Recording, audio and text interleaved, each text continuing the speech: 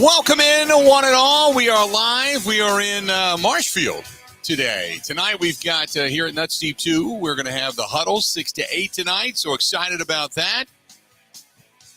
Got here last night, comfortable night. Got a good workout in. And man, the town in the last, I think it's been like, if I'm not mistaken, it's been about 11 years since I've been here. And the town has, I was talking to some of the people this morning, the town has gotten a little bit bigger and a little more polished and nice and just a really cool place. And I had a chance to cruise around a little bit this morning, and it was neat because Nuts Deep 2 opens up at 7 a.m., and they already had people in here for breakfast this morning, hanging out. People, you're early for the show, but they're already getting ready for the program this evening for the huddle. So I'm excited about that, and hit the local Quick Trip and did a little peruse around town, and actually had to stop at the auto parts store because my windshield wipers are not what they used to be. So I had to pick up some windshield wipers yesterday, but good stuff. Got here early last night, about 5:30, 6 o'clock, and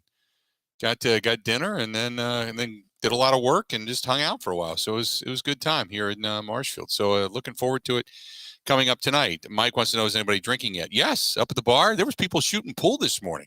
Third shifters that were in here this morning, having a few beverages and shooting pool. So yes, to answer your question, there's already a few people doing that.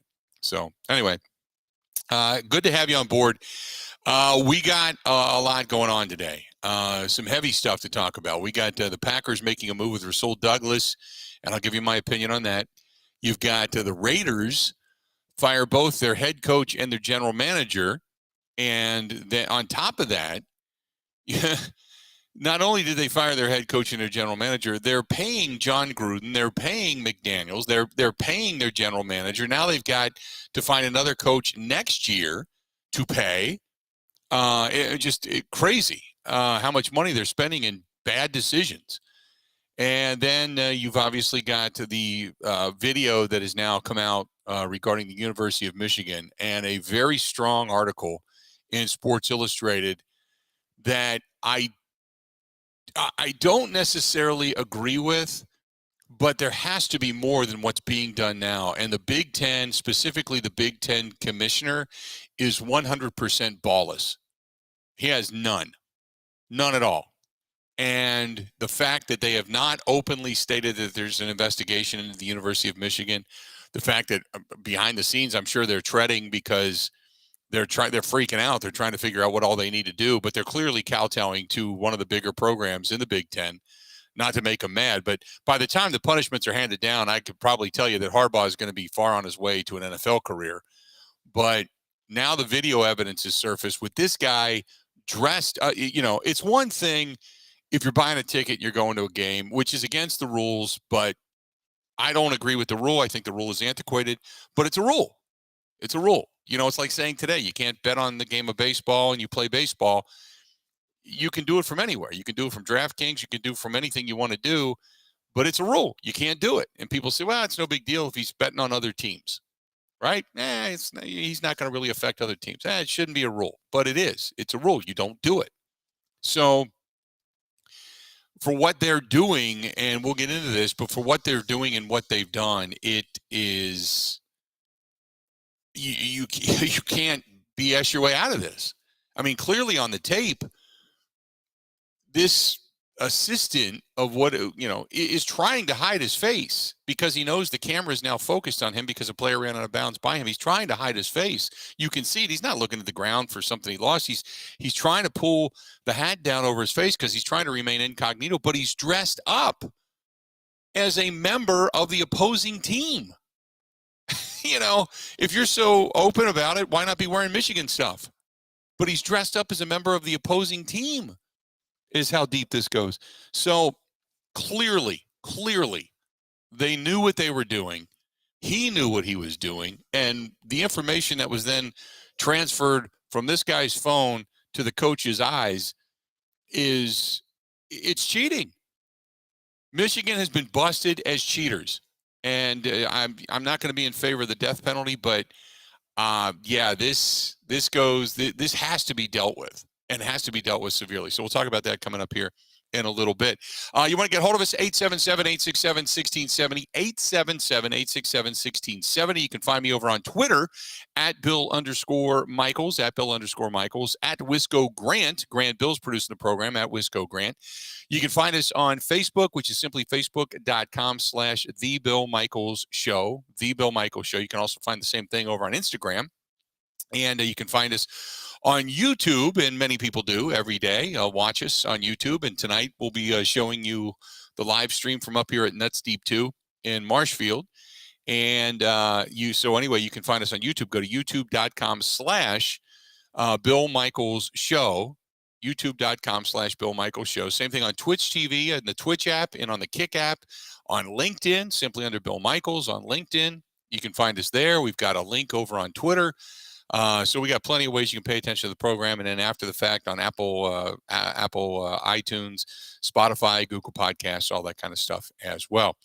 Grant Bills, we get off the air yesterday, and word breaks that Rasul Douglas is no more. Your thought?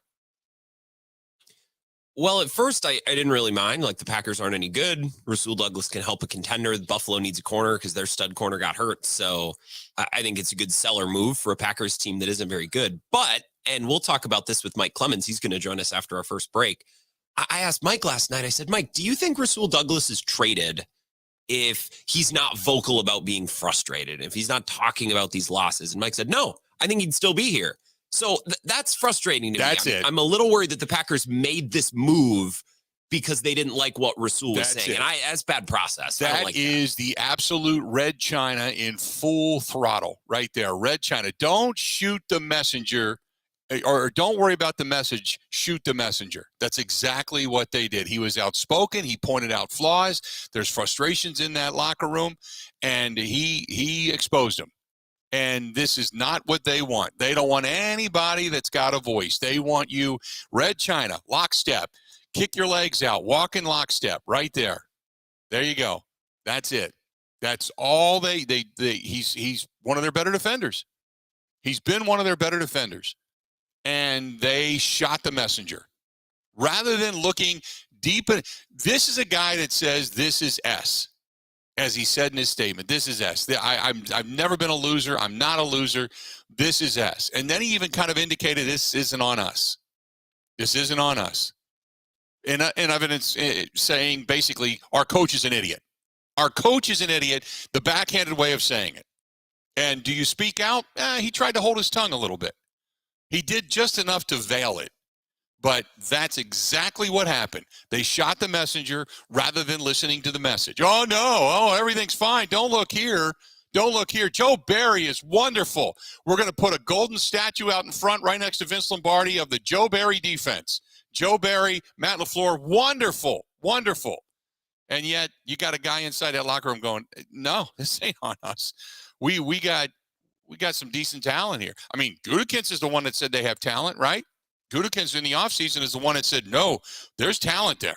There's talent. In other words, hey, I've done my job. They're not doing their job. They're going to fire Gutekunst? Gutekunst is the one that said it, too. He wouldn't even use Joe Barry by name because he knew he sucked. And now you got a guy that speaks out and said, this is BS, man. And the defense has done enough to win, so we shouldn't even really be pointing the finger at Joe Barry. But this is a guy that knows it, that sees it, that lives it, breathes it, eats it every day, wants to win as bad as any. A guy that wants to win, wants to put his heart and soul into it and be a winner, and you get rid of him. Why? Because you couldn't handle the truth. This is where you want to have the drop of Jack Nicholson in the movie A Few Good Men yelling, "You can't handle the truth." That's ballless, man. Instead of bringing him in and talking to him, you get rid of him. That's ballless. That's what that is. That's a gutless move on behalf of the Green Bay Packers. It's exactly what it is. He's one of your better players. So what's your message? What message does that send to the rest of the team? Don't speak out. Great. Don't speak out. You're not getting any better. One of our best players, you're basically saying, if you speak out, we don't care how good you are, we'll get rid of you. Unless, of course, you're Aaron Rodgers, who did it for 3 straight years, and you didn't have the cojones to do it then, right? Because he made too much money. It was all about the money then. Just mixed message, man. Just this is absolutely, positively, 110%. Shut your mouth. Get out of here. We're not going to have anybody that is going to talk against this team in our locker room. Doesn't matter that what he said is true. So, we're blind to that fact. We can't win. We look like crap. We haven't gotten any better. Nothing's really progressed. We can't score a touchdown to save our life in the first half. We're getting booed off the field by our own fans. Stands in the upper areas now are starting to become vacant. Oh, but by the way, we'll get rid of one of our better players because we don't want to hear what he has to say. That's garbage. Absolute garbage. I've been waiting all day and night for this because I think that's just a ballless move. 100%. Terrible. 877-867-1670, 877-867-1670. It was funny. I was listening to, there's a football podcast, a bunch of national guys get together, and they were talking about Jordan Love and on the podcast, and they said that Jordan Love, good quarterback, smart quarterback, doesn't have an arm to throw downfield. And there's some, and I don't want to, give other people's podcasts a ton of credit, but basically it was one former quarterback, two former players, and they get together and they do a podcast. They're based on the West Coast. I was listening to it last night in the hotel room, and they just very quickly, they were talking about whether or not Aaron Rodgers could come back and whether or not Travis Kelce should be criticized for going to the World Series and a whole bunch of topics. And then it came up to, and by the way, has anybody watched Jordan Love try to throw the ball downfield? And then the joke was he can't. He can't. He either overthrows it or underthrows it, doesn't have the arm to throw it to a receiver, on and on and on. And then they said, yeah, we saw this at Utah State, and yet everybody wanted to ignore it like he was going to get better. And I'm like, thank you. Somebody finally saying what we've been saying all along. Thank you. I think he's a smart guy. I think he's a good kid. I think he's got a great story. But, until you prove me wrong, not going to change my mind.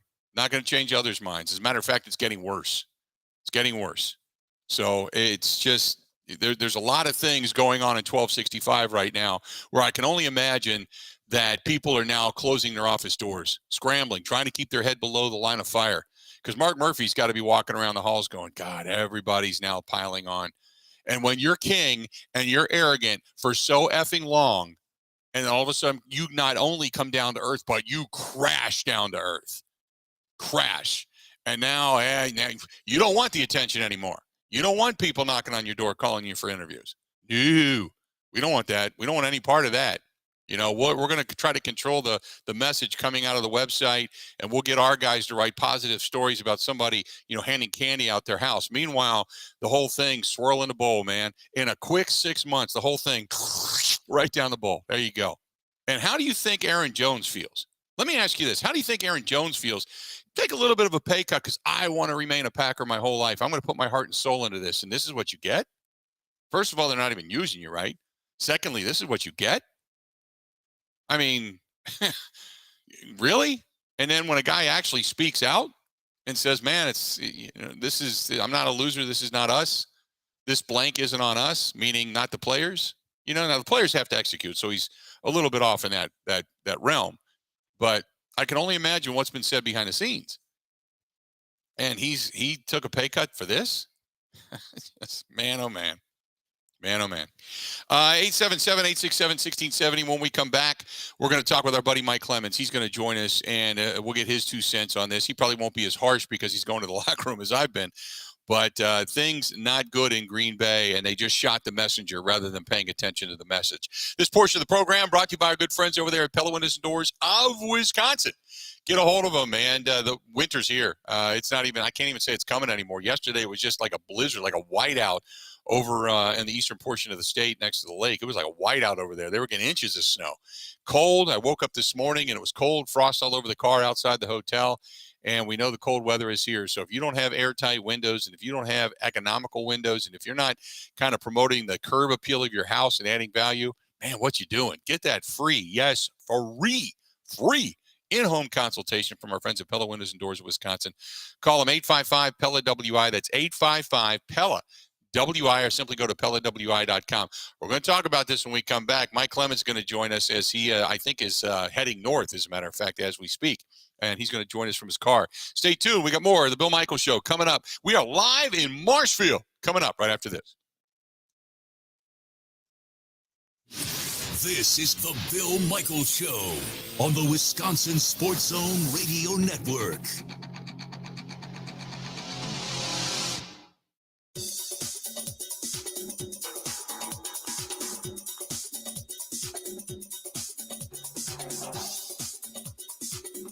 Bill Michaels will resume in 3 minutes.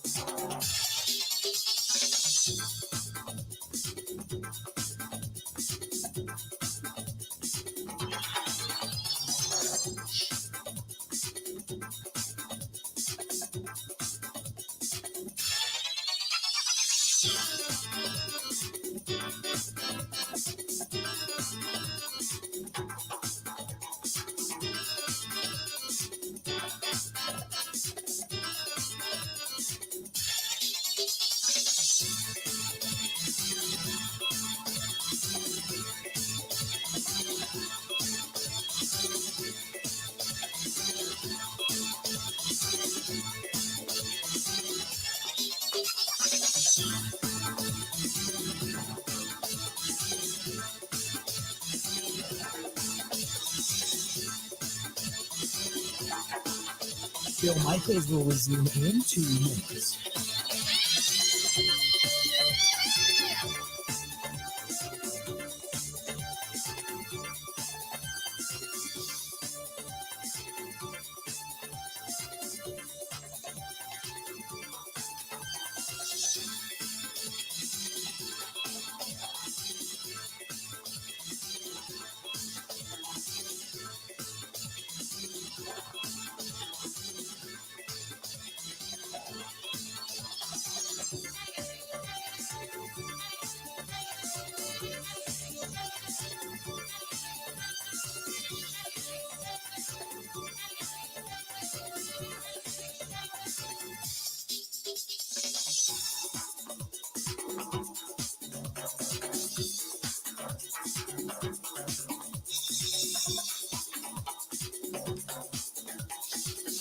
Bill Michaels will resume in 1 minute.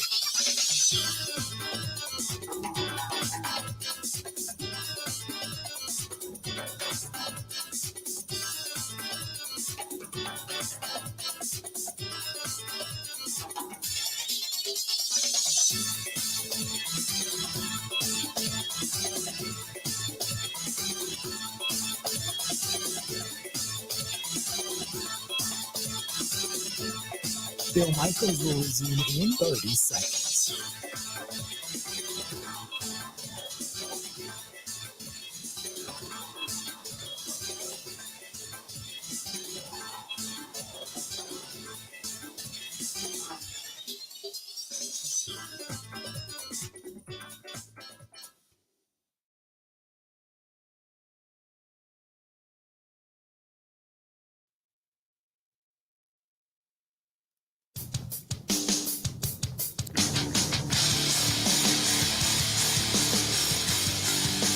Welcome back to the program. Good to have you. The Bill Michaels Show. We are live. We're in Marshfield. It's good to be here. Nuts Deep 2. Got the huddle coming up tonight, 6 to 8 this evening. Looking forward to it. Now, I do know that, at least according to Tom Silverstein, that the Bills approached the Packers about acquiring a safety in Rasul Douglas. But I don't think there's any reason to look further than, oh, yeah, the guy that was a little outspoken is no longer here. Sometimes the proof is just in the pudding. You have to take it for what it is. Mike Clemens now joining us on the hotline. Michael, how you doing, pal? Good, Bill. You know, I was just talking to a fellow reporter that covers the team about this, and I said, well, that's the way the Packers are probably going to spin it today. But no, my first reaction when the thing breaks at about 3 o'clock yesterday afternoon, it's like, oh my God, they actually did it. Oh my God, it's worse than I thought. Because, you know, let's talk about Rasul Douglas. He gets on 3 or 4 teams, and they pick him off the practice squad, and they end up putting him on the field because they've got injuries. And the dude, you know, he makes a tremendous catch that's a game saver against the Arizona Cardinals. And then over the next 2 years, he leads the team in interceptions. Hasn't had one yet this year, but leads the team in interceptions and gets paid. It's a nice contract. When Rasul first came to Green Bay, it was 1- and 2-word answers. You know, he was keeping his head down. He was just trying to, you know, stay on this roster and stay on the field. And then he got the deal. And what he's been telling me and what he's been telling some of the other reporters, he's just showing that he cares. This has not been other players that I could name that, literally at one point they become a cancer. It's just like, dude, shut up. Right. I thought his heart was in the right place. And so I have played you some of these comments that he's given to two or three of us that wait until the very end, until they absolutely kick us out of the visitors' locker room at the stadiums, and they're waiting for this guy to get on the damn bus. I've played you some of those things, and sometimes you have to bleep it out. But it's a guy who's like, he's trying to be vocally keeping the team accountable as a vocal leader. And no one else seems to be talking like this on that defense. And so I think he felt he needed to step up. And so some of those clips that we played, and you've heard some of the times where I had to bleep out some of the words that he said. But his position was, we need to up our standards, and we're not meeting our standards. And sure, yeah, we're the defense, and we're keeping guys at 17 points. And he's as recent as a week ago, he's even got Matt LaFleur saying, hey, our defense is doing fine. If they keep teams to 20 points or less, we should be winning ball games, and we're not. So that's been his message. But then I can tell you other things that he got into where he may have gone into deep water he shouldn't have. So, Mike, I said at the beginning of the show, this is shooting the messenger rather than listening to the message. And this is what bothers me, and I think this is what bothers a lot of Packers fans, is you can see a lot of the problems. We've talked about it. We've discussed whether or not coaches are coaching up to their capabilities or up to the players' capabilities, and, certain decisions that have been made. But it seems to me they got rid of the messenger rather than listening to the message. I heard that on your Green Bay station here as I'm driving up to Green Bay and Lambeau, and I think you're 100% on. Absolutely. You asked for accountability. But I will tell you this. You remember I told you a story where I had a player that said, this was after the Raiders game. Right. The Monday Night Football game. By the way, how about Josh McDaniels getting fired? What's going on there, man? Right. The Raiders, they're 3-5. They're not even 2 years into their program. Oh, that Davis family. They're kooky. Anyway, we did the interview. It was on the record. We played those quotes, and there's just 2 or 3 of us left for the media, and a pretty much empty locker room. And then, as we're walking away, I think I said, "What was halftime?" And he goes, "Man, he comes down. We've spent all week on plan A." And then he comes down and he says, "Okay, we're changing to plan B." Like, what? And there's like no emotion. He's just like, "We're changing." There's no why. And then he goes, and now one person that was in that group said, "I thought he was talking about LaFleur." I said, "No." He said he came down. I think he's talking about Joe Barry, who's been upstairs since the Cincinnati game that we covered in the preseason. Mm-hmm. He's been up at the box, so you get a better view. So, but there's little spies there. They've got staff that are hanging around, PR staff and whatnot. They hear those comments. That gets reported. Here's the other thing: as this story has snowballed, and now you start to see, if Rasul Douglas is out there at his locker, and he's talking to the other guys, and it's just not all just sermons about the play. That's just guys and teasing and trying to keep morale up, frankly, from what I could tell, just hanging around the guys, 4 or 5 players hanging in his locker room. He's a popular guy. That was like Rasul, like, "Hey, Rasul, can you talk to us?" Okay, fine. And all of a sudden, there's 30 media people around, right? Mm-hmm. And including the folks that cover the news for the website, for Packers.com. And then, I'm sure fans that have gone to the team website, they can hear our interviews at length and videos that are talking to players. So, you look over and you see who's all getting this along with you, the TV stations, writers, etc. And then there's the team video crew. And I mentioned to somebody the other day, I said, "Have you noticed that the team video crew is there for Rasul every day? And they haven't posted any of his stuff the last 3 weeks." Right. So, it's like they're not there for their website. I think they're spies. I mean, they've got a documentation of what he's telling everybody. Right.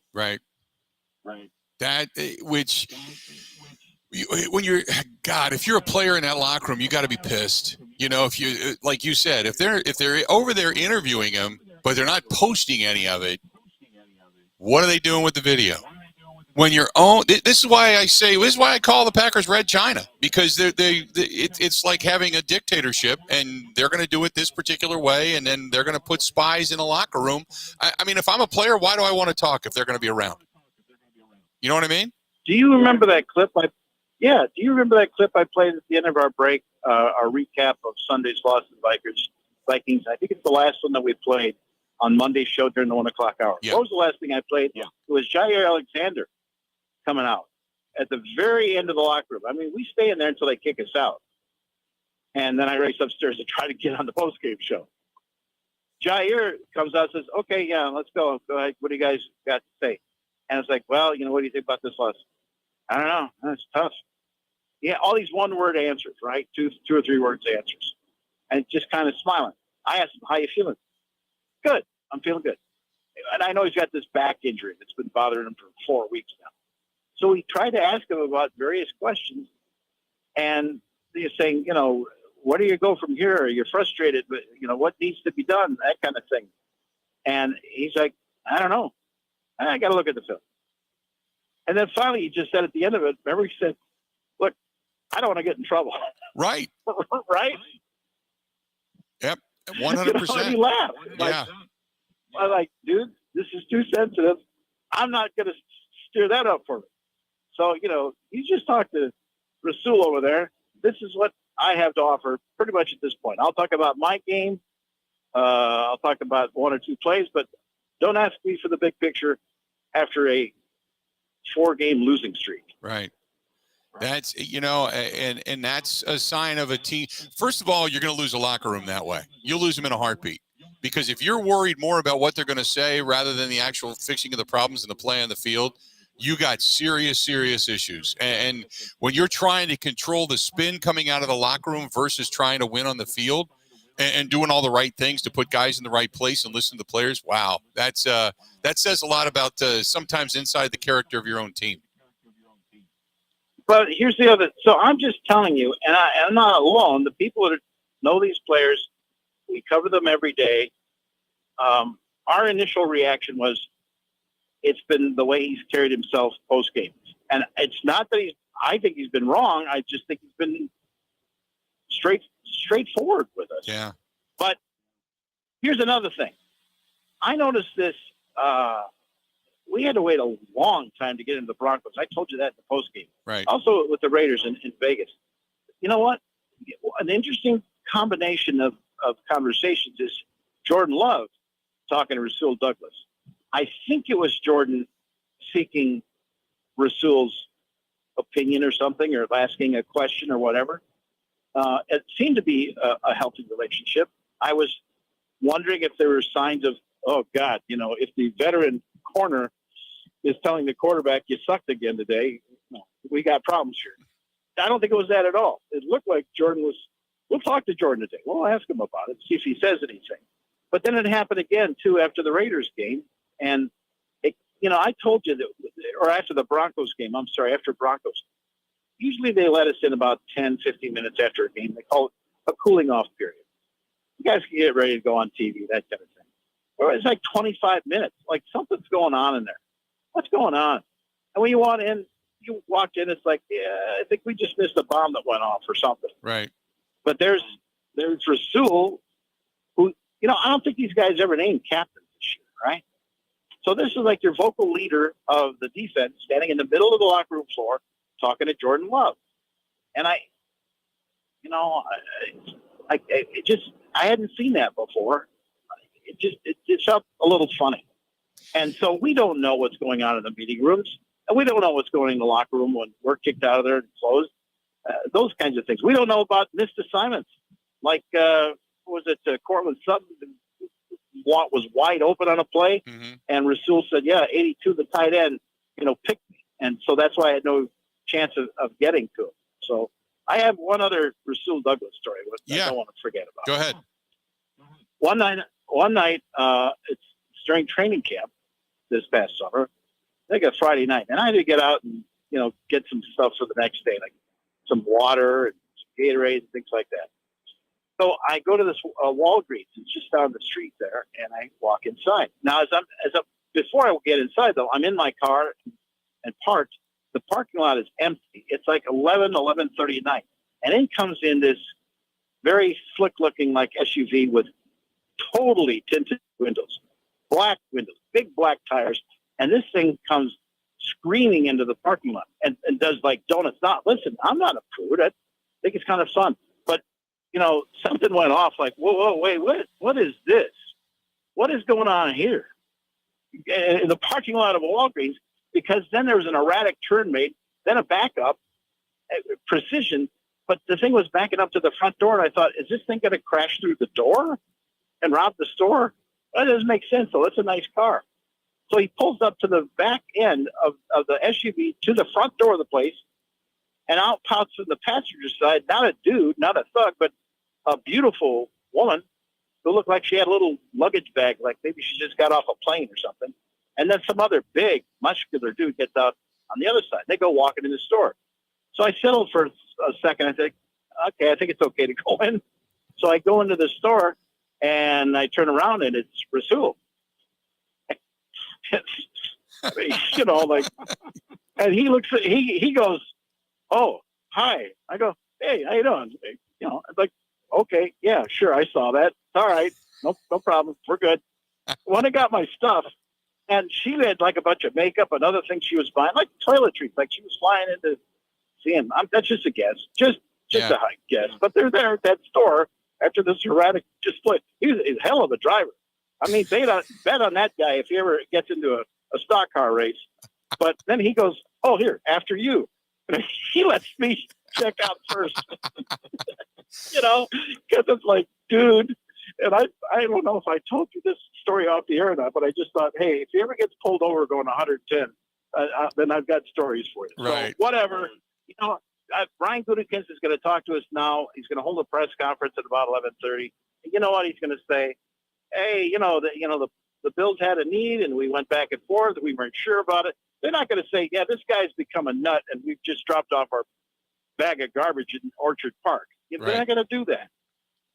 They're not. They're going to make it sound like it's a great deal for the Packers, and they're stockpiling draft picks, whether they actually use them for picks or they use them, as chips to trade up and get other players, blah, blah, blah. It's a transaction. We're trying to make this team better moving forward for the future and all that. So, really, it's going to be another interesting day, Bill, at 12:65. I cannot wait to talk to you tonight in the huddle and kind of debrief and because I got more questions and I know we're late, but I just to debrief and go through all of this coming up tonight. I'm looking forward to it, man. Yeah, well, I'm just hoping the locker room today doesn't look like, Death Valley or something. Yeah. A lady with a vacuum cleaner, and that's it. We'll see. All right, buddy. Be safe, and we'll talk to you tonight. Thank you, Bill. Thanks, pal. There you go. The great Mike Clemens. That is real. You don't get that anywhere else. This is the reason you come to this program, because we got Mike, and we absolutely love it. And like he said, that's the guy that said things, they shot the messenger. Things are bad. They shot the messenger. We'll talk more about this. And we're way late. I apologize to Peter Bukowski. Peter Bukowski, we're going to get on coming up next. Stay tuned. We got a lot more of the Bill Michaels Show brought to you by Potawatomi Hotel Casino. Go to paysbig.com. That's paysbig.com.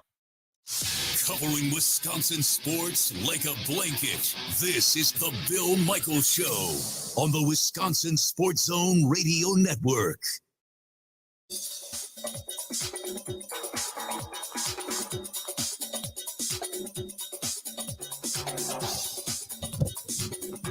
Bill Michaels will resume in 5 minutes.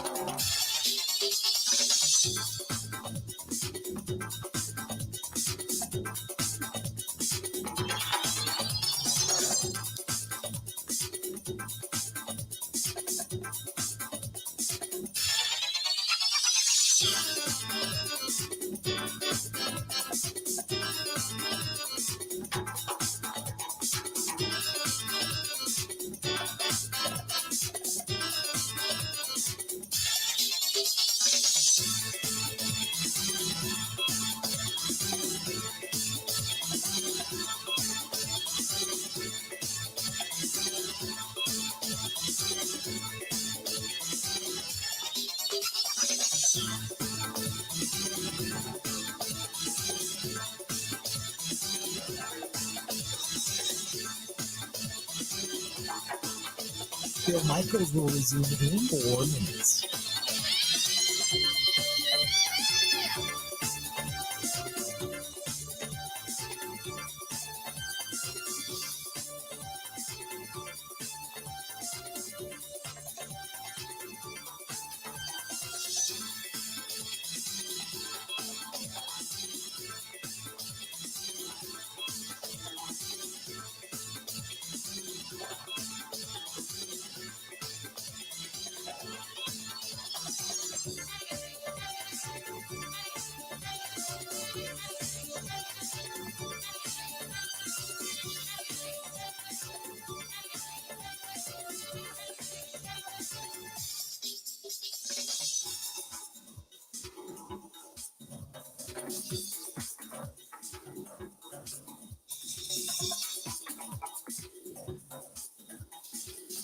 Bill Michaels will resume in 3 minutes.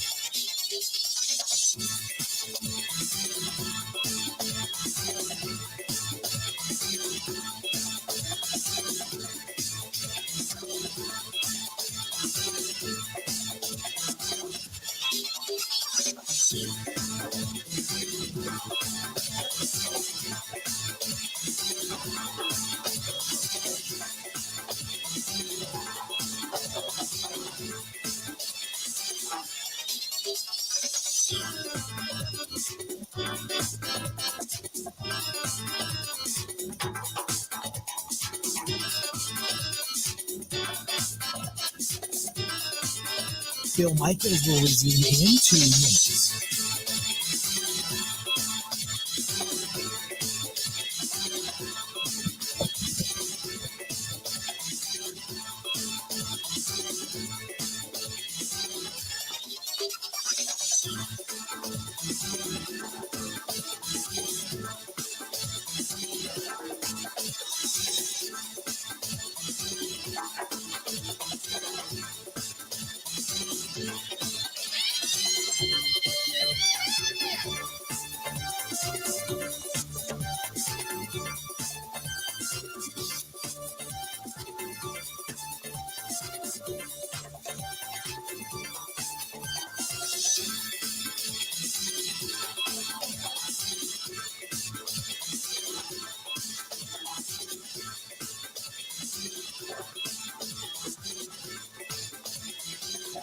Bill Michaels will resume in 1 minute.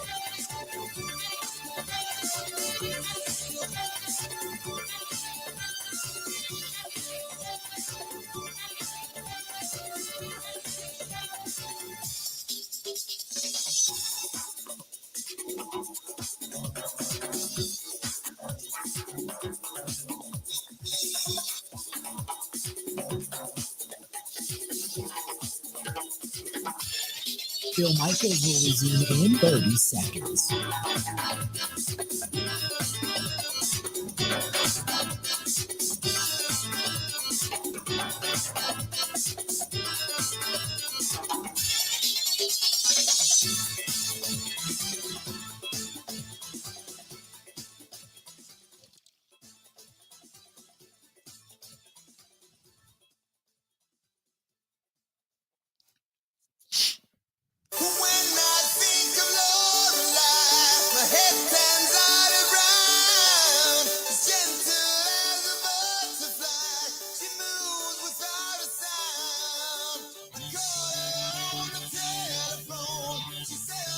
Welcome back to the program. We are live. We're in Marshfield, Wisconsin tonight. It'll be an interesting one. The Huddle, 6 to 8 tonight. We're going to be live at Nuts Deep 2. Hopefully you can join us as a face in the crowd tonight, and going to have a lot of fun. Always love traveling, and we're back in Marshfield after, I think, 11 years away. So good to be here, and thanks to everybody for the hospitality as well. Peter Bukowski, and God, Pete, I tell you what, I apologize for going long, but Mike Clemens was diving into the locker room in this trade with Rasul Douglas and kind of how the Packers have shot the messenger rather than the message. So welcome to the program again, and give me your thoughts on when you heard that Rasul Douglas had been traded. Well, it was something that was not great timing for the podcast personally, because I had done my whole show that day on how I thought it would be a really bad idea to trade Rasul Douglas. So apparently Brian Gutekunst and I disagree on that one, but from all the reporting, it sounds like Buffalo called and said, hey, this is what we're trying to do. And the Packers agreed on terms. I think what I struggle with here, Bill, is I understand Rasul Douglas is a 28-year-old player who, when the Packers end up being good the next time that is, and who knows when that is, Rasul Douglas is probably not going to be a core member of that team. I just kind of don't care, because he's a really good player. He is a crucial leader, one of the only leaders. I mean, how many leaders are on this team, Bill? How many can you count? One, two? Yeah, are there more? Are there more than two? So then you're going, okay, what does this really accomplish? To get a third-round pick? I mean, that's a nice pick. You got a 5 going out the door. I get they're going to get a compensatory pick back, and so they're like, oh well, it's no harm, no foul there. I would just rather keep the good player who's a locker room crucial member. I kind of don't care about when they're competitive again, he won't be, this guy. I don't care. I think it's good to keep good players. Call me crazy. I completely agree with you. And this goes back to, this is a guy, like you said, he's been a leader. He's performed. He's also pissed about losing. He wants to be a winner. He's been outspoken about it. He's been the guy that's talked to us about certain things when it comes to, hey, this isn't on us, kind of like pointing the finger in other directions, saying, hey, you might want to check somewhere else. And rather than, look, there's no coincidence that the guy that's been the most outspoken is the guy that's now gone. And they can spin it and say, well, Buffalo called first and this, but the bottom line is there's no coincidence. The guy that was outspoken is now gone. And to me, that's shooting the messenger rather than paying attention to the message. You know what I mean? I do. So here's the thing. I don't know how much of this is, hey, he is unhappy here and maybe things get worse if the season doesn't go the right kind of way. I think that would be a little surprising to me, just because Rasul Douglas doesn't seem like the kind of guy who's going to create problems in the locker room. If anything, right now, he seems like the kind of guy who's trying to solve them. And I don't know about you, but I like when the team is losing to have players who seem like they care about it, who seem like they're pretty ticked off that's what's going on. But I do think I don't think it's crazy to suggest by any means that on a team as hyper paranoid as the Packers about this kind of stuff, that wants to control the message so much, that has a head coach that has only taken on more responsibility as the coaches around him have failed, he is trying to pick up the slack. I don't think it's unreasonable to suggest that Rasul Douglas potentially being unhappy about losing contributed to this trade. And you just say, you know what? He wasn't going to be a part of the long-term future. We don't want this to get messy, and it could get messy because he is the kind of guy who is going to be mad about losing. I personally would want guys mad about losing, but I can see how the Packers, from their standpoint, could say, you know what? The best thing is to give this guy an opportunity to go win a Super Bowl, and we're going to move on.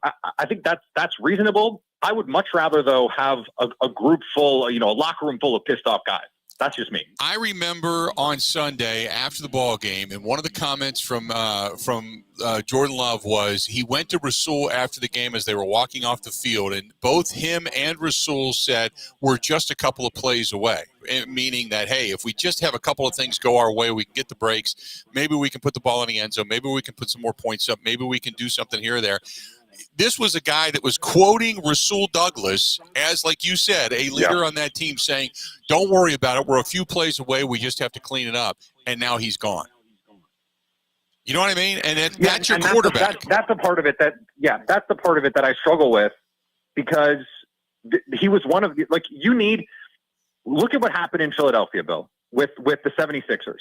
They tried to build that from scratch, get talented people in there. And the problem that they ran into is, they never had anyone there who had won anything and had any kind of success to say, this is how we have to do it. Mm-hmm. And now you see Joel Embiid year after year comes up short in the playoffs, and they bring in guys like James Harden who are just cancerous to your locker room. You can't live like that.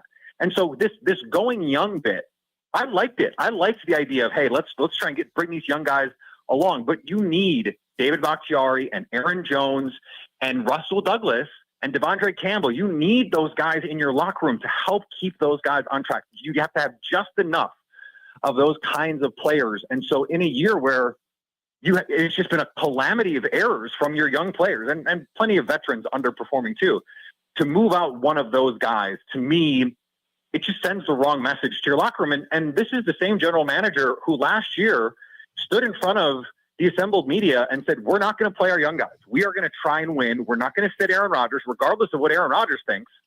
He is going to play every damn game for us because he's under contract and we're paying him a boatload of money. And we believe winning culture matters. Well, does winning culture matter, Bill, or does it not? Because if it matters, then you can't do this. He's a cheap player under contract. You can't do it. 100%. 100% agree. So you tell me, and I know we only got a couple minutes, but you tell me what you see out of this offense specifically, because what I said, I'm sitting in the press box. We're watching this first half unfold, and they finally get the field goal, and they don't get completely booed off the field. And I looked around to the guys that were sitting around me, and I said, if you're going to describe this, what do you describe it as? And the two terms were disarray and unprepared. And so you tell me what you see out of this team right now. It just seems like no one knows what's going on. No one knows where to be.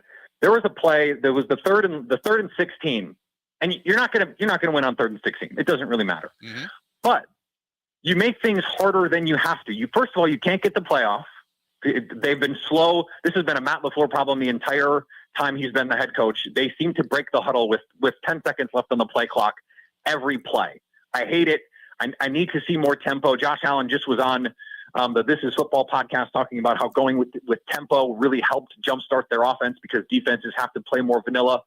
Well, doesn't that seem like something that could benefit the Packers offense? Okay, so you get the false start. Now it's 3rd and 22. You don't really have a play for 3rd and 22, except the Packers almost did. They got Dontavian Wicks almost open in the middle of the field, except Romeo Doubs didn't seem to know where to be. It seemed like he wanted to block and then just sort of sauntered into the middle of the field, which brought Harrison Smith over to Dontavian Wicks. And so it's like they're getting, and Matt LaFleur has talked about this, even when they get the primo look that they want, they can't execute well enough to do anything with it. They can't even block inside zone. Day one, junior varsity, high school install stuff. Yep. They don't know who to block. John Runyon Jr. and Josh Myers don't know who to block, or Ellen Jenkins misses a block, or it's just the most basic stuff. And here's what I said. I said this on Locked On Packers today, and I think this is the most fundamental problem right now facing the Packers. Matt LaFleur has tried to fix everything. He had to hold Mike Pettine's hand, so he hired a defensive coordinator whose hand he also has to hold because he believed he had to fix it. He hired a new special teams coach. They paid him a bunch of money, and the special team still stinks. Matt LaFleur is trying to fix everything, and as a result, has managed to fix nothing because he's trying to do too much. He's trying to be too in control, and I don't even think it's a malevolent thing. I think he is making a God's honest try of saying, "Hey, I'm the head coach. This all falls on me." What does he say after every loss? It's on me. Yep. He feels that burden. And I think he has gotten lost in trying to fix everything. And the things that he was best at, those are the details that are falling by the wayside. And this is the Peter principle, as much as I hate that phrase. Thank you very much. That Adam Stenavich seems much better suited to have been an offensive line coach. And Joe Barry seems much better suited to have been a linebackers coach. And Rich Bisaccia does not seem well suited to the assistant head coach role. What is it exactly you would say he does here? I mean, he's going to go talk to the Bobs soon because I don't understand that special teams is still a problem. There's been 4 return touchdowns in the NFL this year through half a season. The Packers have one of them. What are you paying Rich Bisaccia for if that's still going to happen? So I think what I'd like to see, and this is not going to get fixed this year, but this offseason, if Matt LaFleur remains the head coach, and by the way, I still believe in Matt LaFleur, they need someone back in that Nathaniel Hackett chair who is a bona fide offensive coordinator. Right. Someone who can come in and actually bring some fresh ideas, who can push back with Matt LaFleur, can say, hey, have you ever thought about doing it this way? I think that was genuinely helpful for the Packers, even if I don't think Nathaniel Hackett is some like boy genius. And then you need a real defensive coordinator. Yep. Someone who does not have to have his hand held. For whatever misgivings I had about Mike Pettin was a guy, and everyone when he walked into the room respected Mike Pettin. And they talked about it. Don't you remember the stories from that first training camp? The accountability, the collaboration. The players loved playing for Mike Pettin. Now, it just sort of all went by the wayside eventually. But they need someone in that room who they can just trust to go handle it. And Matt LaFleur does not have to hold anyone's hand, and he can get back to the play designing, the details, because he is someone who cares about all the little details that this team is missing right now. And that just screams to me when a coach is as detail oriented as he is. And I've talked to some people in the league about this, some people that have played for him about this. He is extremely detail oriented. It has to be killing him, all of these mistakes. Right. That just tells me he does not have the time right now to be detailing this and drilling it the way that he wants to. And that needs to change. Peter, always great stuff. They can find you, founder of The Leap and the Locked On Packers podcast. Appreciate it, pal. And we'll talk to you real soon, okay? Thanks, Bill. Thanks, bud. Talk to you soon. Damn, great stuff. Two dynamite, absolutely dynamite segments on this program today. Stay tuned. We got more of the Bill Michaels Show live in Marshfield after this. Covering Wisconsin sports like a blanket. This is the Bill Michaels Show on the Wisconsin Sports Zone Radio Network. Everywhere you look, from groceries to utilities to gas, prices keep going up. Pella Windows and Doors of Wisconsin can dramatically help lower your energy costs year-round by replacing drafty windows and doors in as little as 6 weeks. And now you can save even more by taking advantage of no interest and no down payment for up to 36 months when you order by November 30th. Bring the love of Wisconsin's outdoors in through the beauty and quality craftsmanship of Pella Windows and Doors. Whether you're updating or upgrading the look and comfort of your home, Pella has extensive lines of customizable options to meet your needs and your budget. Replacing drafty windows and doors can dramatically lower your energy costs. Pella Windows and Doors of Wisconsin offers some of the most energy efficient windows in the industry. 0% interest and no down payment for up to 36 months when you order by November 30th. Set your free in-home consultation today at PellaWI.com. Certain restrictions apply. See showroom for details on Rents 11/30/2023.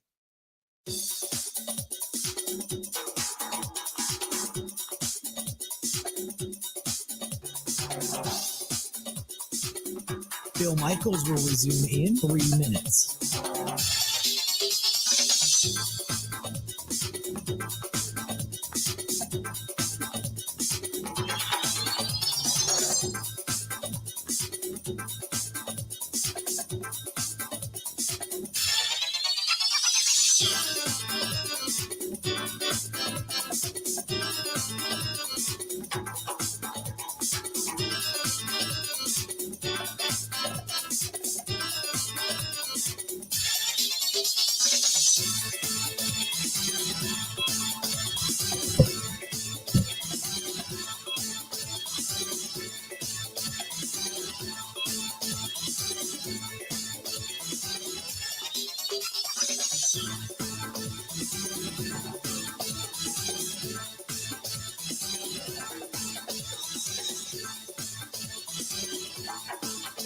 Bill Michaels will resume in 2 minutes.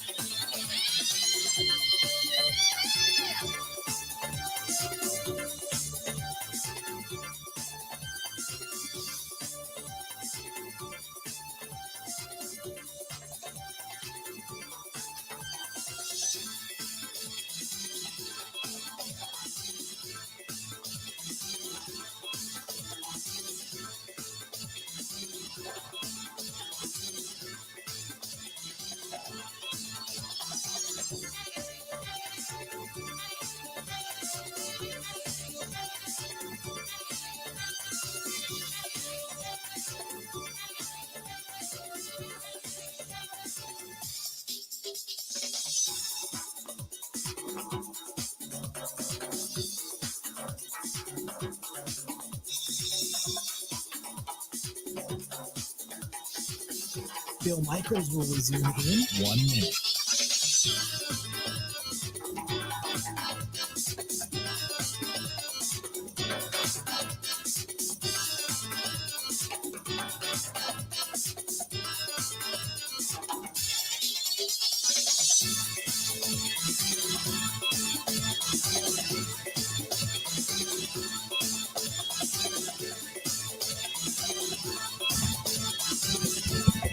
Bill Michaels will resume in 30 seconds.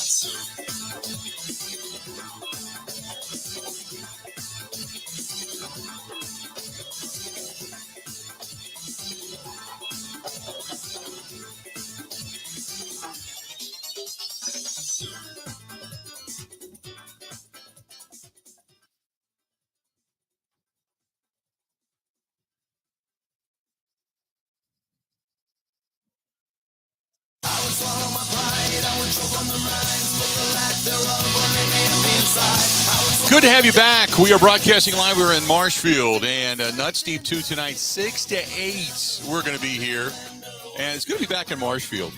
It really is. A lot of fun, and I know it's only for a brief period of time, but we're looking forward to tonight. Big time looking forward to it. So if you're in the area, whether it's, Marshfield, Wisconsin Rapids, over in Stevens Point, Wausau, whatever, come from anywhere, and we're going to have a good time tonight. And since the last time I was here, they've expanded Nuts Deep 2. It's gotten bigger and better, and man, it's nice. We have plenty of room, so hope to see you tonight, 6 to 8.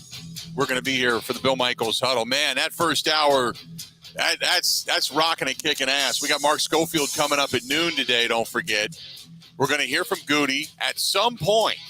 He's going to speak today. Matt LaFleur speaks today, and then tonight we got Mike Clemens coming out of the locker room. Man, we are all over it. Stay tuned. We got a lot more of the Bill Michaels Show live here in Marshfield coming up right after this.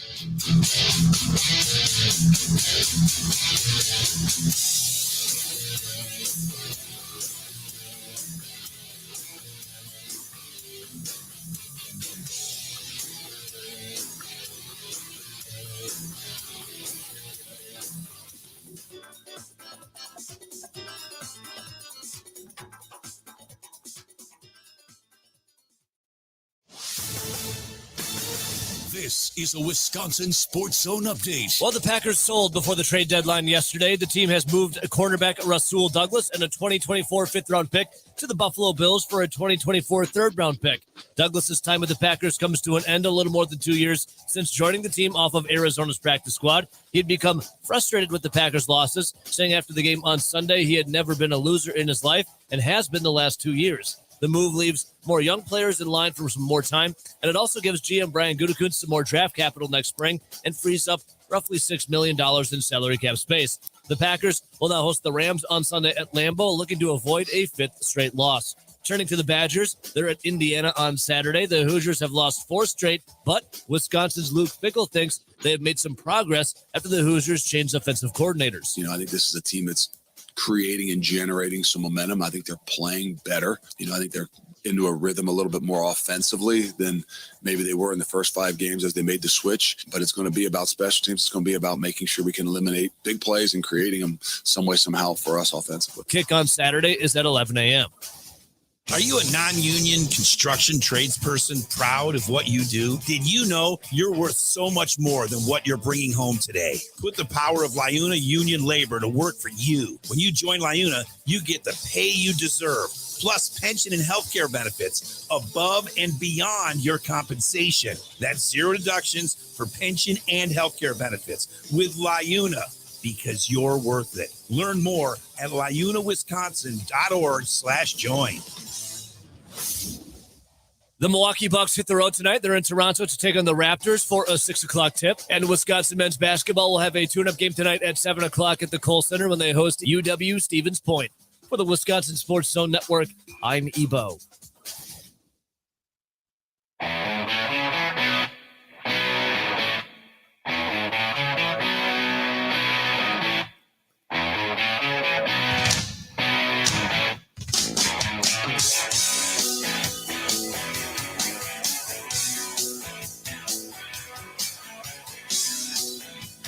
Welcome in the Bill Michaels Show. We are live. We are in Marshfield, and good to have everybody on the network now. If you missed the first hour of the show, damn.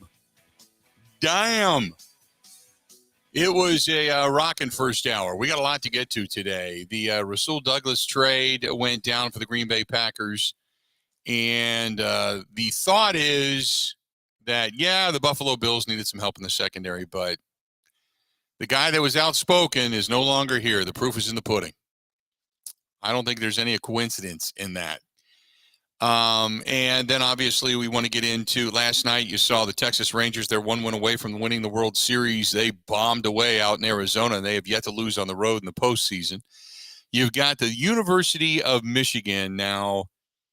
The commissioner of the Big Ten has to be, like, at this point, either cowering in a corner or just trying to scurry around a room somewhere to find his cojones, because for whatever reason, they have not opened an official investigation into Michigan. And what is Michigan going to do?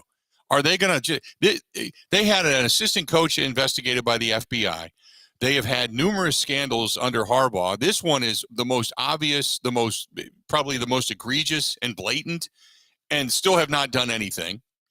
It is just it's bad. It's cheating. It's cheating, period. And they're not doing anything. We had Mike Clemens on to talk Rasul Douglas in a little while ago. Also, Peter Bukowski from the Locked On Packers podcast, both of which agree you just got rid of one of your leaders and a guy that cared and really wanted to win. Why? And then a buddy of mine, actually Justin, who lives up here in the Wausau area, he texted me, and it was that was my point coming into this hour. Okay. What you're going to hear from Goody, like Mike said, is, well, they called, they were in need, and we kind of worked the deal out and yada, yada. And then the question becomes, well, if that's the case, and as Peter said, well, they'll spin it as, well, when this team gets good, he's going to be over 30. He's probably not going to be here anyway, and we got, high capital for him because, he's worth a commodity. And okay, if that's the case, then why didn't you get rid of Moore? Why didn't you get rid of Moore? Why didn't you get rid of Aaron Jones? Why didn't you get rid of him? Same thing, same scenario. Why? Because he took a deal to stay. He's been pro-Packer for pretty much the entire time. He hasn't spoken out. That's the reason. Because the guy that spoke out and kind of pointed the finger and said certain things. And Mike Clemens brought up an incredibly good point and an observation within the locker room. And if you missed it, we'll play that again later on. But Mike said, and for those of you that go to thepackers.com and read all the red China notes, so if you go to packers.com, there's different reporters that are hired by the Packers that they work for the Packers, and they work on the Packers website. Okay? So, and they're supposed to be reporters just like you and I, just like Mike and just like Rob Domofsky and Tom Silverstein and Tom Oates and all these other guys that are in there on the daily, okay? They're supposed to be reporters. But Mike said they've been overdoing the interview, just like all the other media members have, with Rasul Douglas the last few times, getting all the questions, getting all the video for the website, and yet they haven't posted any of it. Why? One, I've been telling you, Red China, baby. They're only going to tell you what they want you to hear. Two, now you got spies in a locker room working for the team. Now you got spies in a locker room working for the team. How about that? If I'm in that locker, and then you have Jair going, I don't want to say anything. I don't want to get in trouble. You got guys, you got people in the locker room now. This is like, you speaking out and saying, you're not lying, you're not making it up, and you're not giving away state secrets. You're just saying, there's stuff that's wrong here. And instead of dealing with the message, they're going to shoot the messenger. They're going to shoot the messenger, man. Sometimes when I'm not saying there's a corruption there, what I'm saying is there is this such overabundance of self-awareness and this outward perception of what we want to be. We're owned by the people, run by the people. It's crap. They are unbelievably sensitive to anything that's said about them. Now, a lot of teams are, don't get me wrong. I know that. I talk to a lot of people. But sometimes you got to look in the mirror and go, you know what? This just isn't right. What's the problem? And we all knew, we all saw the cracks in the facade to begin with, when Goody didn't even use Joe Barry by name during the off season. Not me. He talked about talent on the field. Talent's there. Got to put more pressure on a quarterback. Got to figure ways out. In other words, talent's there. Coaching has to figure a way out. So anyway, that being said, Rasul Douglas now in Buffalo. Hey, he's going to a team that they're playing on Sunday night, taking on Cincinnati down at Paycor. I don't know if he's going to be playing or not, but all of a sudden he finds himself right in the mix of a chase on a good team that's considered one of the top 5 in the AFC, probably heading to the postseason. So they'll act like they're doing him a favor. Hey, well, hey, we wish him nothing but the best. That's great. We think he was awesome. We paid him. But we don't need that leadership. We don't need a guy who cares. We don't need a guy who wants to win. We don't need a guy who points out the problems.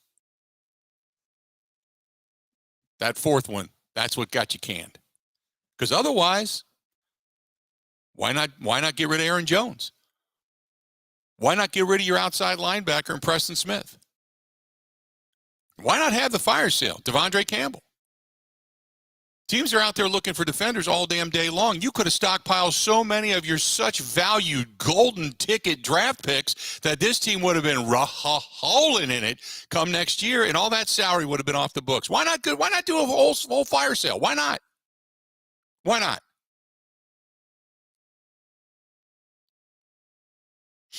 So I'm just telling you, that's the reason why. Say what you want, but that's the reason why. 877-867-1670, 877-867-1670. If you want to give us a shout, please feel free. Go ahead and do so. Oh, what else do we have? We got a lot of people. Larry says, was Rasul Douglas an all-pro? No, why? What does that have to do with anything?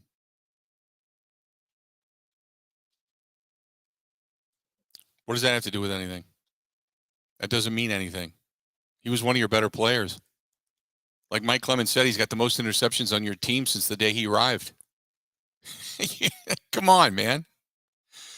Was he perfect? No. He came to the Packers basically off a practice squad. But he played well. He got paid. Who else you want to go with back there? You got somebody better? I mean, if you're trying to at least have – and this is the other thing, and I brought this up to Peter Bukowski. After the game, and I don't even know, and I know Grant Bills is back there probably scrambling, but after the game, if you have it, Grant, let me know. Jordan Love had, during his post-game presser, had said that he and Rasul were walking off the field. And he quoted Rasul Douglas, this conversation. And he talked about how, yeah, Rasul and I, we're right there. Because I even made it a poll question. Do you believe that the Packers are right there?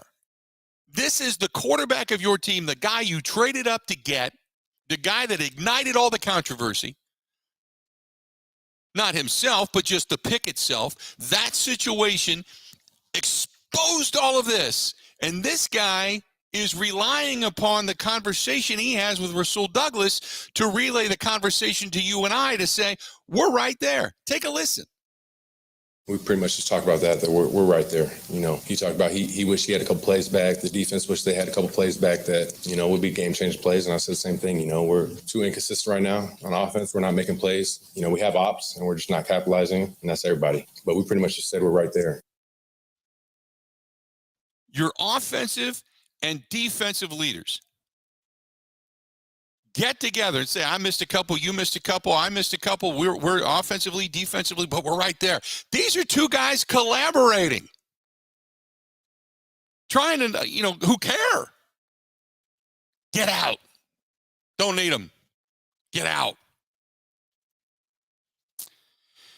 877-867-1670, 877-867-1670.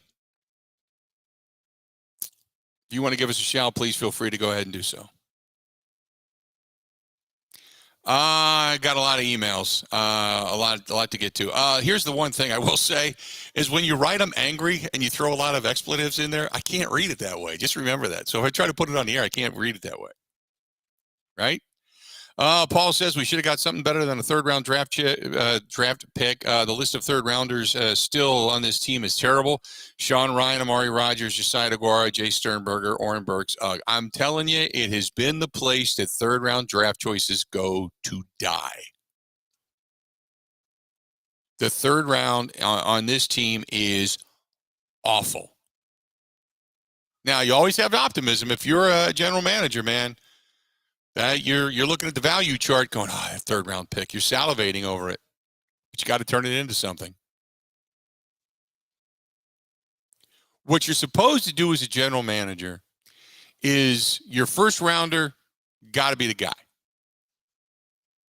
Got to be the guy. Your second and third rounder, you don't mess with too much. Usually your second rounder is kind of a question as to where you place him. Your third rounder you should be hitting on. And then where you make your other bones is in that fifth or sixth or seventh round. You know, you find that guy, that diamond in the rough. But you take the best available. But you don't try to outsmart people. You just take the best available, right? And for some reason, it's been a miss, man. Been a miss. First rounders been okay. Second rounders, Third rounders, death. Fourth rounders, fifth rounders, sixth rounders been a little bit better. But yeah. But you're looking at the chart and you're saying, okay, what's the value? And the minute the Buffalo Bills said, hey, we'll give you a third rounder, you should have went, you know what? I will take 3 fourth rounders. Or I'll take 3 fifth rounders instead. Because third round has been abysmal. Just abysmal. 877-867-1670, 877-867-1670. You want to hit us up, feel free to go ahead and do so. Give us a shout. Just an example, okay? And I have the list here, just oddly enough. Okay, your third rounder. I still have some faith in Tucker Kraft. I've seen some good things, okay? So we'll see. Sean Ryan, suspended his first season, perennial backup ever since. Amari Rogers, cut after a year. Remember what Aaron Rodgers said? Yeah, he's just a punt returner. Josiah Deguara, that Swiss Army knife, that Matt LaFleur and the Matt LaFleur offense, they were going to utilize, and they were going to bring him from every different angle, and they were going to pull it out. We need a corkscrew, we need a screwdriver, we need a knife, and we need a Phillips head, and we need a regular screwdriver, we need a scissors, and we need something to pry stuff out of our teeth and a tooth. But he's that guy. Elton Jenkins was a second rounder, not a third rounder, by the way, Dave, because you had 2 first rounders that year. Elton Jenkins was a second rounder. Your third rounder that same year was the mighty Jay Sternberger. Yeah, how are we looking? Then there was Oren Burks. Oren Burks didn't really do much here in Green Bay. He's kind of found a little bit of a rejuvenation since he's left here, but nothing here. How can we possibly forget about Montravius Adams? The mighty Kyler Fackrell. Ty Montgomery, not bad. Not great, but not bad. But really didn't last. Then you've got 2. Not 1, but 2 going back to 2014 because you had Kyrie Thornton. I'm sure everybody's got those Thornton jerseys out there. And then there was Richard Rodgers. Now, as long as you left the word Rodgers on the back, you were okay. But the minute you put the number to it, then you knew you were screwed because if it wasn't 12, you weren't going anywhere. Let's go to 2013, by the way. They were a little more successful because you had Dayton Jones, the mighty Dayton Jones as the first rounder, Eddie Lacy, the second rounder, David Bakhtiari they took in the 4th, not the 3rd. So he was the 3rd pick, but he was in the 4th round. Again, they do better. Same thing, they traded away in 2012 the 3rd rounder. The 3rd rounder in 2011, the mighty Alex Green. Not Amon, Alex. Morgan Burnett was okay. Morgan Burnett, though, he was the guy that gets the pick in the infamous 2014 NFC Championship game, gets the pick, and for whatever reason, Julius Peppers yelled, go down, go down. Morgan Burnett, I would say, okay, he's okay. He's okay. 3rd rounder was Jermichael Finley. He turned out to be okay. He wasn't too bad. James Jones, Aaron Rouse, both in the third round. So after 2000 and we'll say 10, 2011 through 2013 have been abysmal. I couldn't even get that word all the way out. So there you have it.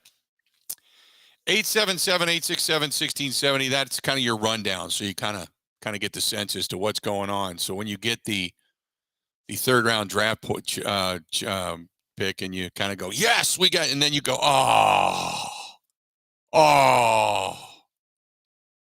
you know, you can't do it. That's like you got a girlfriend. She's smoking hot, right? Smoking hot. And you're like, oh God, this is the one. I want to spend the rest of my life with her. And you ask her to marry you. She says yes. And then as time goes on, as you get towards the wedding, you find out she's kind of a freak, you know? But you're in it. You're like, you know, we're going to recapture that love. Okay, it's going to work. And then you find out your wedding day, you determine that wedding day is going to be, you know, March 5th. Okay? March 5th. And then about a month before your wedding, your buddy calls you up and he says, you know what? You're not going to believe this. You're not going to believe this. I have been given backstage passes to the trifecta of concerts. The Rolling Stones, Bruce Springsteen, U2. They've invited us backstage. We get to hang with Mick. We get to hang with Bruce. We're going to be back there with Bono and a gang. We're going to be back there. We're backstage, man. They've invited, there's only 5 people in the world that have been invited, and you and I are going, brother. And you're like, oh my God, I can't believe it. This is the trip of a lifetime. When is it? And he says, man, it's March 5th. Oh God, I'm marrying this girl that I'm not even sure about now. I can't go because I got to get married to the girl I'm not sure about. That's a third round draft pick in Green Bay. That's what it is. Stay tuned. More of the Bill Michaels Show coming up next. Ready? This is the Bill Michaels Show on the Wisconsin Sports Zone Radio Network. Everywhere you look, from groceries to utilities to gas, prices keep going up. Pella Windows and Doors of Wisconsin can dramatically help lower your energy costs year-round by replacing drafty windows and doors in as little as 6 weeks. And now you can save even more by taking advantage of no interest and no down payment for up to 36 months when you order by November 30th. Bring the love of Wisconsin's outdoors in through the beauty and quality craftsmanship of Pella Windows and Doors. Whether you're updating or upgrading the look and comfort of your home, Pella has extensive lines of customizable options to meet your needs and your budget. Replacing drafty windows and doors can dramatically lower your energy costs. Pella Windows and Doors of Wisconsin offers some of the most energy efficient windows in the industry. 0% interest and no down payment for up to 36 months when you order by November 30th. Set your free in-home consultation today at PellaWI.com. Certain restrictions apply. See showroom for details. Offer ends 11/30/2023.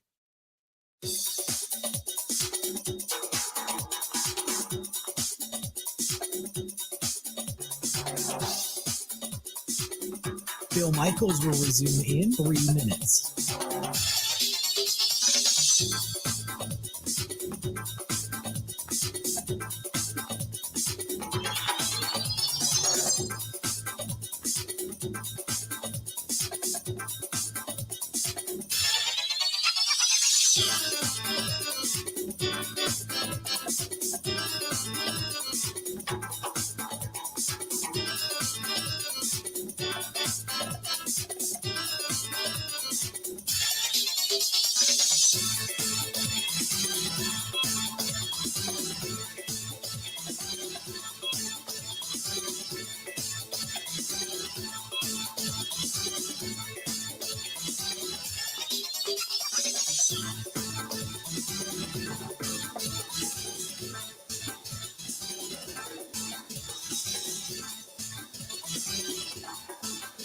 Bill Michaels will resume in 2 minutes.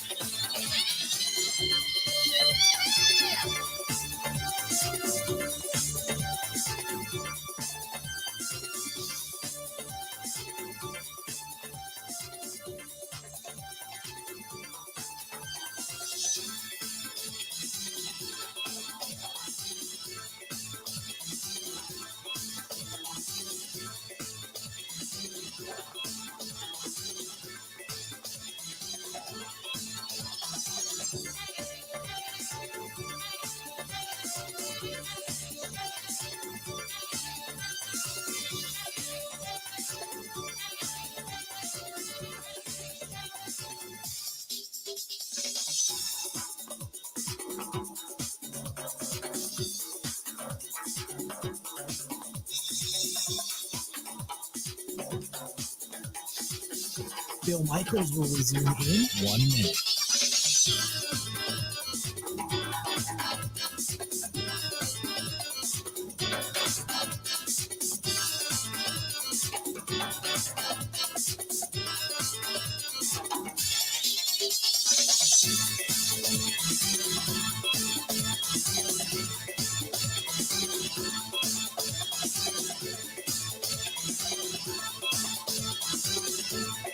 Bill Michaels will resume in 30 seconds.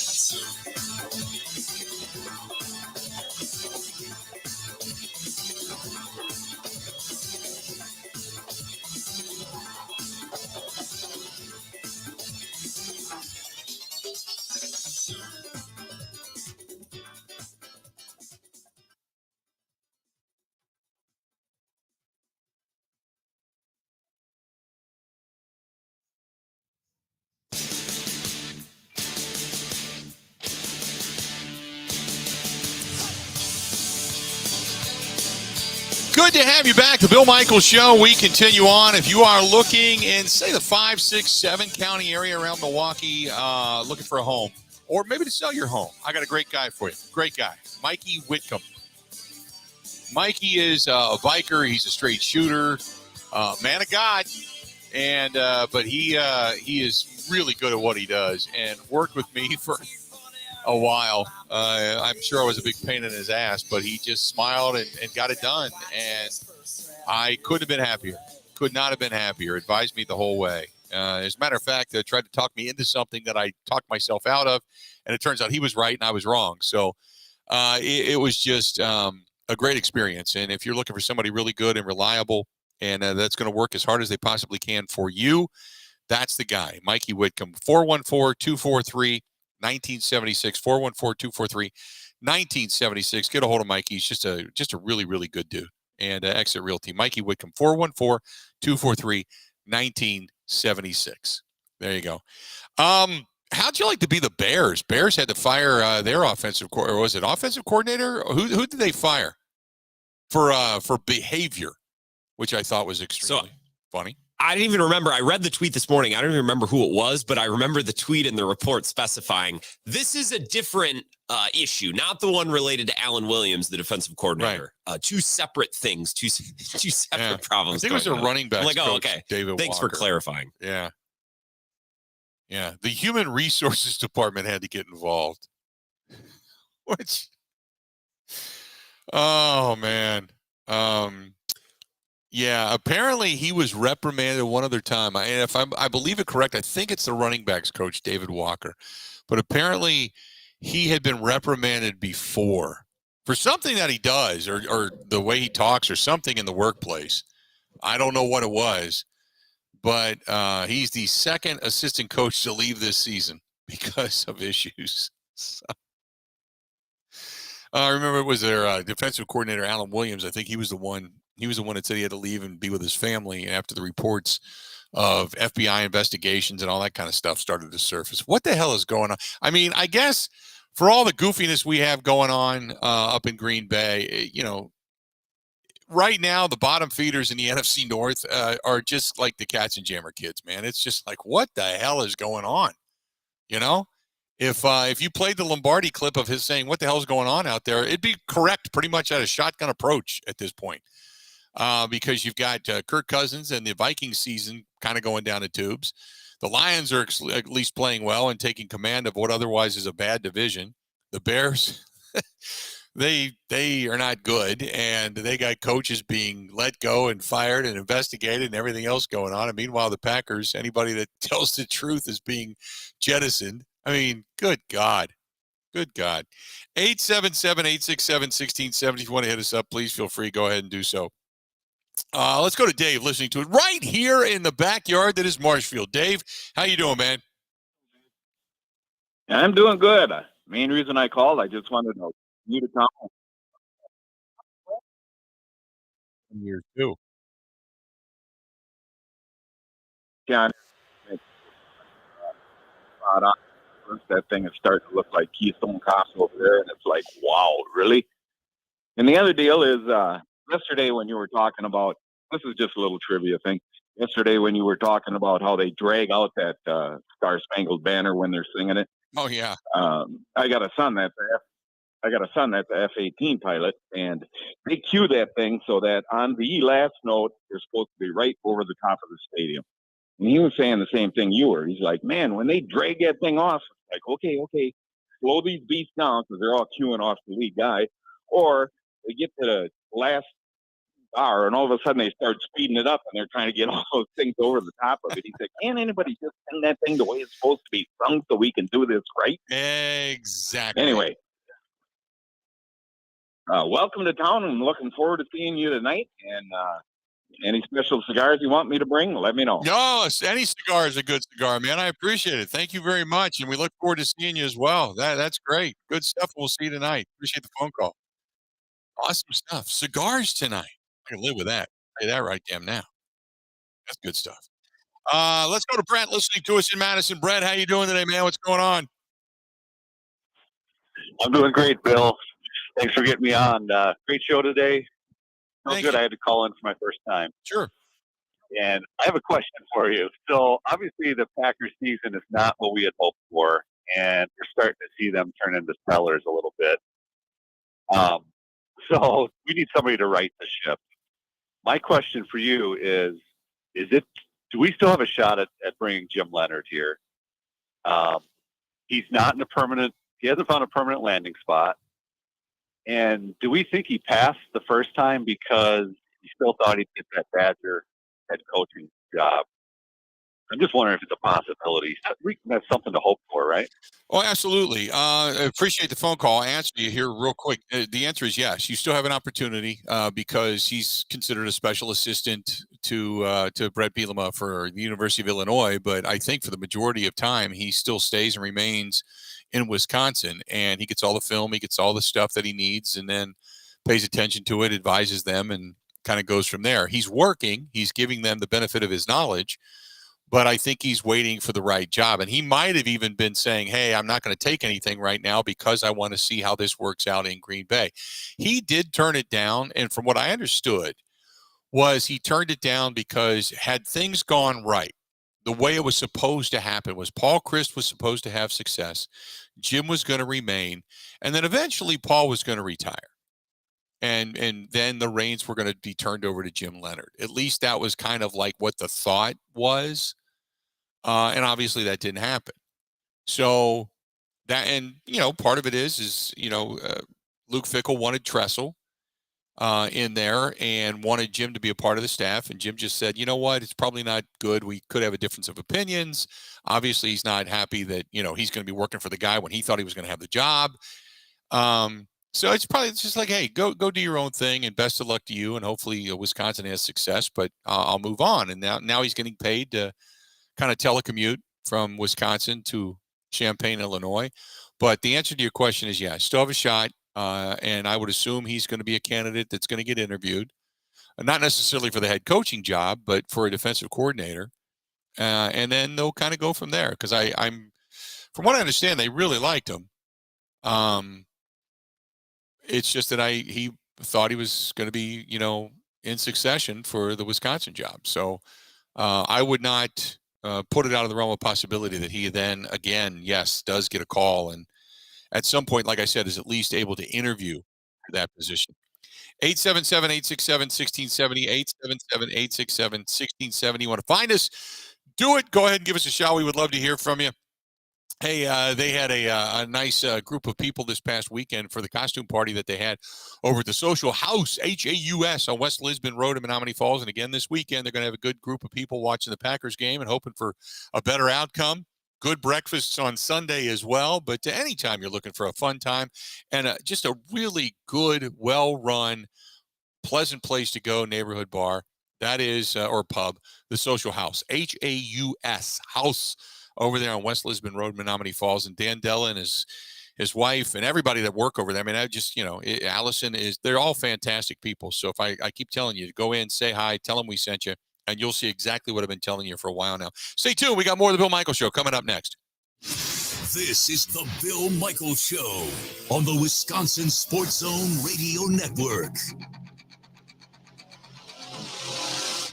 Everywhere you look, from groceries to utilities to gas, prices keep going up. Pella Windows and Doors of Wisconsin can dramatically help lower your energy costs year-round by replacing drafty windows and doors in as little as 6 weeks. And now you can save even more by taking advantage of no interest and no down payment for up to 36 months when you order by November 30th. Bring the love of Wisconsin's outdoors in through the beauty and quality craftsmanship of Pella Windows and Doors. Whether you're updating or upgrading the look and comfort of your home, Pella has extensive lines of customizable options to meet your needs and your budget. Replacing drafty windows and doors can dramatically lower your energy costs. Pella Windows and Doors of Wisconsin offers some of the most energy efficient windows in the industry. 0% interest and no down payment for up to 36 months when you order by November 30th. Set your free in-home consultation today at PellaWI.com. Certain restrictions apply. See showroom for details. Offer ends 11/30/2023.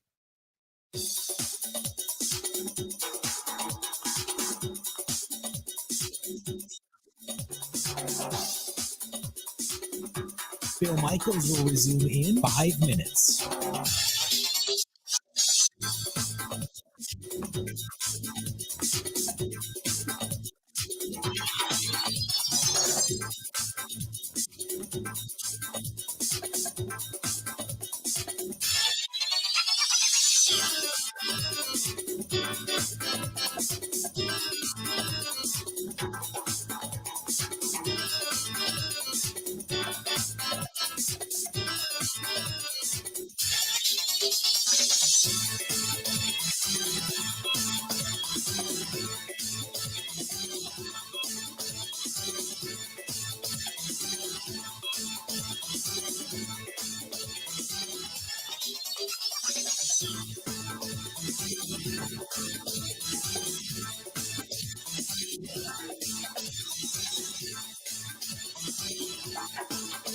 Bill Michaels will resume in 4 minutes.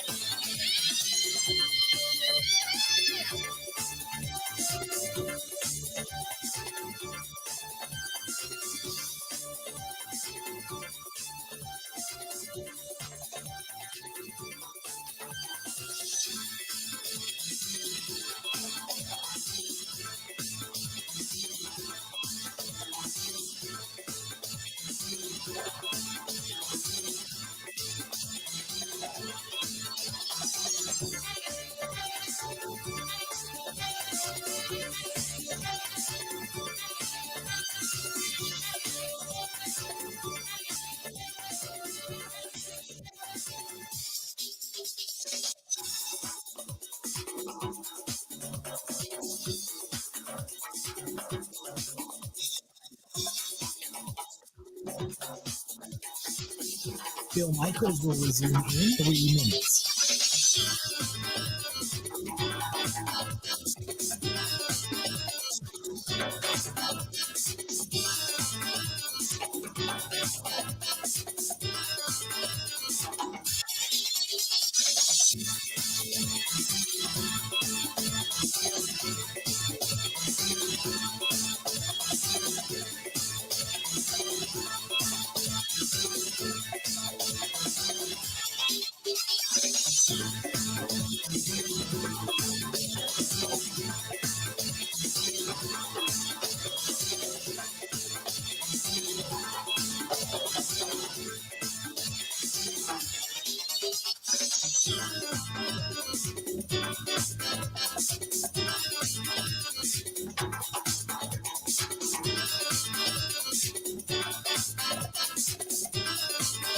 Bill Michaels will resume in 2 minutes.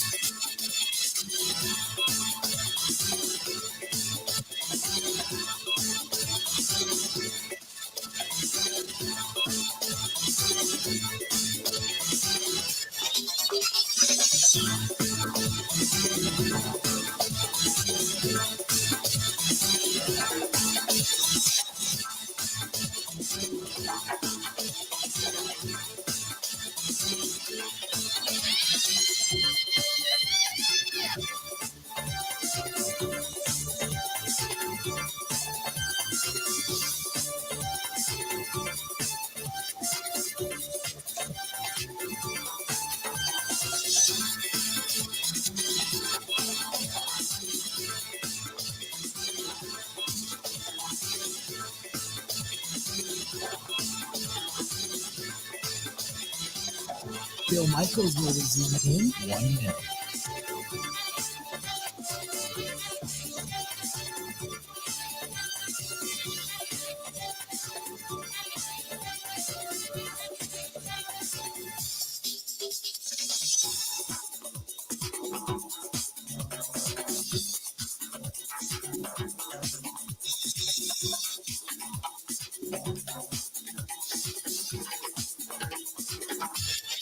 Bill Michaels will resume in 30 seconds.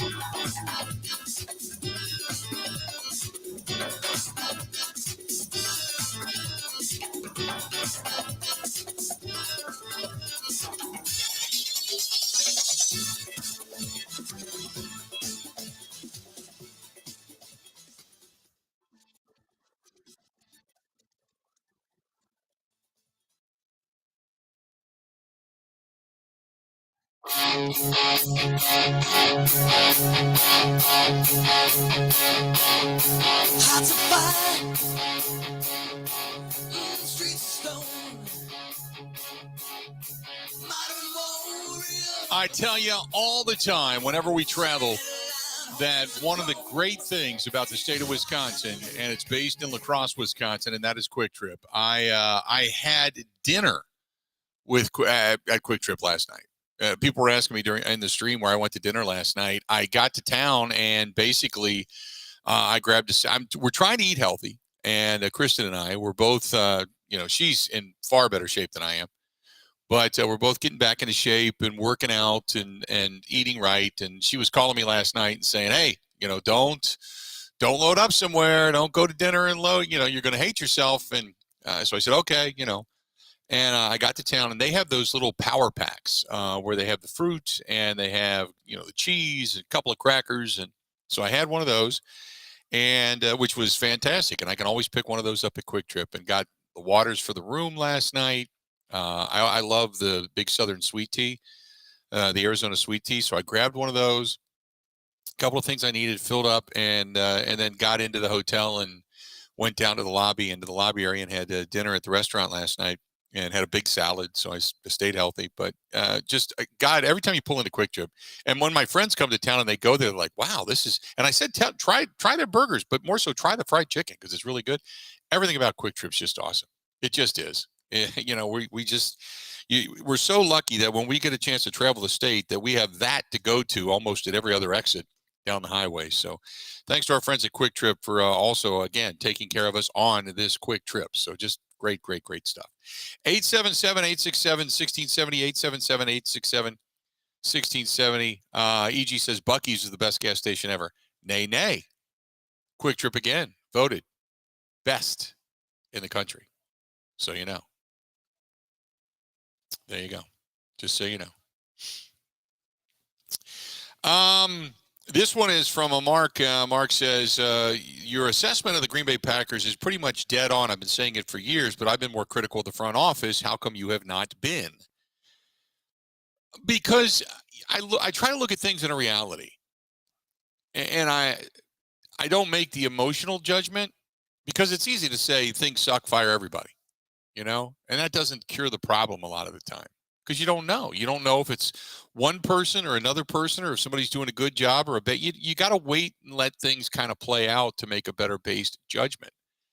And, for people that get mad at the organization and they want to blame Mark Murphy, I've always protected Mark in the sense of his job. And what bothers me is when people say, well, Bob Harlan was great.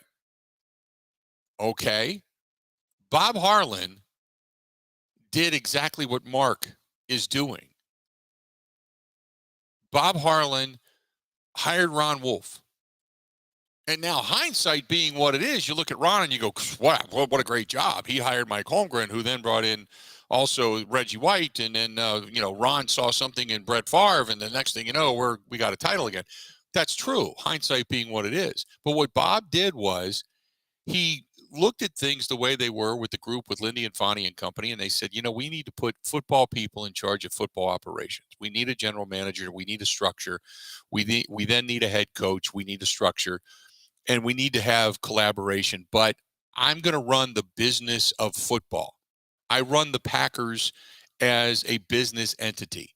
And our business is based upon the product on the field, which is not getting it done. And everything then spins off the business that we sell, which is Green Bay Packer football. Our business is not about merchandising first and then building a team around what we think will be the best merchandise. It is about building a team, getting people to watch us, pay attention to us, like us again, love us again, and then the merchandise and everything else will trail behind. And that's exactly what he did. And his advice to Mark Murphy was, you're in charge of a storied organization, hire good football people, and then get the hell out of the way.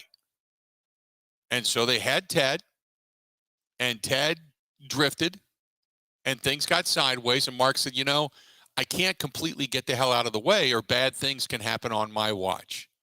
So let me put my arms around all of this. It's not meaning that I'm the one making the decisions. It means that everybody is going to be somewhat transparent, and we're going to be able to talk about things, rather than having Ted at the end of the hall with the door closed, Mike downstairs in the coach's office who finds out about trades through the media. Players don't know who to talk to because Ted's got an ear. There's guys lurking around in that locker room. They've got ears, man. So they feel like they're segregated in some way. And meanwhile, the general manager sitting in his office thinking everything's great because he's got the people in place, but they're not even talking.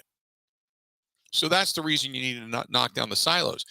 So when you talk about the franchise and Mark Murphy, it's profitable. It's stable. There's no 10-year plan to say this team isn't going to be here anymore if we don't do this. They've expounded upon the stadium, the areas around the stadium. They've generated revenue in many different facets. They've made it so strong, this team, unless it absolutely goes financially under and can't afford it anymore and has to have somebody buy it, this team's not going anywhere. Bob Harlan was in fear that this team would be going somewhere. It was coming to that kind of an apex. He got everything passed. The stadium was built, and now it's up to Mark to run it for the business of football. And that's what Mark has done well. So you can't say it's been a total fiasco because Mark is not responsible for just the play on the field. He's responsible for the financial stability of the team as a whole, so that the fans of the Green Bay Packers, of all of Wisconsin and beyond, it remains in Green Bay. And so on that note, I applaud him. For the firing of Mike McCarthy, it was difficult. I know. The hiring of Matt LaFleur, it massaged the relationship between Aaron Rodgers and the team, and they had a lot of success, right? So for that, I can't say, oh, it's been terrible, because it hasn't been. You have to realize the reality of what the job is. But right now they're in a downturn. I can't disagree with that. But remember, and I'm not downplaying it, because we have, as a fan of the Green Bay Packers, a certain standard.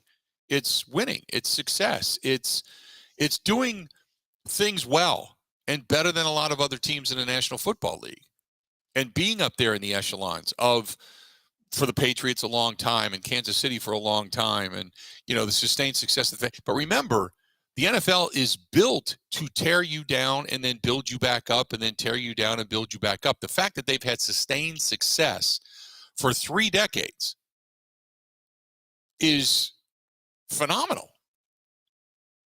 Phenomenal. When you look at so many different franchises that don't have championships over the last 30 years,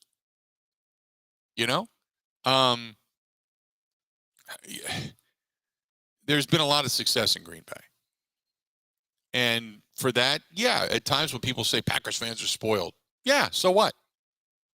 We have a standard. Our team has held itself to a higher standard of being successful. I don't like some of the things that's come with it. I agree with that. But I understand it. I hate it, but I understand it. So that I get the frustration, but I don't go crazy on. When you start to look at the actual results of the people in place to handle specific things, the reality of the job, what is your job? What is Russ Ball's job? Russ Ball's job is to make sure that the financial stability of the payroll is intact. and they have wiggle room. I think they've done that pretty well. They front-loaded deals, and they knew they were going to take their lumps with Aaron Rodgers. They did it. They take their one-year lump. They don't have to pay that thing out over years and years and years, and they're in salary cap jail like the 49ers were when they got rid of everybody after the DeBartolo. They're not in salary cap jail. 1 year, in and out, bang. That's a speeding ticket, man. That's it. Pay your dues and you're done. Brian Gutekunst. His job is to get the best possible personnel and put them on the field. People are starting to question, where are the playmakers? Well, if Brian Gutekunst, who is the general manager, he's sitting in his office saying, look, I believe I still have really good players on this team. So where does that trickle to? Down to the coordinators, or down to the head coach. The head coach, like Peter Bukowski said, trying to do too much, scattered. Our terms were disarray and disorganized and maybe not even prepared. Maybe some bad decisions on coaching moves, keeping Joe Barry, elevating Steno. So there's a lot there, and have you done your job? That's it. 877-867-1670. Stay tuned. We got a lot more of the Bill Michaels Show coming up live here in Marshfield, and loving every minute of it. Love it. Big time. Which, over my shoulder, the Point sign, Point Brewing. Yeah, that's right. Point Brewing up in this area. Stevens Point, Wisconsin. Right here in our own backyard. They got the Snow Pilot that's coming out now. The Oktoberfest beer's done, by the way. But they still have that unbelievable Cider Boys. Cider Boys First Press is the best cider out there. Hard cider out there. But the Cider Boys Caramel Apple, man, just pour it all over yourselves and let people lick you. It's that good. It's that good. Good stuff from our friends at Stevens Point and Point Brewing, brewing excellence since 1857. Covering Wisconsin sports like a blanket. This is the Bill Michaels Show on the Wisconsin Sports Zone Radio Network. The all-new Potawatomi Casino Hotel has something you gotta see. Play more slots and games, and you could say, "Show me the money," to reveal up to 10 grand each Thursday.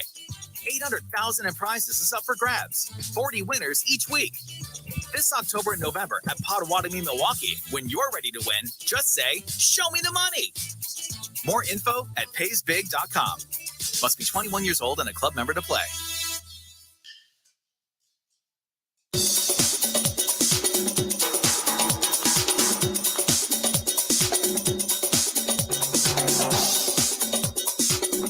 Bill Michaels will resume in 3 minutes.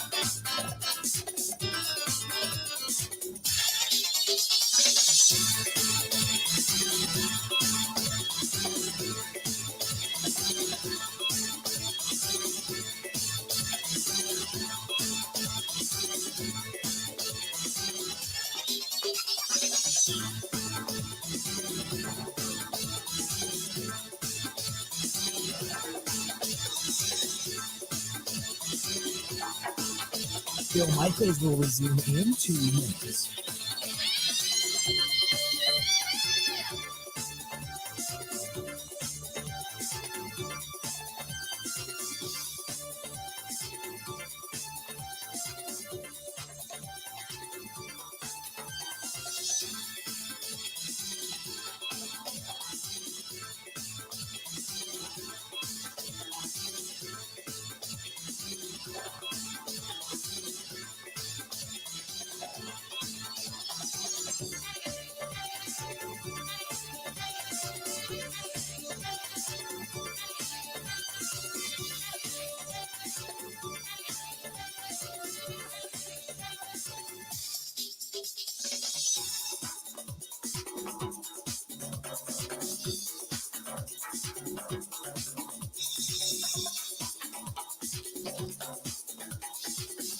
Bill Michaels will resume in 1 minute.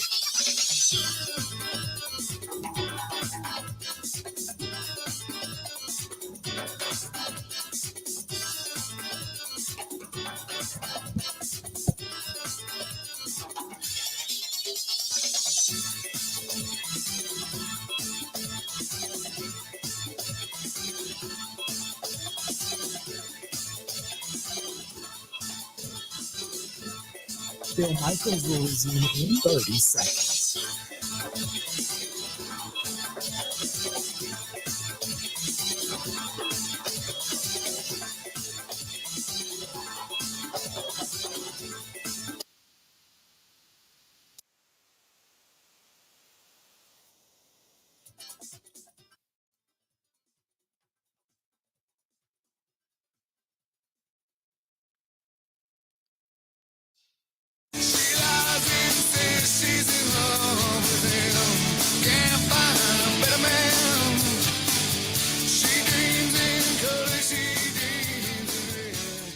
Welcome back, our friends at Boondocks Barbecue Burgers and Brews.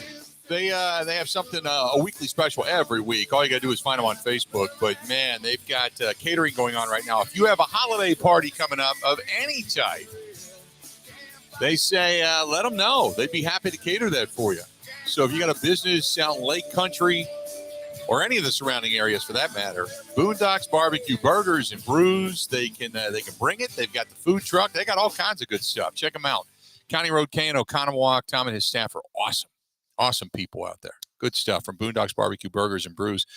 And Stone Bank, Wisconsin, technically, but right there in Oconomowoc. And good people, great food. And I got to get out there. I haven't been out there in a while. Got to get out that way. Michael says the bottom line is Goody's going to inevitably go down with the Jordan Love ship. The minute it was chosen, that was his legacy.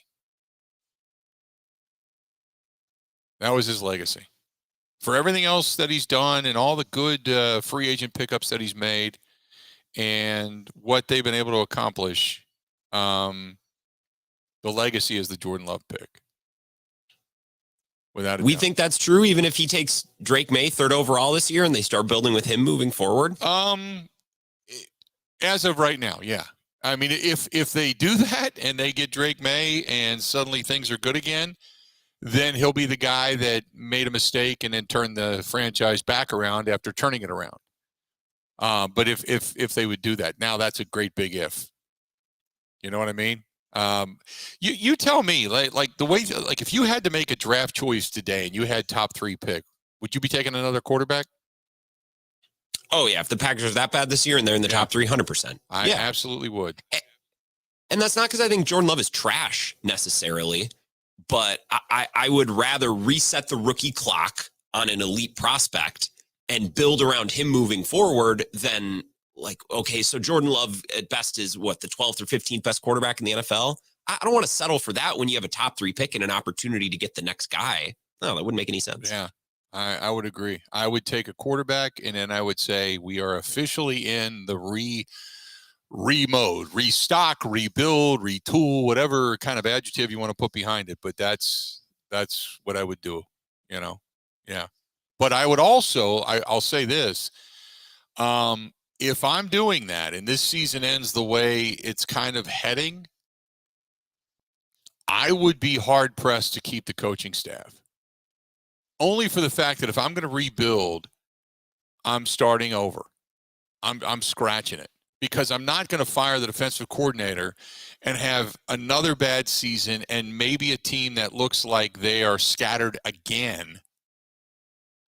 And what coordinator is going to want to come in and take over a team when you may not even be here the year after because we're blowing out the head coach?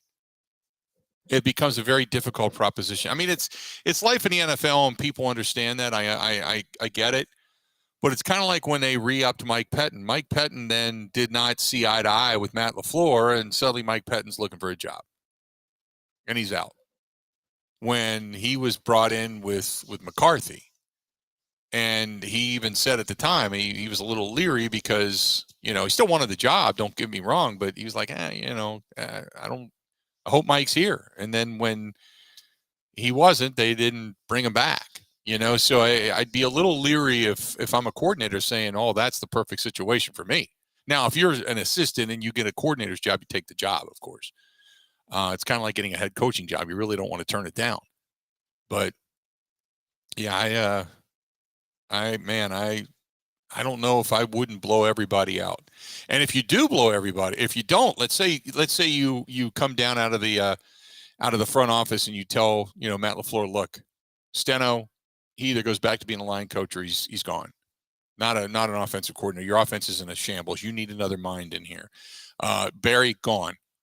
All that. And now you're forcing him to work with guys that maybe he doesn't want to work with. Sometimes it's better to say blow it out and then start over and then kind of see what happens. Sometimes you got to throw the baby out with the bathwater. 2 hours down, 2 hours yet to go. They've been a good 2 hours, too. Man, it's been quality stuff today. Mark Schofield, SB Nation. We're going to talk with him about everything. The Bears and they're dealing, the trades that have gone down, the Packers and where they're at, the firing of Josh McDaniels out there in Vegas and the shambles it is, the Las Vegas Raiders. There's so much on the docket today, it's not even funny. Stay tuned. We're loaded here in Marshfield. We'll be at Nuts Deep 2 tonight, 6 to 8. We can't wait to see you as the face of the crowd. Stay right where you're at. We'll be back right after this.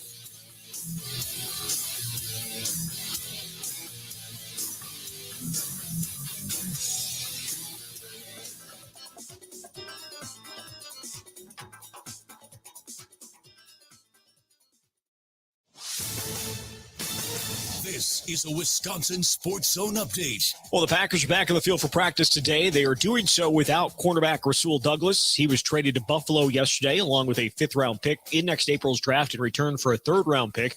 Douglas was one of Green Bay's best defensive players since they signed him off of Arizona's practice squad in the middle of 2021.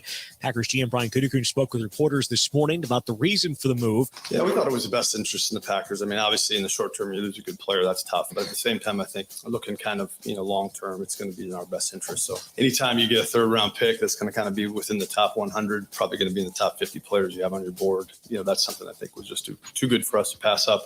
We wish him well. He served us well while he was here. And like I said, we're excited about the opportunities it presents for some other guys. Packers will host the Rams on Sunday, looking to snap a 4-game losing streak. Kick is at noon. Turn the Badgers. They're on the road this Saturday as they face Indiana. Still unclear if they're going to have all Big Ten running back Braylon Allen. He's dealing with a foot injury suffered against Ohio State. If he can't go, going to be a mix of Jackson Aker and Cade Yakimelli in his place. Kick on Saturday is at 11. Rural Mutual Insurance, keeping Wisconsin strong. As a proud sponsor of the WIAA, Rural Mutual roots for all of Wisconsin student athletes. Whether they're a hometown hero or they dream of the national spotlight, sportsmanship keeps Wisconsin strong. Visit ruralmutual.com/WIAA to learn more about how they support high school athletics. Rural Mutual Insurance, keeping Wisconsin strong. Well, the Bucs are on the road for the first time this season as they take on Toronto tonight. Both teams come into the game at 2-1 on the year. Tip is set for 6.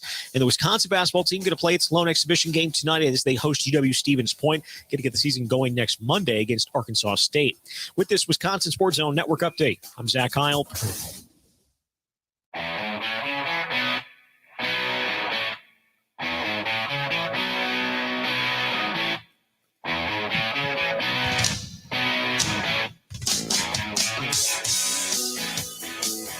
We are live. We are in Marshfield, Wisconsin. And tonight, 6 to 8, is the Bill Michaels Huddle.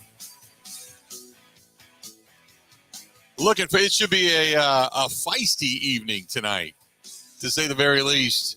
But looking forward to it. We're going to be at Nuts Deep 2 is the place we're going to be tonight. So if you're thinking about being a face in the crowd, 6 to 8 tonight, we're going to be here live in person and having a good time and hopefully saying hi to you. And at that point in time, boy, I tell you what, we got a docket of stuff today.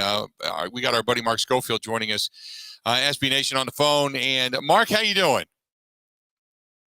I'm doing well, Bill. I just want to give you a heads up.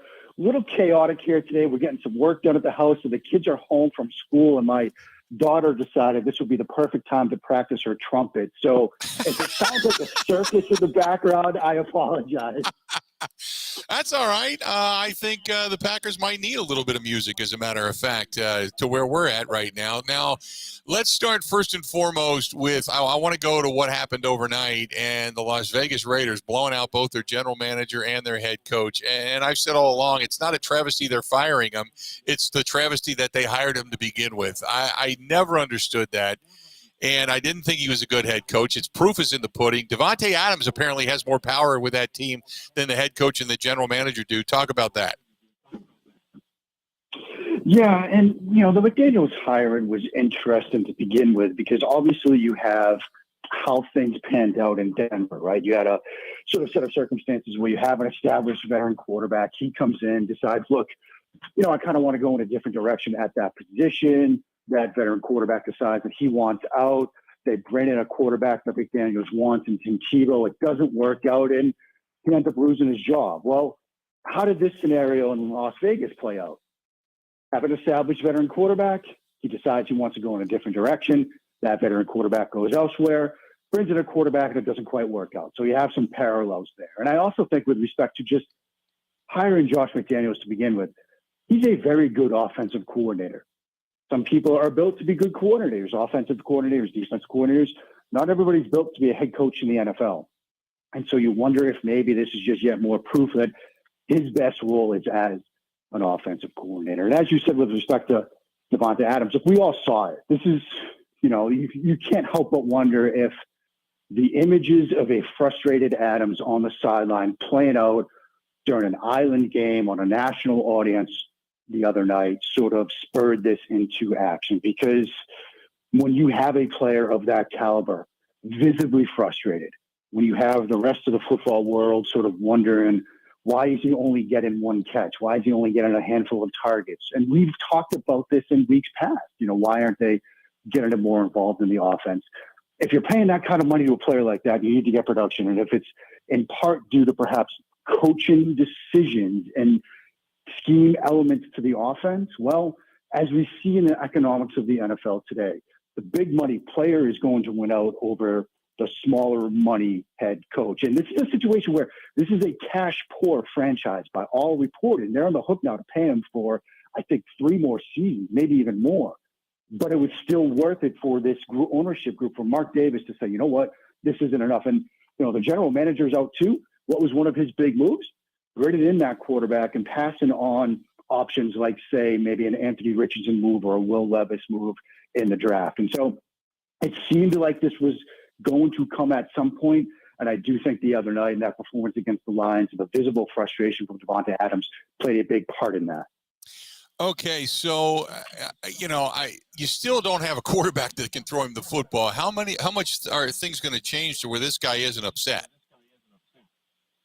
That is a fascinating angle to this, because we're seeing reported in recent hours that they're going to sort of move ahead with Aiden O'Connell, the rookie out of Purdue, who is an intriguing sort of late round rookie, and maybe they have something there. But I firmly believe that this is now in the, they're going to set themselves up to perhaps dip into this next quarterback class, whether it's Caleb Williams, Drake May, Michael Penix Jr., J.J. McCarthy. There are some talented quarterbacks that are coming out, and there is some buzz in NFL circles about this next quarterback group.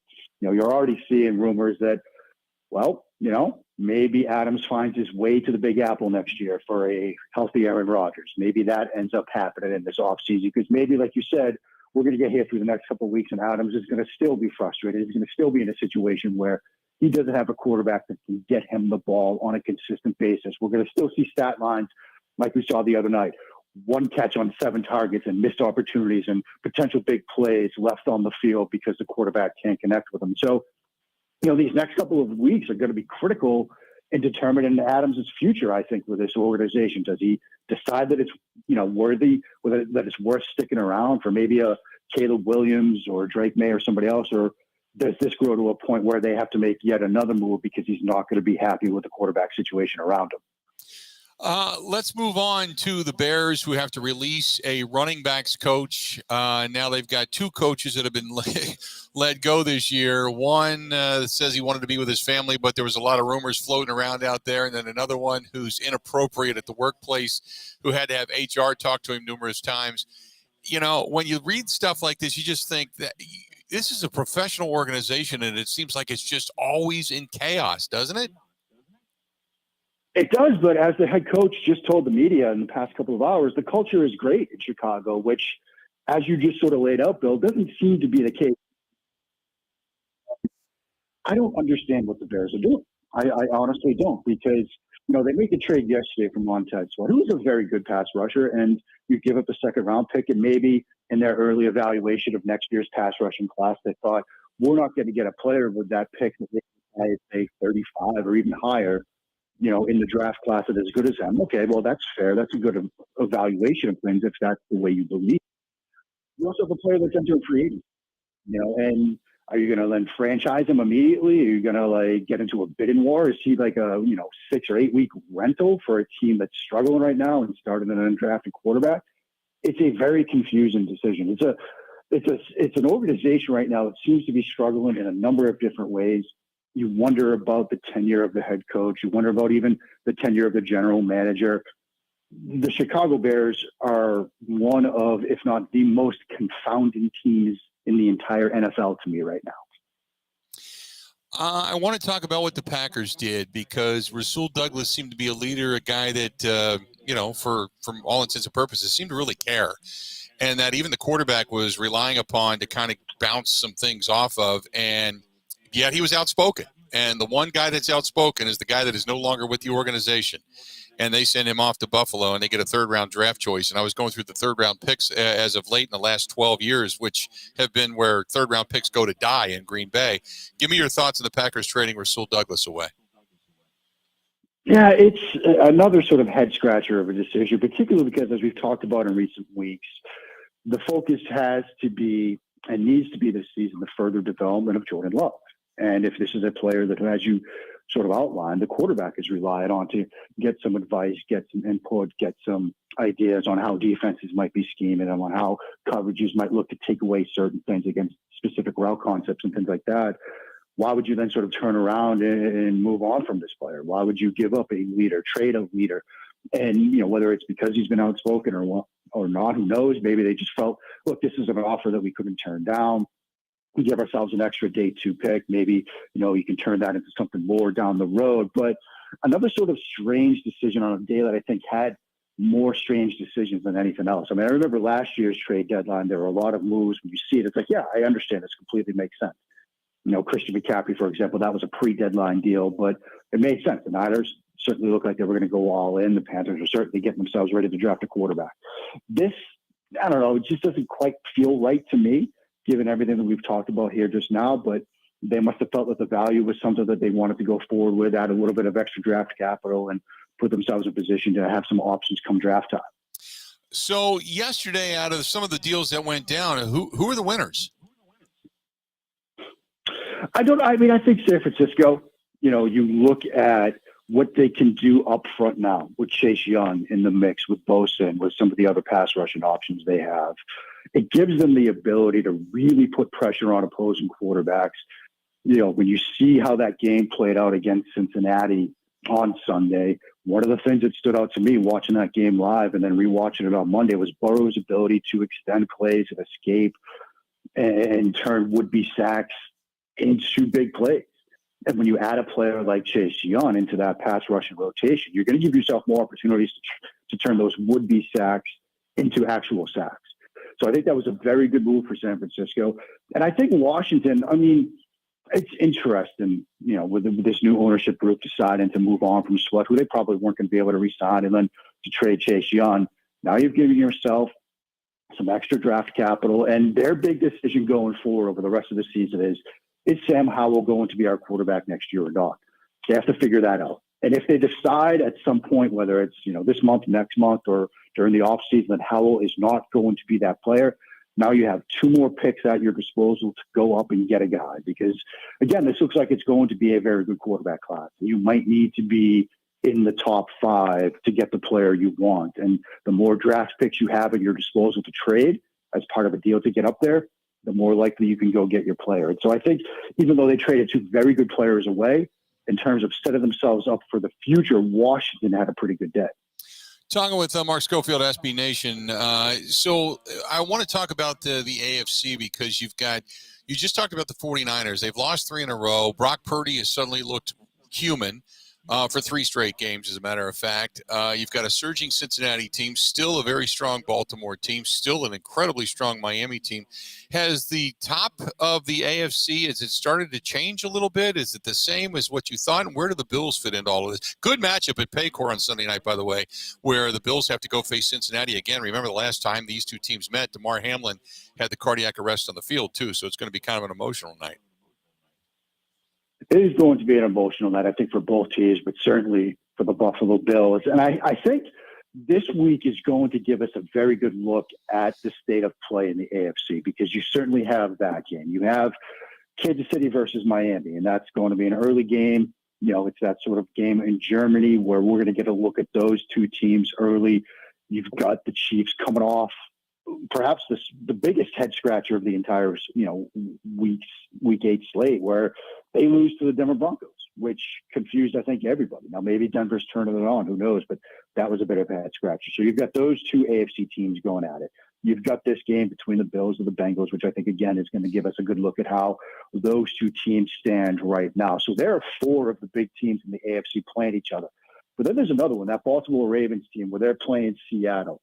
Seattle's currently right now, thanks to what we've seen in the past couple of weeks from the San Francisco 49ers, they are your AFC West leaders. That's a very good football team with an extremely good defense. And so I'm very curious to see Pete Carroll and that defense up against Lamar Jackson, Todd Monken, and the sort of revamped Baltimore Ravens offense and, new look Baltimore Ravens passing game. From where I sit, Cincinnati seems to be coming on.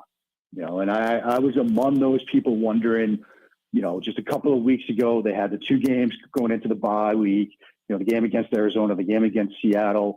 Burrow's looking banged up.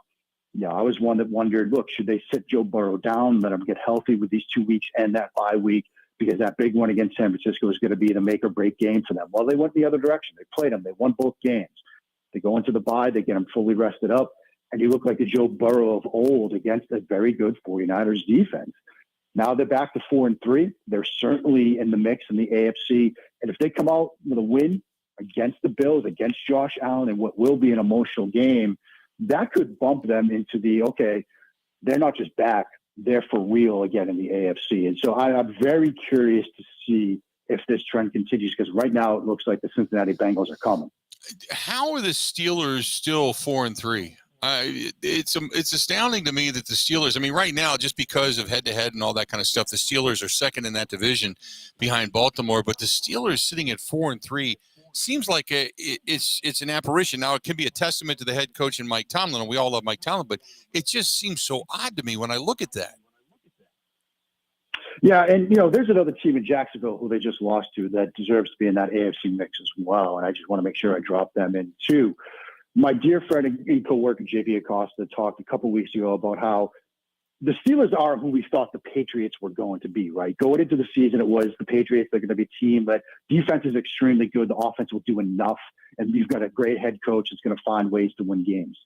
That hasn't worked in New England, but it has worked in Pittsburgh with this Steelers team, because they find ways to stay in games thanks to the talent on the defense. We saw it a couple weeks ago. You get the big J.J. Watt interception, and it gives them a chance, even when that offense is kind of struggling, to just do enough late in the fourth quarter, late in games, to sort of steal a game, as they did against the Rams. They get sort of a surprising win late against the Ravens, a team they've always sort of been able to play well. And they're winning games that are sort of those 17-10 sort of rock fights, because they have a very good defense, an offense that can do just enough.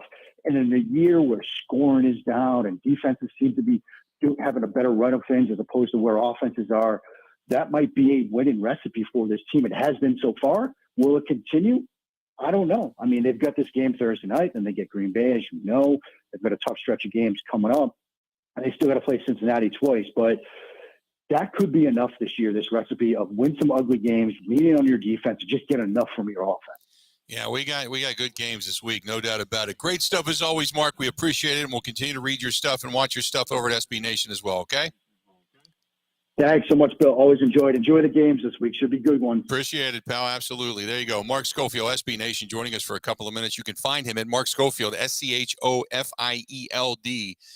And one of the best comments, Thomas comments on the live stream a lot. When Mark said, my daughter is practicing her trumpet, immediately Thomas said, in regards to the Packers, can she at least play taps? So, which was the best comment I think he's ever made on the live stream. So that gave me a little bit of a laugh during that interview. You got some games this weekend. You got some incredible games. Thursday night, the Titans and the Steelers. That's going to be a decent game. But then you got Miami and Kansas City in Germany this coming Sunday morning. And then some of the other games. Seattle on the road in Baltimore, as I had mentioned. You've got the Cowboys and the Eagles, to say the very least. And then on Sunday night, you got the Bills and the Bengals. And that'll be a good one and an emotional game. Just a lot of good stuff, a lot of good football going on this weekend, too. You got the Vikings without their quarterback on the road taking on the Falcons. You got the Buccaneers and the Texans both going at it. Buccaneers, after getting off to a hot start, have fallen on hard times. Both teams at 3-4. So all of that stuff. And then the Monday night game culminated with the Chargers on the road taking on the 4-3 New York Jets. So just a good weekend of football. I want to let you know, coming up at the bottom of the hour, he just wrapped it up. We're going to take him. We're going to take it and let you hear it in its entirety. Brian Gutekunst has just spoken. So we're going to bring you all of that live, or not live, but as he did it just a little while ago, coming up here at the bottom of the hour. So wait with us about 8-10 minutes, and we'll have all of that for you coming up. This portion of the program brought to you by our friends over there at Steel Tank Brewing in Oconomowoc, where they are really close, and I'm waiting for the announcement who's going to be the first band to take over the new music venue, because it's that close to opening. But they're on Robrook Lane in Oconomowoc, but their food is outstanding. So don't wait for the music. Get in there for the food. Really good food and a great craft brewery right here in our own backyard, Oconomowoc. And Dave does a fantastic job with different types of brews. In addition to that, he's a veteran, and it's a small business. It's a small brewery right here in our own backyard. So check them out. Steel Tank Brewing, Robrook Lane in Oconomowoc. We'll be back right after this. Covering Wisconsin sports like a blanket. This is the Bill Michaels Show on the Wisconsin Sports Zone Radio Network. Everywhere you look, from groceries to utilities to gas, prices keep going up. Pella Windows and Doors of Wisconsin can dramatically help lower your energy costs year-round by replacing drafty windows and doors in as little as 6 weeks. And now you can save even more by taking advantage of no interest and no down payment for up to 36 months when you order by November 30th. Bring the love of Wisconsin's outdoors in through the beauty and quality craftsmanship of Pella Windows and Doors. Whether you're updating or upgrading the look and comfort of your home, Pella has extensive lines of customizable options to meet your needs and your budget. Replacing drafty windows and doors can dramatically lower your energy costs. Pella Windows and Doors of Wisconsin offers some of the most energy efficient windows in the industry. 0% interest and no down payment for up to 36 months when you order by November 30th. Set your free in-home consultation today at PellaWI.com. Certain restrictions apply. See showroom for details. Offer ends 11/30/2023.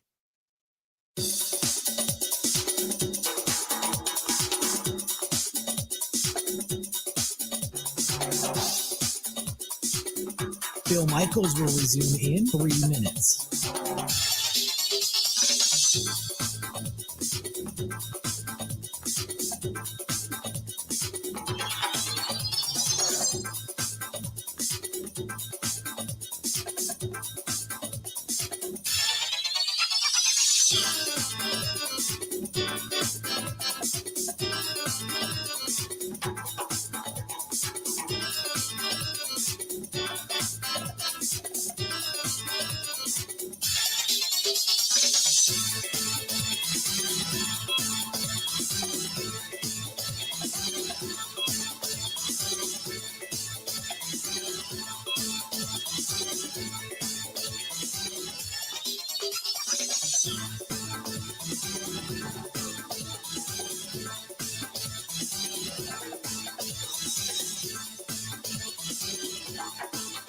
Bill Michaels will resume in 2 minutes.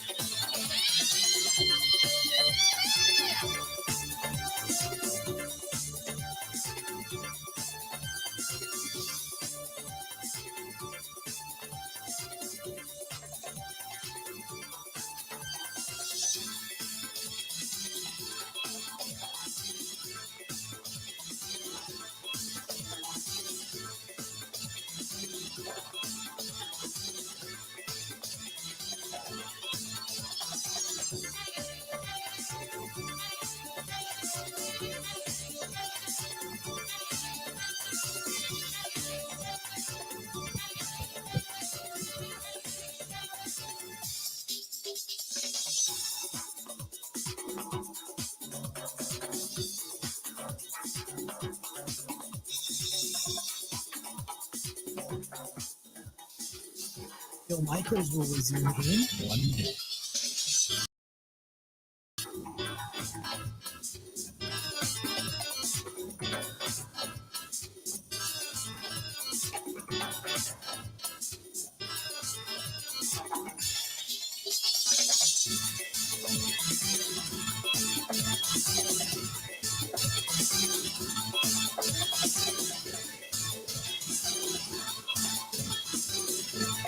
Bill Michaels will resume in 30 seconds.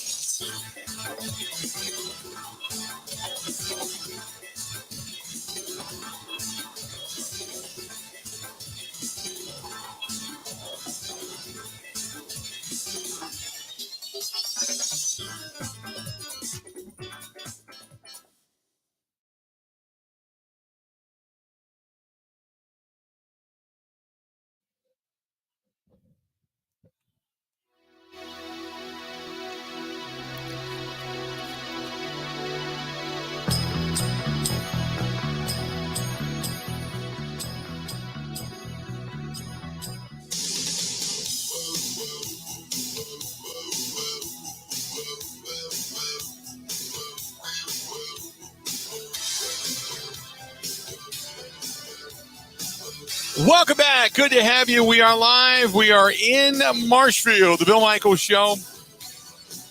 Enjoying our time here. And Nuts Deep 2 tonight. We're going to be at 6 to 8. All going to be all set up and ready to go. And the show gets underway at 6. And really looking forward to it. It's been a while since we've been to Marshfield. And it's good to cruise around and kind of see how the town has grown. And it's really, I mean, just a great main street, and the storefronts have all just been kind of filled. Last time I was here, it wasn't nearly as full. It was kind of in transition, we'll say. I was up here a lot for our meetings with the Marshfield Clinic and such, and had my knee scoped by the Marshfield Clinic, as a matter of fact. Their campus in Wausau, but nevertheless. And we did a lot with them years ago. And it's good to come back. It's good to be back in Marshfield, and we're going to be at Nuts Deep 2 tonight, 6 to 8 for the Bill Michaels Subtle. Now, Grant, you're going to be right down the street. You're going to be in Stevens Point, right? I think Grant's going to be in Stevens. Yeah, Go ahead. I'm talking to Mike Clemens right now. I'm sorry. Oh, okay. He just called in. I think you might want to say hello. What were you saying about Stevens Point? No, I was saying, because I'm here in Marshfield, you're going to be right down the road tonight in Stevens Point. Stevens Point is playing in Madison. Oh, in Spiritually, Madison. I will be watching Stevens Point. Okay. I thought I misheard that then this morning when they were talking about that. So, it would be kind of cool if the WIAC teams hosted UW. That would be kind of fun. But no, that game's always at the Kohl Center. Okay, I thought so, but when I heard you guys talking, I thought, oh, he's going to be here. So we got Mike on the line. Yes, we got Mike on the line. He wants to talk about the Goody Presser. We're going to hear the Goody Presser coming up here in a little bit, but let's go to Mike Clemens, who just came out of Brian Gutekunst's full press conference up at Lambeau Field. Mike, so what'd you hear? Let me give you just a quick highlight here before we let the Packers GM speak in full here statewide on the show. And that is, like we predicted earlier this morning, the team's going to come out and say, oh, no, this has got nothing to do with personality or being outspoken or anything like that. The Bills made us an offer that we couldn't refuse. They got up to a third round pick. And so, it's like, yeah, but sometimes teams make trades and it just seems to gut a locker room. And I haven't talked to that locker room yet. We're about to run out there to do practice for the next 2 hours, and then we'll talk to the players. But, we say to them, look, you're a struggling team. And one of your better players, veteran players, are guys who stepped up as a vocal leader. And by the way, there's some other reporters who pointed out things that I didn't even know about how close Jordan Love has depended on this guy to get him through this rough period. Aren't you worried about, the team morale in your locker room by trading away a guy like Rasul Douglas? No matter what adversity you have, I think it's really important to keep the locker room tight. And I think that's very, very important. And to understand that this is not an easy league and that the only way you get out of, situations is to keep working and keep coming together. So I think that's important. And I think also to kind of, maintain the expectations of what they are around here. I think that's really important. Again, the excuses of being young and all that, it's easy to fall back on those things, but I don't think we have any time for that. Could you explain the value you see in that third round pick now with your current situation? How that was to you in your mind, more worth for what your needs and where you're going than keeping a veteran player. What you can do with that third round pick? Sure. Do you think that there's a great class coming that can fill your needs when you get there next spring? Yeah, there's a pretty good class coming up. It's more about that's a 4-year contract, 4-year rookie contract. It also frees up a significant amount of resources from the cap for next year as well. So I think it's everything that's involved in that. And then just kind of looking at our team right now and some of the young guys that need to play and making sure we know what we know there as well. So there's a lot of factors that go into that. But again, we're trying to beat the Rams. That's the number one focus right now this week. But from my aspect of it, there's always a little bit of, one eye on the future as well. Thank you, guys. Thanks, guys. What? So it's important to keep the locker room. It's important to keep the morale. We're trying to beat the Rams, but we're going to get rid of one of our better players and a guy that Jordan Love has relied upon as a confidant. That makes no sense. I guess what it means is this, Bill. We're giving up on this season. We've got a whole lot of needs. We need a left tackle now and maybe another guard. If you watch some of the tape of Sunday's game against the Vikings. And guess what? We're going to need another defensive back. And you know what? Rather than pay Rasul what he had coming over the next year or two, we are still trying to, dig ourselves out of the financial hole, salary cap wise, that we did with, the Aaron Rodgers and company group of those 8 players or so. So, that's what this was a way that we could get a third round pick. Now, this is a team that just drafted 13 players, and they're already stockpiling for next year.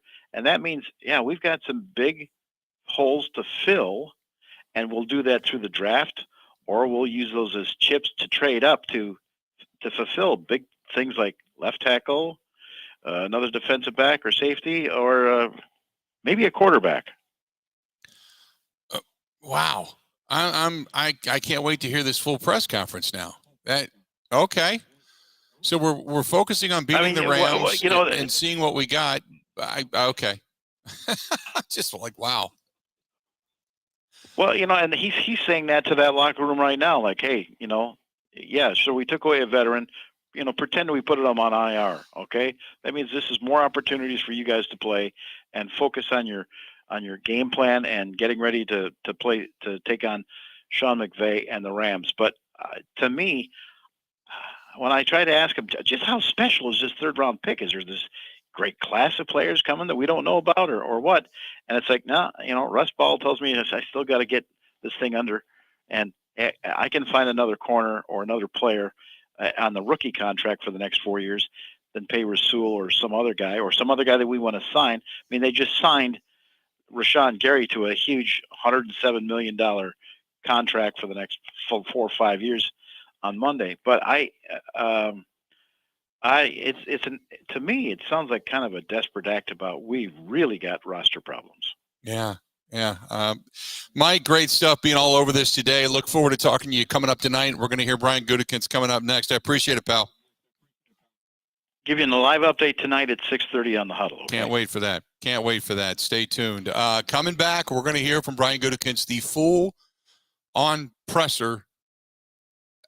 I'm still trying to figure out what in the actual – I wish I had that thought bubble that you can see pop up, like when you produce an Instagram video and you see it and the thought bubble pops up. And mine would just be a whole bunch of gobbledygook and a WTF at the end. That works. We got more to come. Smoke them if you got them during the break. We'll be back. Ready? This is the Bill Michaels Show on the Wisconsin Sports Zone Radio Network.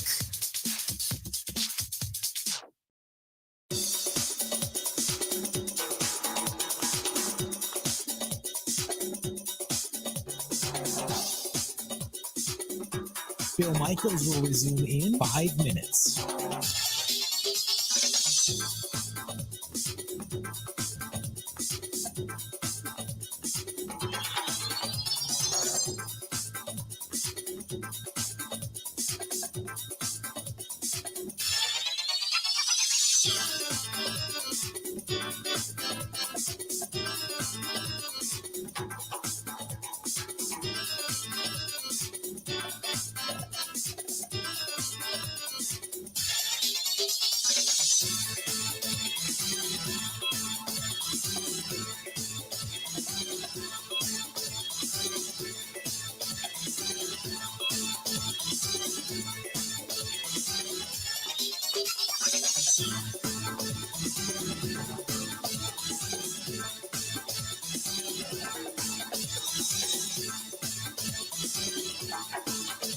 Bill Michaels will resume in 4 minutes.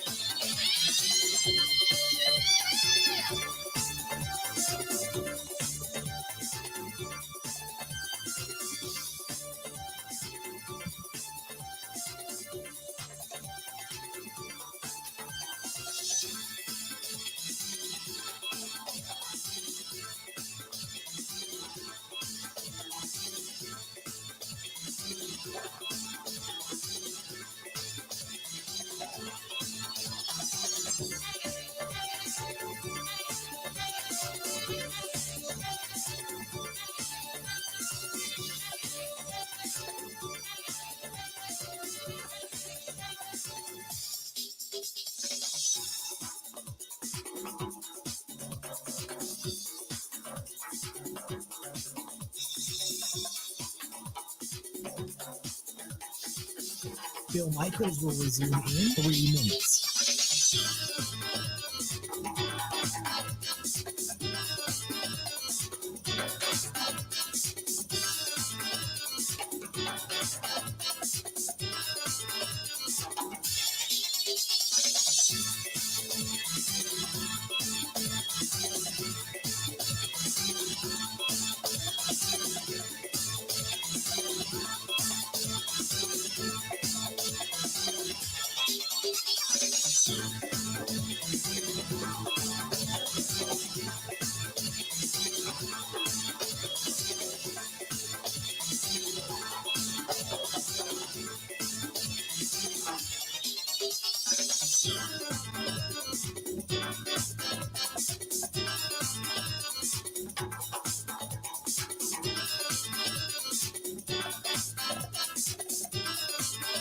Bill Michaels will resume in 2 minutes.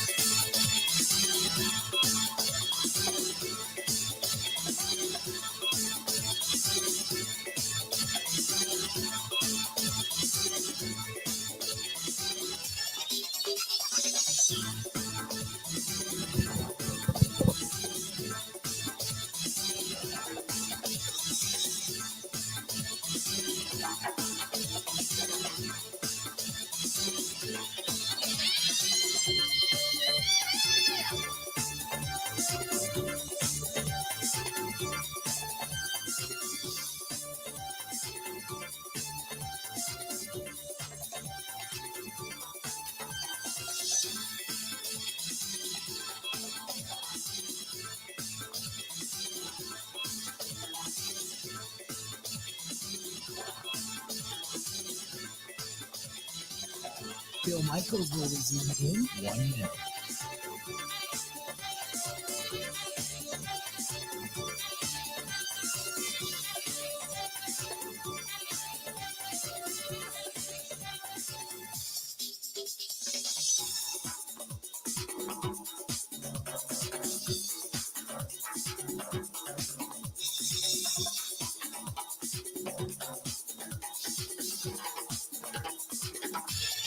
Bill Michaels will resume in 30 seconds.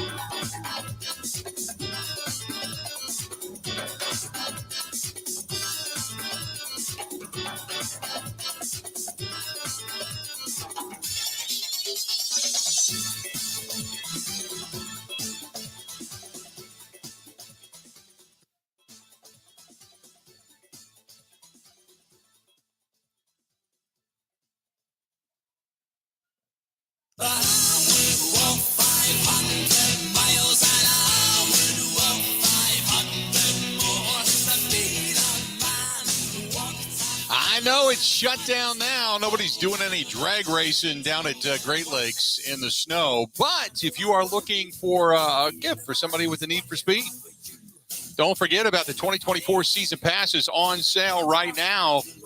Great Lakes Dragaway down in Union Grove, Wisconsin. They'll be back at it again next year. The oldest continuously operating track in the wild is Great Lakes Dragaway, and those season passes are coming out. So if you're looking for something for somebody who is a car tinkerer or even a motorcycle guy, 262-302-2138, or go to GreatLakesDragaway.com. That's GreatLakesDragaway.com. Brian Gutekunst, GM of your Green Bay Packers, just spoke, and here's the way it went.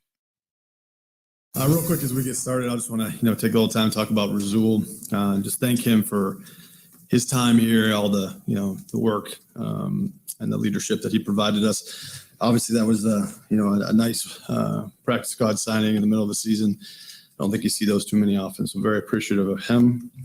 Also, I just want to talk about Rashawn Gary and the extension. Obviously, very core member of our football team, and I'm very excited to lock him up for a long time. So he means a lot to our football team, and we're excited to have him. The season hasn't gone like we wanted it to. There's been some frustration, but I think we're very focused on the process, how we get through it, and continue to get better. So with that, I'll see your questions. Ryan, what led to this decision to trade Rasul?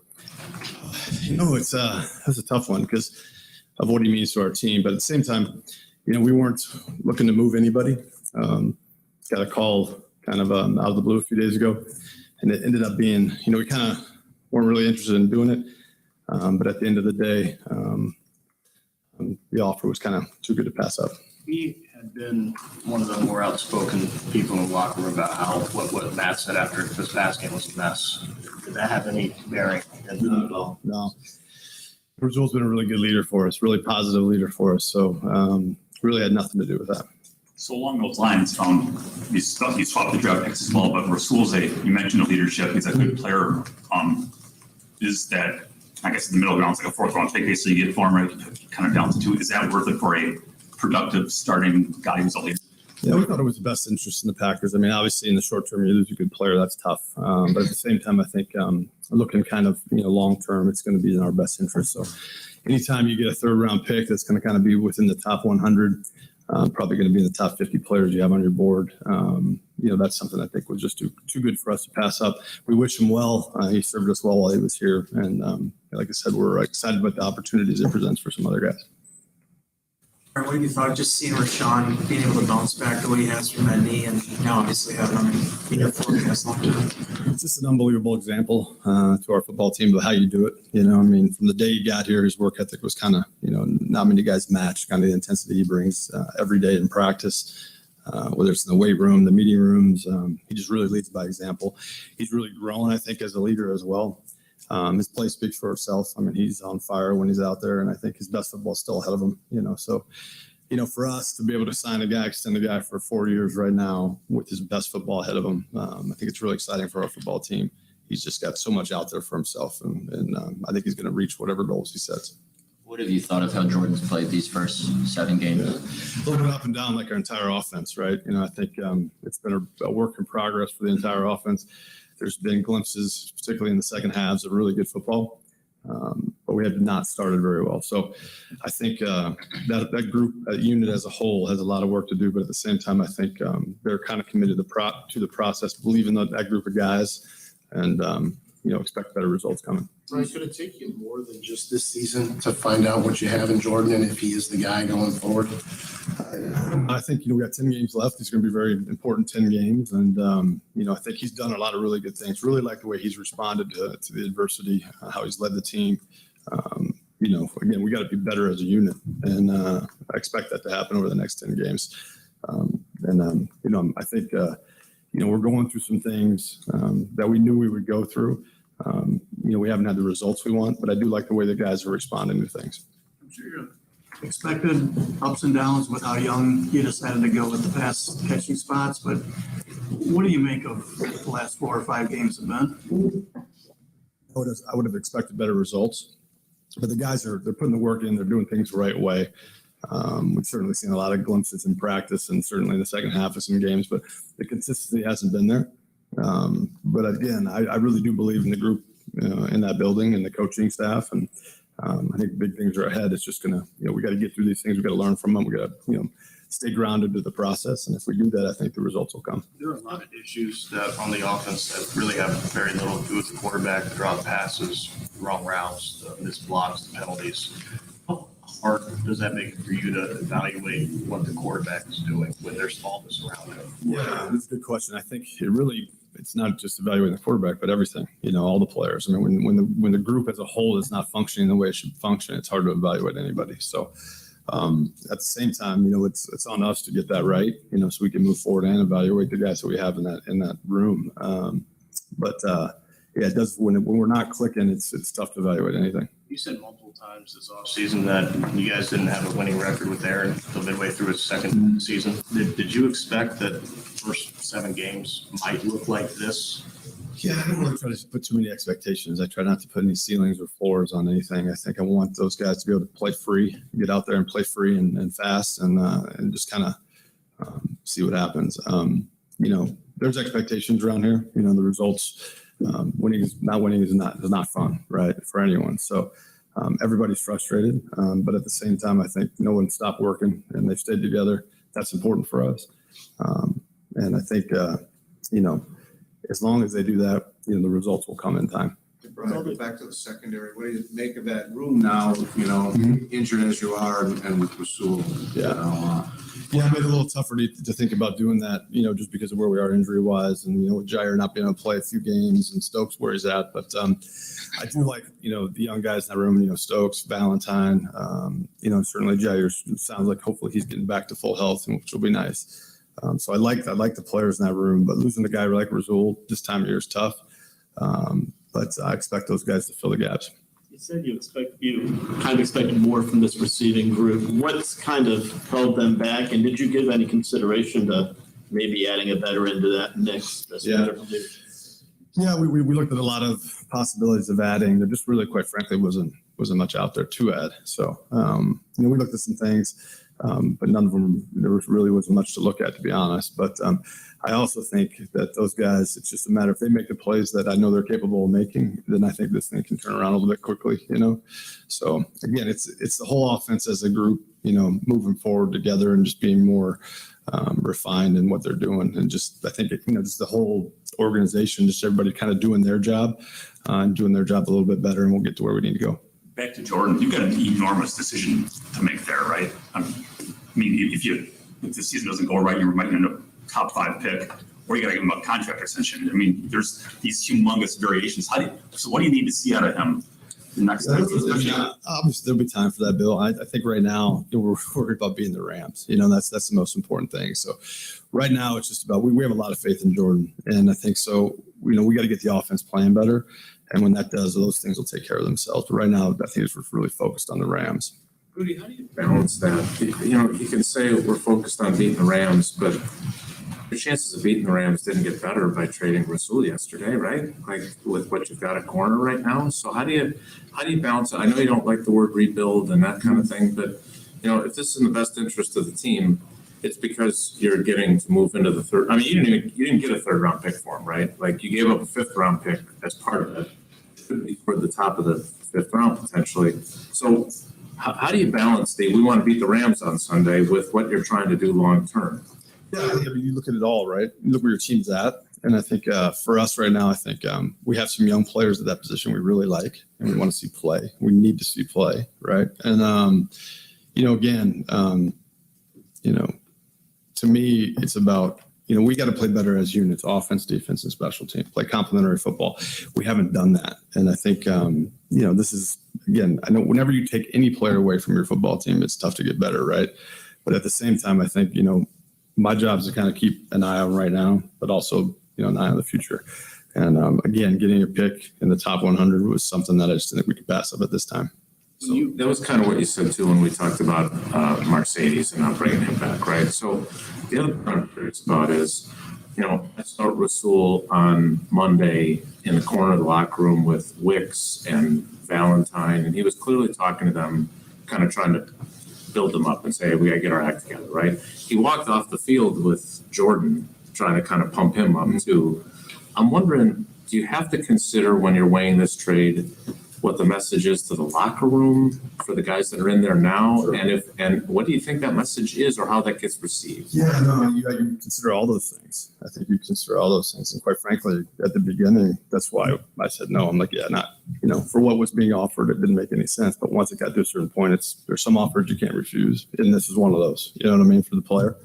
And again, we wish him well, but I also think, right now that there's opportunity, and I have a lot of expectations for players to step into leadership roles that need to step into leadership roles. I think they've done that. We've certainly seen some evidence of that, and I think that needs to continue to grow. And I'm hopeful and excited that it will. Let's do this. Let's take a break. I want to keep going, but we need to take a break. We got to get to it. Boy, there's a lot there to unpack. Holy mackerel. We'll be back. Got more Brian Gutekunst coming up next on the Bill Michaels Show. This is the Bill Michaels Show on the Wisconsin Sports Zone Radio Network. Everywhere you look, from groceries to utilities to gas, prices keep going up. Pella Windows and Doors of Wisconsin can dramatically help lower your energy costs year-round by replacing drafty windows and doors in as little as 6 weeks. And now you can save even more by taking advantage of no interest and no down payment for up to 36 months when you order by November 30th. Bring the love of Wisconsin's outdoors in through the beauty and quality craftsmanship of Pella Windows and Doors. Whether you're updating or upgrading the look and comfort of your home, Pella has extensive lines of customizable options to meet your needs and your budget. Replacing drafty windows and doors can dramatically lower your energy costs. Pella Windows and Doors of Wisconsin offers some of the most energy efficient windows in the industry. 0% interest and no down payment for up to 36 months when you order by November 30th. Set your free in-home consultation today at PellaWI.com. Certain restrictions apply. See showroom for details. Offer ends 11/30/2023.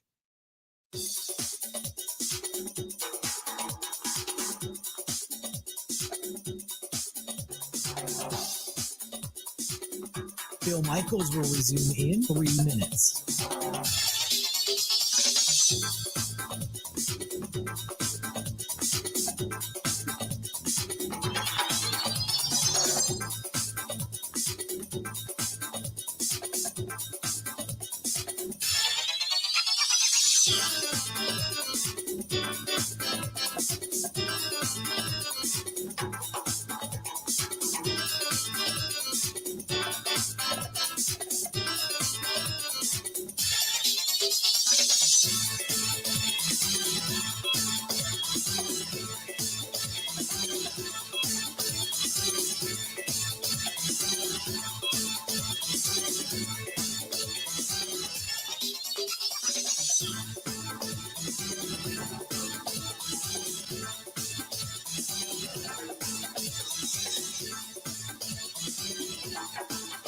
Bill Michaels will resume in 2 minutes.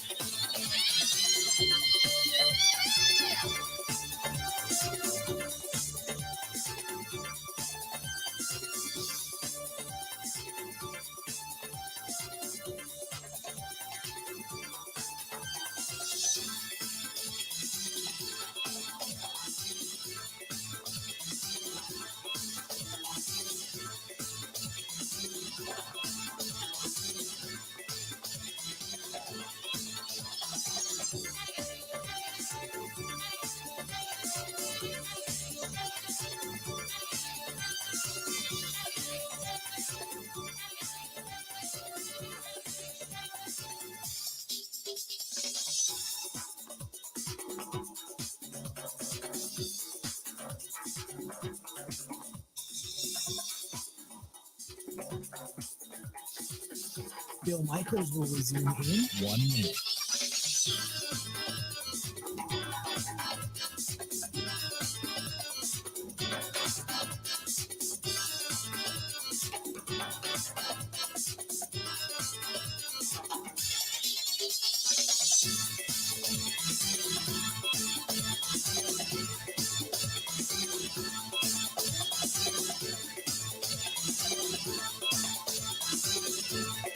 Bill Michaels will resume in 30 seconds.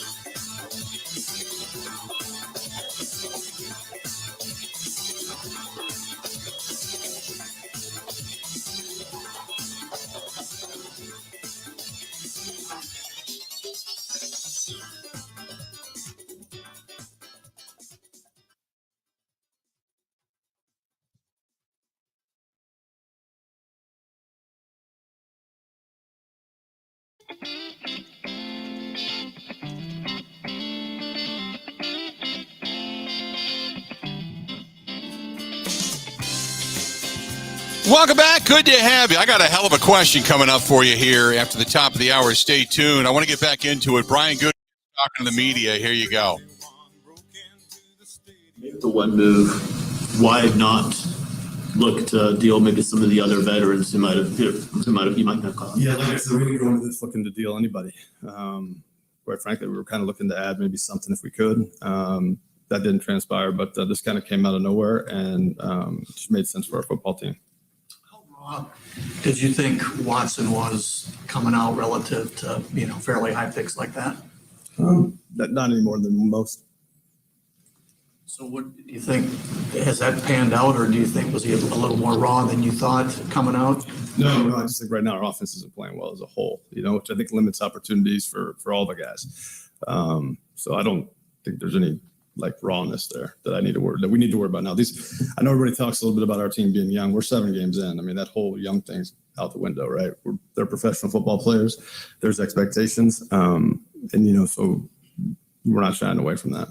With that said, I'm going to go out on a limb and say when you draft a player, you're not expecting the first 7 games of his career to be his best football. What are you seeing on film specifically that gives you hope that there's potential, there's talent here, especially when things are so bleak? Yeah, I think every day in practice, seeing how these guys work. There's been adversity, seeing how they've handled that adversity, how they're leaning on each other. I think that'll give this group an ability to move forward and have success in the future. They got to do it. It's easy to talk about it. They got to do it. But the expectation is that they will. Right. What's your assessment of the offensive line? Yeah, they've done a nice job pass blocking. We haven't got our run game going as good as we've wanted to. There's been some injuries there as well, but I think some young players. Rashid came in, did a nice job for us. So I think they played. I think Josh Myers playing the best football since he's been here, so he's playing very, very well. It's good to have Elton back up there on a full-time basis. Even though he was working through some things for a couple games there, but no, I think they've done a nice job. They got to continue to improve just like the rest of the offense, but they did a good job. When is Dave having that second surgery, or has he had it already? Yeah, Dave kind of talk about that. I know that there's some stuff scheduled coming soon here. With that in mind, how do you approach that situation? Because it's going to probably be next August or whatever until he's ready. Yeah, I think for 3 years it'll touch and go, right? So we're just going to have to kind of see how the surgery goes and how Dave's doing, and he's got decisions to make as well. So this isn't what he's going through is not a short-term thing, so it's going to take some time. Considering the expectations and the standards that have been set around here, where is your patience at right now? Yeah, I think that's a good question. Everybody's frustrated, I think, and that's they should be, right? We expected to perform better, and the frustration level I think throughout the building is there. But at the same time, I think we believe in the process that we're doing, so you just kind of focus on that. Again, I think everybody's really got to focus in on doing their job and doing their job just a little bit better, and we'll get to where we need to go. But it's no fun to be in the situation we're in. But again, the belief in the people in that room, the locker room, the coaching staff, and everybody in this building is there. You got a lot of talent on defense. What do you think's not quite added up there to it being high what you were hoping for? Yeah, I just don't think we've played consistent enough. Certainly, they've been put in some tough spots just because of the time of possession and things that they've gone through. But we just got to be, a little bit more sound, a little bit more consistent. Again, we've seen flashes of the pass rush come through, and we've had some moments. It's just not a little bit like last year. Just the consistency is not there. There you go. I got questions. Man, there's a lot there to unpack. He kept saying, we got to be about beating the Rams. And then he said, we got to be worried about the future. And then he says, there's a lot of football left to play. And he won't even entertain talking about what to do if Jordan Love's not the guy, if things don't get better. If he says, no, things are getting better. Things are getting better. Where? How? It just won't talk about it. Won't answer the question. I mean, considering all the things, there's opportunities. The young guys are supposed to step into leadership roles because you got rid of one of your leaders. That was a lot of tap dancing. That was a lot of tap dancing of just, I'm not answering the question. I'm going to dance around it. I'm going to give you cliches. I'm not going to talk about what is bad.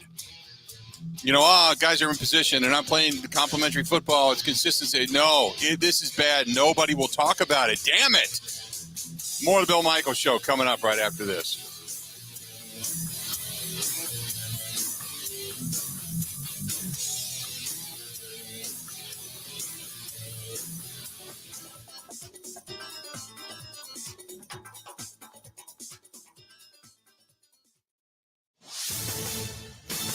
This is a Wisconsin Sports Zone update. Well, the Packers are back on the field for practice today. They are doing so without cornerback Rasul Douglas. He was traded to Buffalo yesterday along with a fifth-round pick in next April's draft in return for a third-round pick.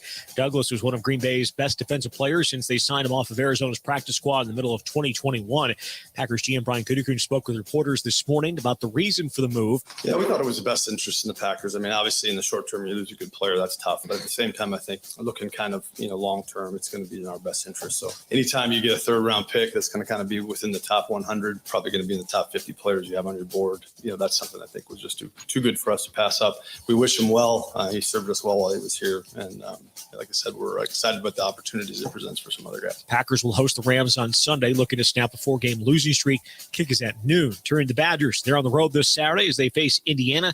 Still unclear if they're going to have all Big Ten running back Braylon Allen. He's dealing with a foot injury suffered against Ohio State. If he can't go, going to be a mix of Jackson Aker and Cade Yakimelli in his place. Kick on Saturday is at 11. Rural Mutual Insurance, keeping Wisconsin strong. As a proud sponsor of the WIAA, Rural Mutual roots for all of Wisconsin's student athletes. Whether they're a hometown hero or they dream of the national spotlight, sportsmanship keeps Wisconsin strong. Visit ruralmutual.com/WIAA to learn more about how they support high school athletics. Rural Mutual Insurance, keeping Wisconsin strong. Well, the Bucs are on the road for the first time this season as they take on Toronto tonight. Both teams come into the game at 2-1 on the year. Tip is set for 6. And the Wisconsin basketball team going to play its lone exhibition game tonight as they host GW Stevens Point. Going to get the season going next Monday against Arkansas State.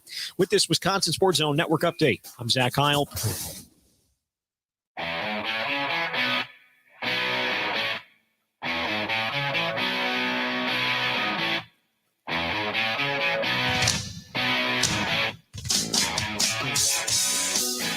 Welcome back. We are live. We're in Marshfield. Tonight, 6 to 8, the huddle. And we're going to be up here in Nuts Deep 2, right in the heart of downtown Marshfield. So come on by if you're in the area tonight, whether you're in Marshfield or all the way over in Rapids, if you're, Stevens Point, Wausau, whatever.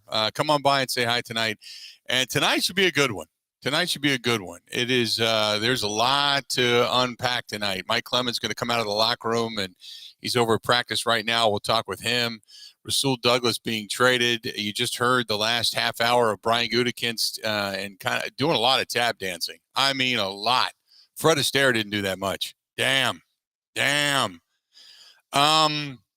There's some things that I want to address that we just heard. Okay, and I'm going to go through this in a second, but I want to go to the comments over on the live stream because as things go on, people talk and they get into this. And look, I completely get where a lot of people are coming from. Jeff says they're going to evaluate the situation at the end of the year. I wouldn't answer the question either. He knows it's bad and he's going to make a decision. I'm not saying I needed to know exactly what he was going to do.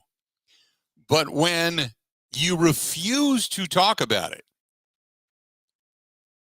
the cliche answer is, well, we evaluate everything at the end of the year and throughout the process of the season. And, we're always going to look to upgrade our team, no matter where that is. That's basically saying something without saying something, right?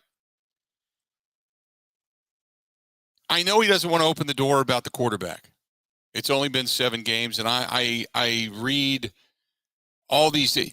By the way, speaking of the quarterback, I was over on Facebook and over on Instagram. And look, I the diehard Packer fan group I love because I love reading and looking at all the pictures and reading everybody's stuff. But they put out a post that said 78%, I don't know where this poll was taken, 78% of fans believe in Jordan Love as the quarterback of the future of this team. Who in the hell is in the 78%? Nobody I know. 78% is the number they got. I would love to know that poll, where that came from. Somebody's fudging some numbers or blowing smoke right up us. You know what I mean? No. And I don't usually jump in on stuff like that because, you know, it's fun. Fans get into all that kind of stuff. But when you see something like that, that's craptastic propaganda. Nobody I know. And it's funny because everybody that responded to it said, put me in the 22%. I'm not there. So more than 78% of the people said, no, I'm not in the 78. I'm in the 28%. So I don't know where you're getting this from. So I go over to the live stream, and there were people over there saying, well, what's Goody going to say? And I know Pac fans said, what did you expect him to say? That if the struggles continue, they're going to draft a quarterback with the first pick next year? No, but I expected him to say we're going to evaluate everything. It's a process. We're going to evaluate every position. Don't make it sound like you're shutting the door like Jordan Love's the answer and that there was enough tap dancing going on there and not answering of the question. And I know people want to blame the Green Bay media, and you're not going to get the answer. You know, you can keep pounding it, but when he said, and I'm going to go back to a lot of this, when he talked about, you know, Jordan Love and the inaccuracy, he immediately said, well, the pass catching, you know, they've had better second halves of games. I believe in the coaching and stay grounded to the process, but didn't address the quarterback. And then when asked about the quarterback and accuracy and such, and, you know, and really, you know, kind of not being able to score in the first half and so many penalties, he said, well, the situation's hard to evaluate anything. And then when asked, well, you know, there were certain things you wanted to look at and you wanted to see, and as the evaluation process goes on, I know it's not about wins and losses, but, and then he says, I try not to put too many expectations on anything. I just want him to play fast and free. Everybody's frustrated. This is what I'm saying. So if you kind of got lost in the white noise that became, this is what I'm saying. These are things you need to kind of hang on to. Not going to talk about the quarterback. Just not going to do it. And then when he talked about the leadership and the lack of leadership, he said, oh, it was such a difficult decision. This is the reason I didn't want to give Rasul up. And then he says, we're going to rely on the leadership of the young guys. Like, guys that have never played? What? Expect the guys in the secondary to fill the gaps, and we're going to work on their leadership. And then when asked about the trade of Rasul, he was talking about, well, the future and, you know, salary cap ramifications, and got into the details of that, but then turned around and said, we're worried about beating the Rams, and we got to be worried about the future later, but then finished the sentence by saying, I always have to have my eye on the future. And then said, well, things are going to get better. How? How are they going to get better? And I thought it was a legitimate question. To say, how are you expecting to beat the Rams? Your offense can't get out of its own way. The penalties, the drops, and the inaccuracy in passing, and now one of your better defenders you just got rid of. It's all contradictory.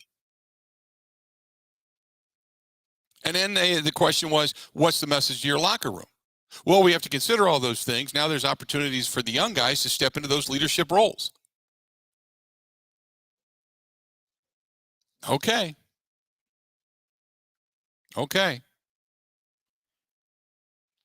And Mike Clemens was 100% dead on. He said, well, we weren't really looking to move anybody, but at the end of the day, it was too good of a deal to pass up. And then when asked about Rasul being outspoken, he said, no, he's been a good leader. There was just a lot there that just seemed to be completely contradictory.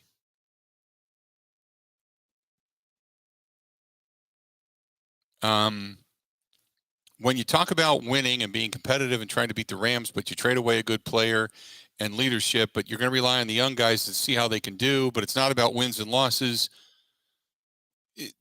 What's the message? What is the goal then?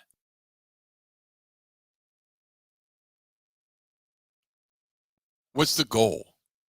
If it's not about beating the Rams, but it's about beating the Rams, and it's about the future, but it's about losing leadership, and you didn't want to do that, and young guys you can evaluate, but you can't evaluate the quarterback because the young guys are dropping balls and the penalties. And so,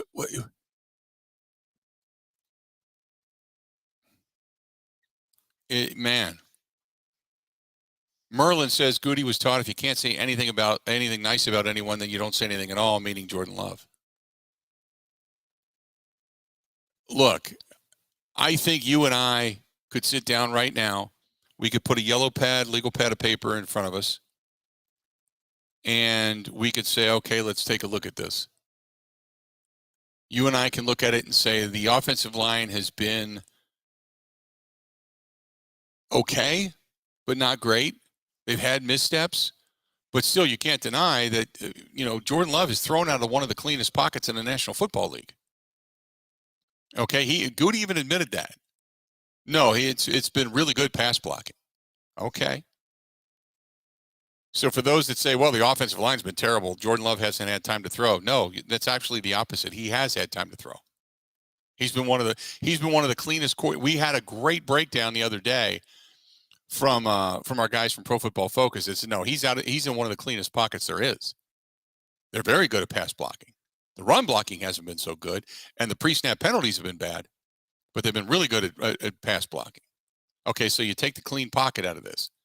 So now you talk about the route running and the young guys. Well, youth isn't an excuse after 7 games, and technically it shouldn't be. But if you and I sat down with a legal pad of paper, we would say, okay, what are the positives and negatives? The positives are when teams' defenses go vanilla during hurry up, that they can actually execute. But when it's press man up at the line of scrimmage and they're going to dare you to throw over the top, they can't execute. When they come with a blitz, the defense or the offensive line's not bad. Chip blocking's been pretty good. The running backs have been decent at picking up the blitz. It hasn't been a travesty. Okay.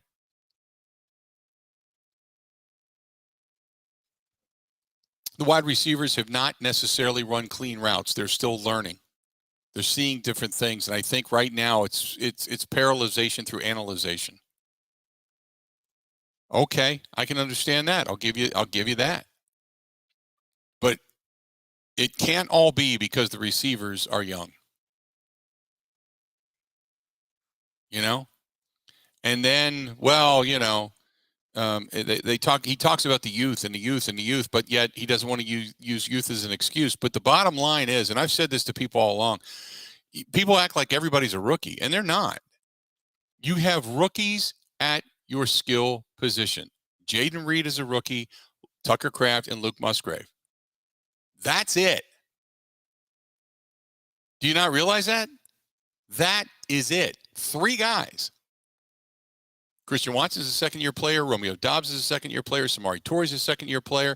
Your running backs are veterans. Your offensive line, for the most part, is veterans. Your defensive front has been veteran or second-year players. The whole thing about this rookie stuff, no. The only time you use rookies is if you had an injury. So they got younger, yes, but stop making it sound like they picked up 25 rookies and they're all starters. All they did was get rid of old dudes. Mercedes Lewis, Randall Cobb, Aaron Rodgers, Mason Crosby. They brought the curve down is what they did.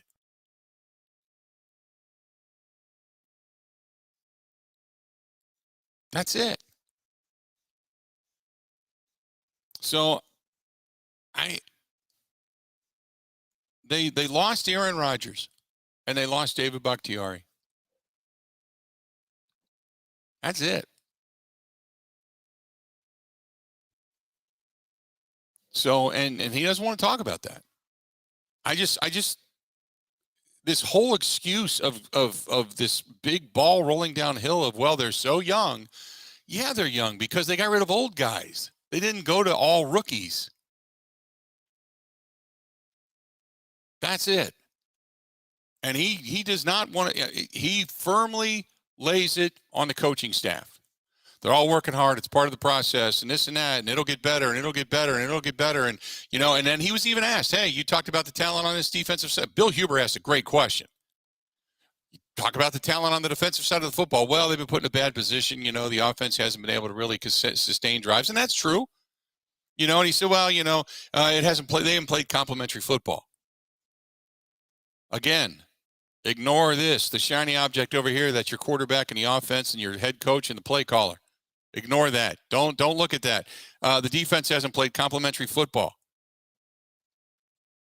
God, just once, I'd like to have somebody come to the podium and go, the defense has played okay. I haven't necessarily been happy with at times, certain the ability to put a pass rush on, and the guys on our defense can't catch when the ball's put right in their breadbasket.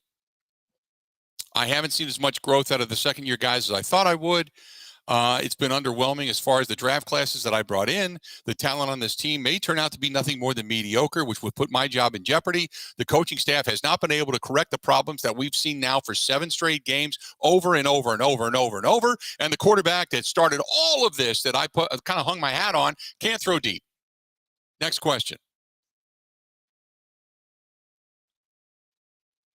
877-867-1670, 877-867-1670. I mean, that would be an honest presser, at least as we look at it today, right? Right, Pack fan, it's a fantasy, right? You're exactly right. It's a fantasy to expect the truth. It really is. It really is. If you want to chime in, please feel free to go ahead and do so. If you did not hear Mike Clemens give us a call earlier today on the Rasul Douglas trade, I want you to take a listen to it. We're going to have that when we come back. Our buddy Dwayne at Dwayne's, DUANES, Dwayne'sCoverItAll.com. That's Dwayne'sCoverItAll.com. Right in the Wausau area. We're up near here, as a matter of fact. Call him 715-870-2119. And if you are going to, gussy up your boat, maybe your RV, if you've got some leather work that needs to be done, a new awning that needs to be made for your deck or something to that effect, if you've got an awning for your business or some indoor stuff, office furniture, chairs and such that need to be refurbished, or even some outside patio cushions and such that need to be remade, he can do it all. Don't let your mind limit you as to what he can do. Call him 715-870-2119, 715-870-2119. Going to hear that phone call as Mike was driving up to Lambeau Field a little bit earlier today. That's next to the Bill Michaels Show. Covering Wisconsin sports like a blanket. This is the Bill Michaels Show on the Wisconsin Sports Zone Radio Network. Everywhere you look, from groceries to utilities to gas, prices keep going up. Pella Windows and Doors of Wisconsin can dramatically help lower your energy costs year-round by replacing drafty windows and doors in as little as 6 weeks. And now you can save even more by taking advantage of no interest and no down payment for up to 36 months when you order by November 30th. Bring the love of Wisconsin's outdoors in through the beauty and quality craftsmanship of Pella Windows and Doors. Whether you're updating or upgrading the look and comfort of your home, Pella has extensive lines of customizable options to meet your needs and your budget. Replacing drafty windows and doors can dramatically lower your energy costs. Pella Windows and Doors of Wisconsin offers some of the most energy efficient windows in the industry. 0% interest and no down payment for up to 36 months when you order by November 30th. Set your free in-home consultation today at PellaWI.com. Certain restrictions apply. See showroom for details. Offer ends 11/30/2023.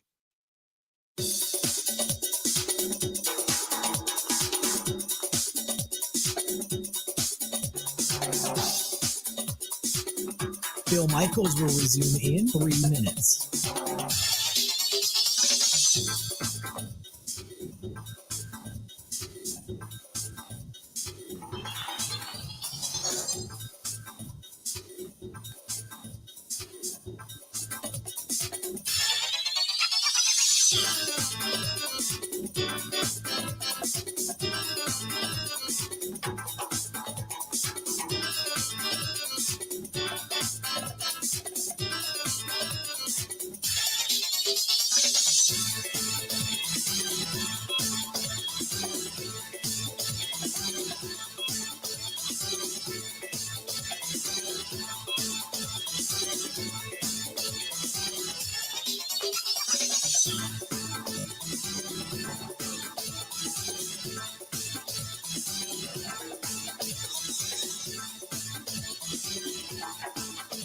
Bill Michaels will resume in 2 minutes.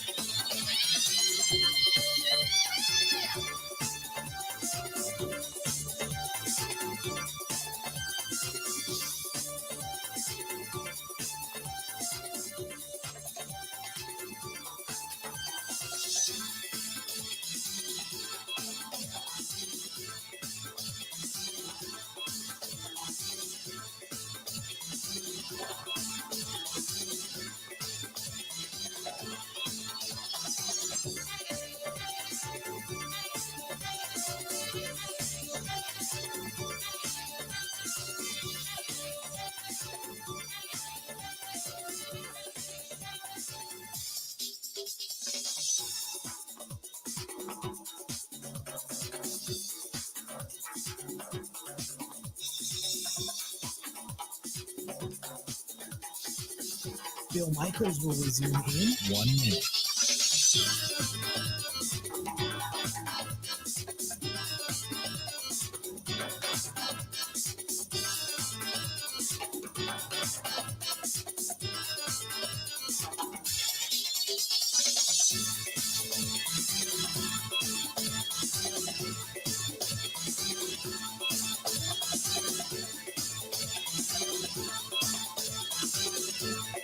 Bill Michaels will resume in 30 seconds.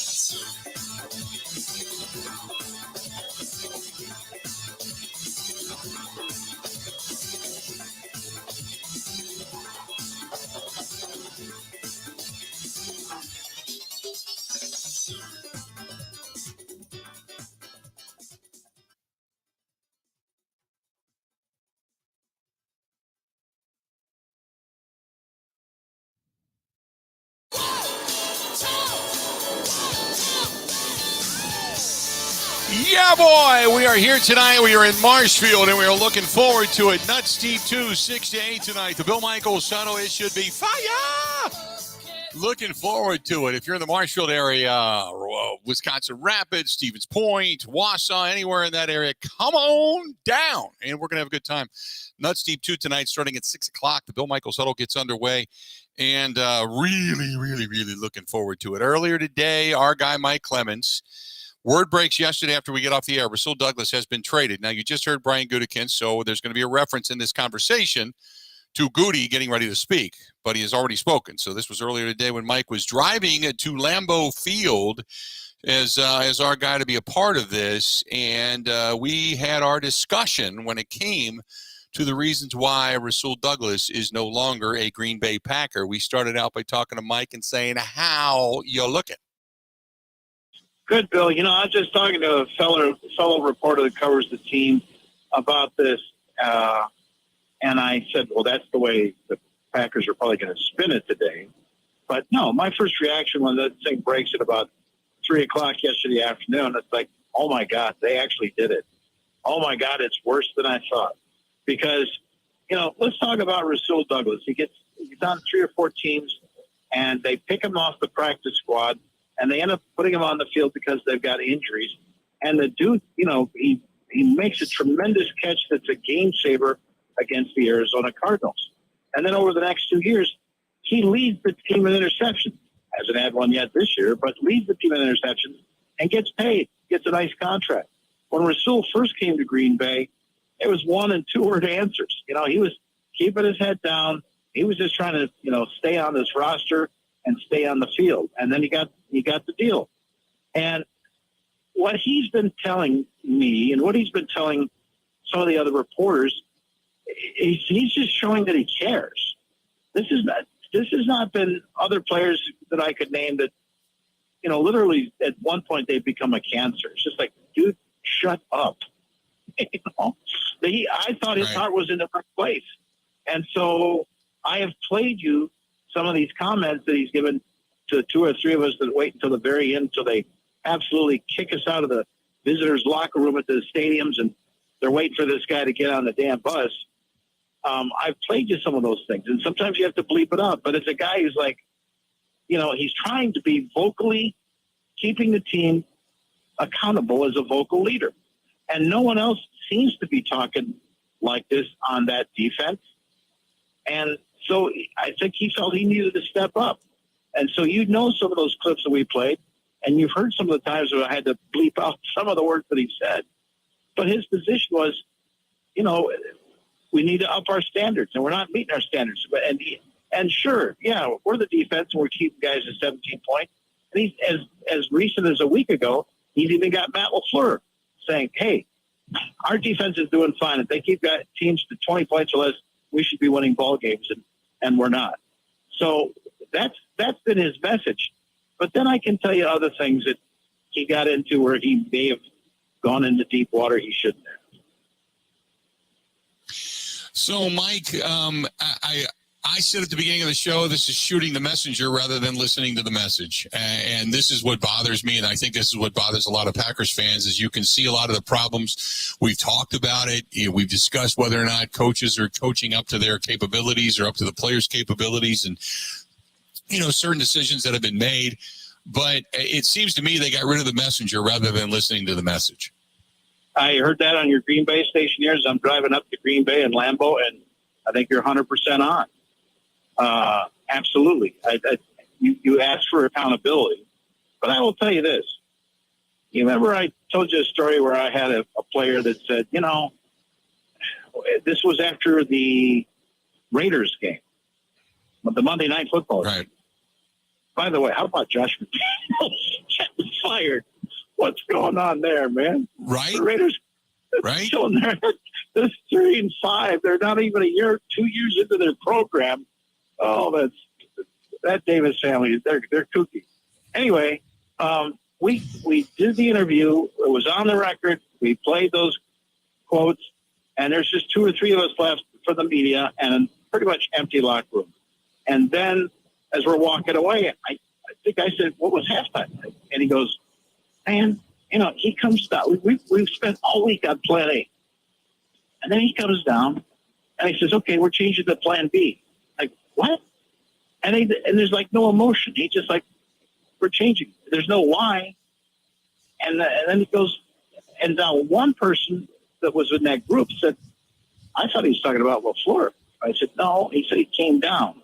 I think he's talking about Joe Barry, who's been upstairs since the Cincinnati game that we covered in the preseason. He's been up at the box to get a better view. So, but there's little spies there. They've got staffs that are hanging around, PR staff and whatnot. They hear those comments.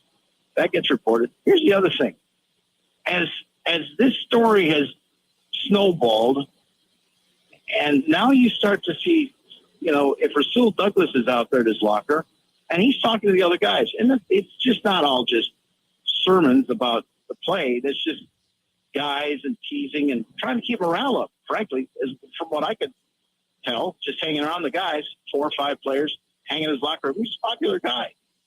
That was like, Rasul, hey, Rasul, can you talk to us? Okay, fine. And all of a sudden, there's 30 media people around, right?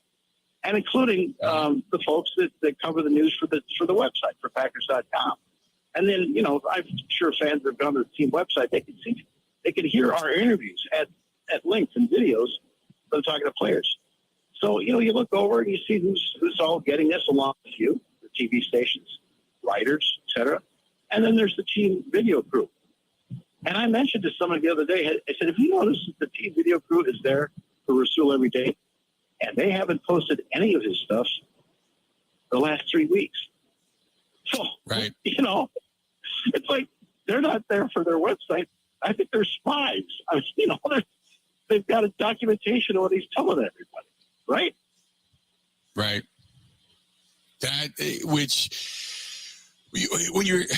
If you're a player in that locker room, you got to be pissed. If you, like you said, if they're over there interviewing him, but they're not posting any of it, what are they doing with the video? When you're this is why I call the Packers Red China, because it's like having a dictatorship, and they're going to do it this particular way, and then they're going to put spies in a locker room. I mean, if I'm a player, why do I want to talk if they're going to be around?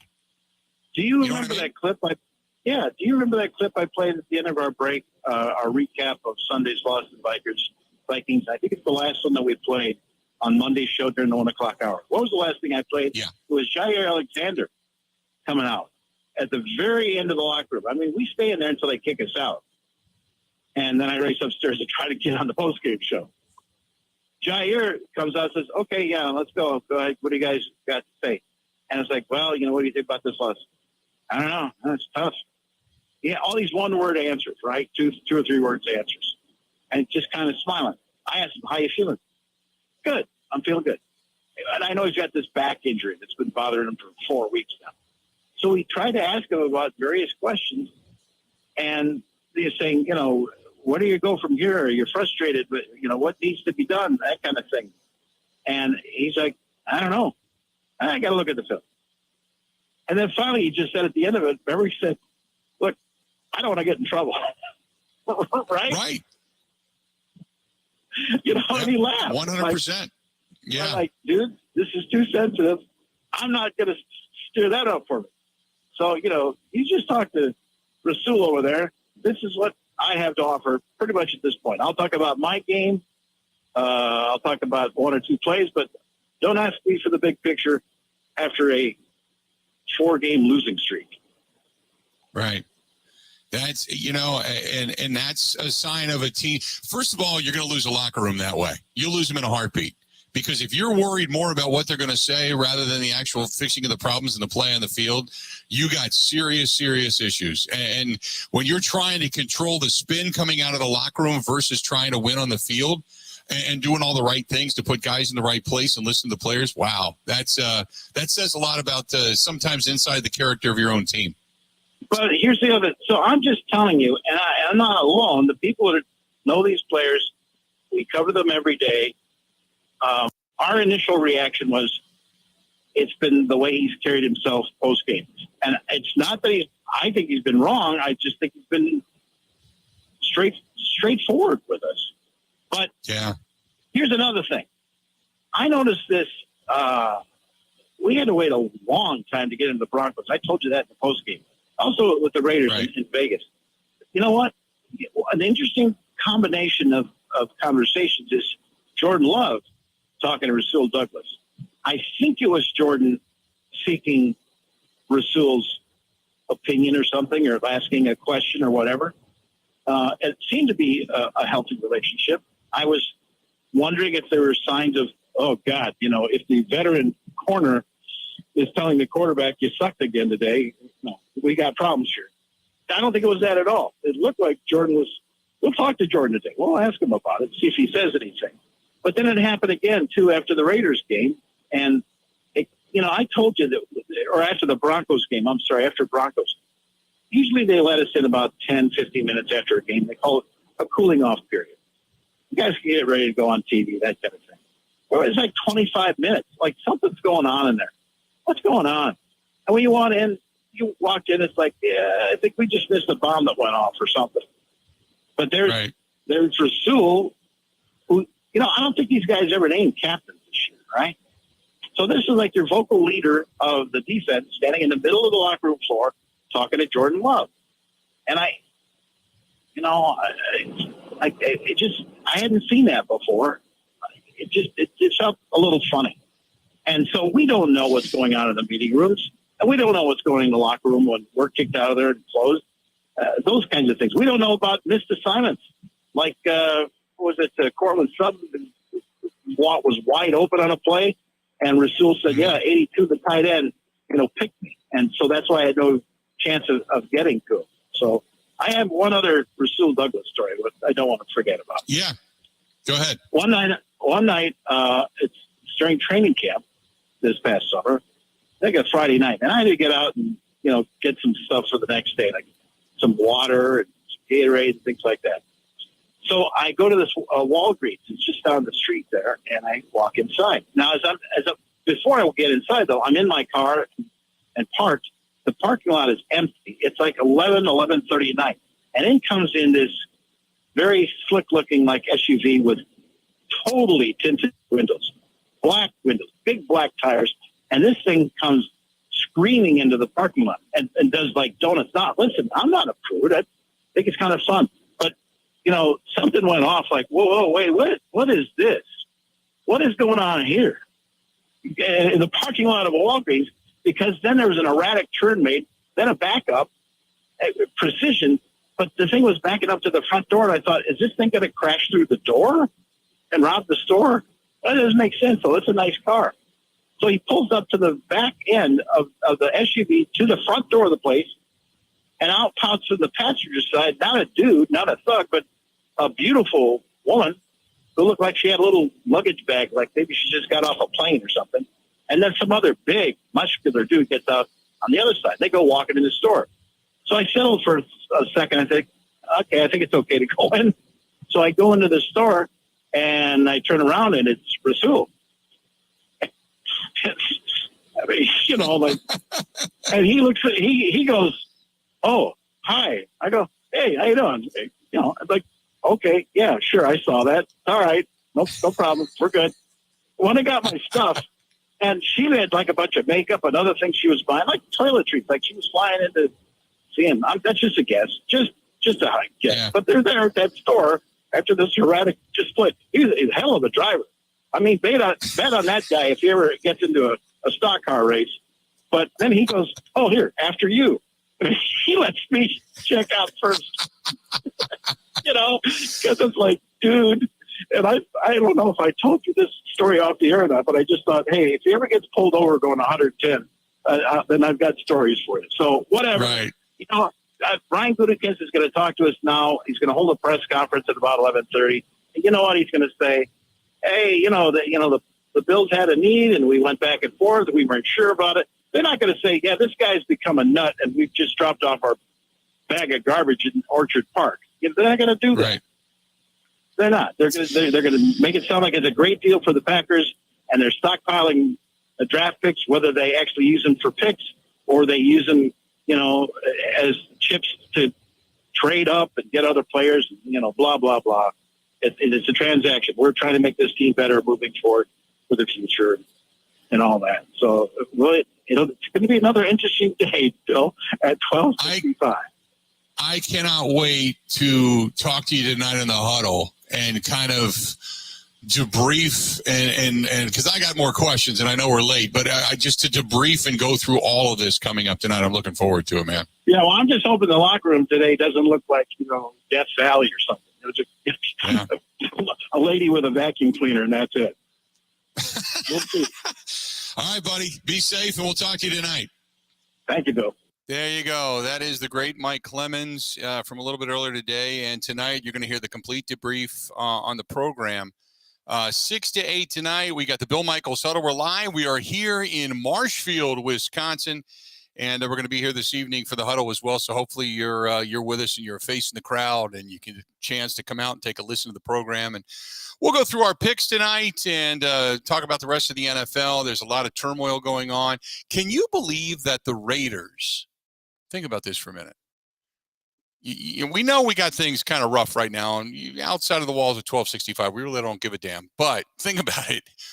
Mark Davis, out of his pocket, the owner of the Raiders, has to pay John Gruden and Josh McDaniels over the next few years $80 million not to coach his team. Think about that. Man, that's a chunk of change. I guess we can at least say, well, we're not the Raiders. You know what I mean? We're going to go ahead and take a quick break. This portion brought to you by our friends at the Water Doctors, the best Connecticut water softening system that money can buy. It's just awesome. It's the best there is. I have it in my home, and I can't swear by it enough. Plus, the Water Doctors, they give back to the community and take care of our veterans as well at Fisher House, Wisconsin. Kudos to the Water Doctors. Go to H2, the letter O, doctors.com. Covering Wisconsin sports like a blanket. This is the Bill Michaels Show on the Wisconsin Sports Zone Radio Network.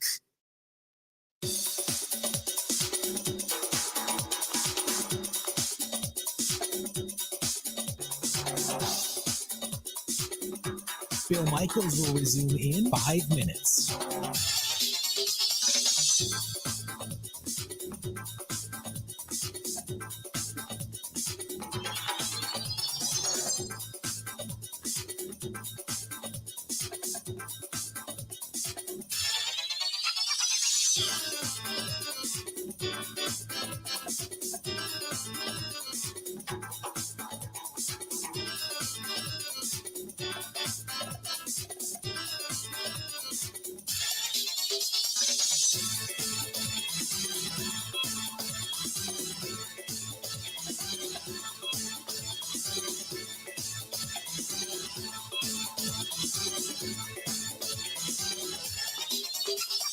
Bill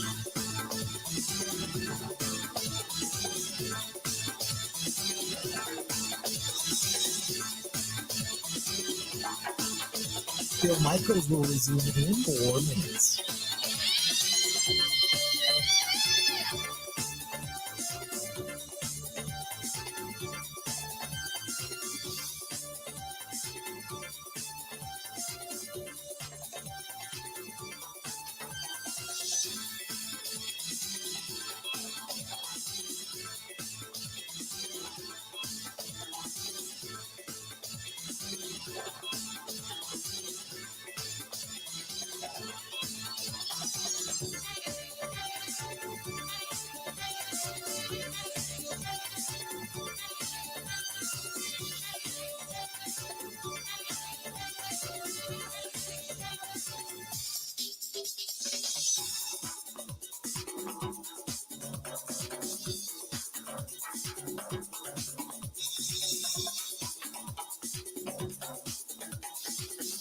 Bill Michaels will resume in 3 minutes.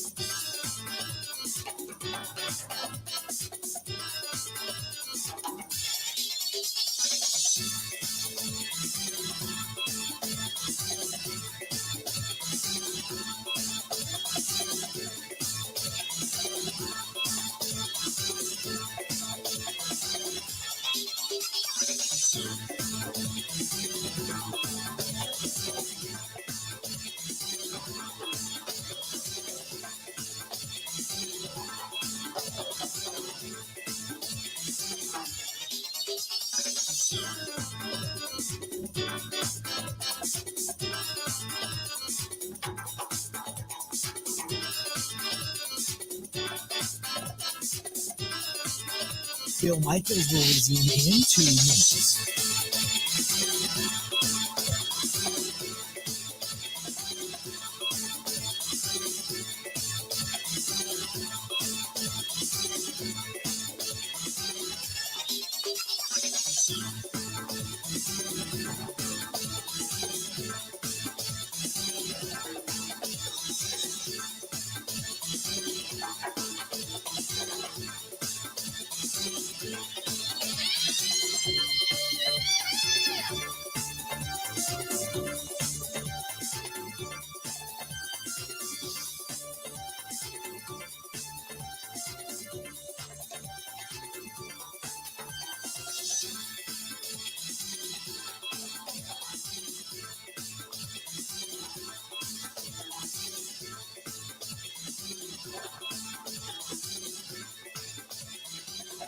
Bill Michaels will resume in 1 minute.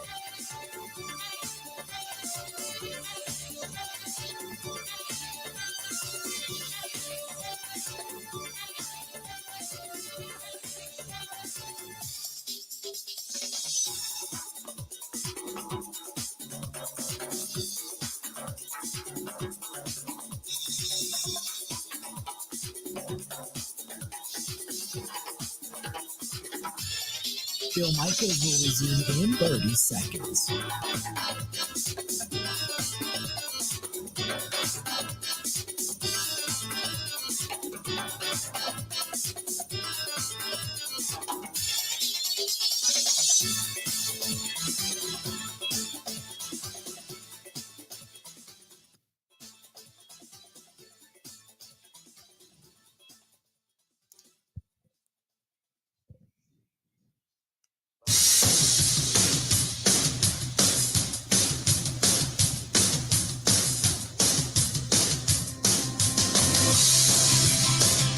Good to have you back. The Bill Michaels Show. We are live. We are in Marshfield, Wisconsin. It has been, it's been a hell of a Wednesday, to say the very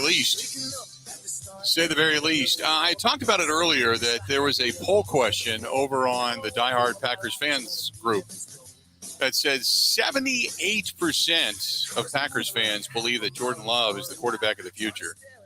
And I mentioned that, and I got a couple of just mad emails and a couple of people on Facebook that actually responded and saying that I was making light of it. I am making light of it.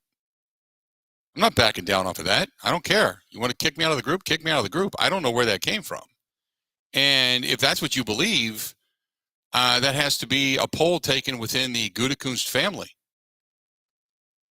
You know, I don't look. I'm not saying he's not the answer. I don't think he's the answer. I never thought he was the answer. But I'm not eliminating everything right now. I think there were parts to what Brian Gutekunst had to say. We're going to talk more about it coming up tonight. That are true. This team has to come together. This team has to play better. This team has to quit committing stupid penalties, actually run a route the way they're supposed to, catch the damn ball when it's in your face. They have to make plays. And collectively, they're not. Now, I know when I said before I was living in a fantasy world, hopefully, you know, that instead Gutekunst would just come out and be honest and say this is what it is, and you can't. But the bottom line is, okay, after all the deciphering and all of the speculation and conjecture and the finger pointing, all of it at this point, I mean, if you want to, you know, fire Matt LaFleur, fire Stenovich, fire Joe Barry, whatever, the bottom line is the collective talent on the field is not getting the job done.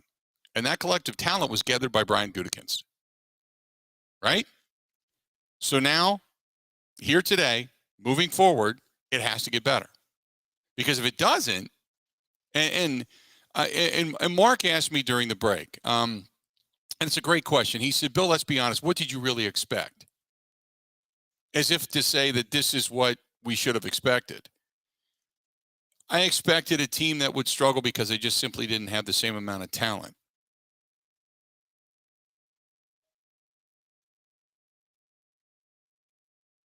That's all. But what I don't expect is a Matt LaFleur coach team to look this bad. To where, I mean, when you guys can't run routes anymore and you can't catch the ball, that's coaching. Either the talent wasn't there or it's coaching.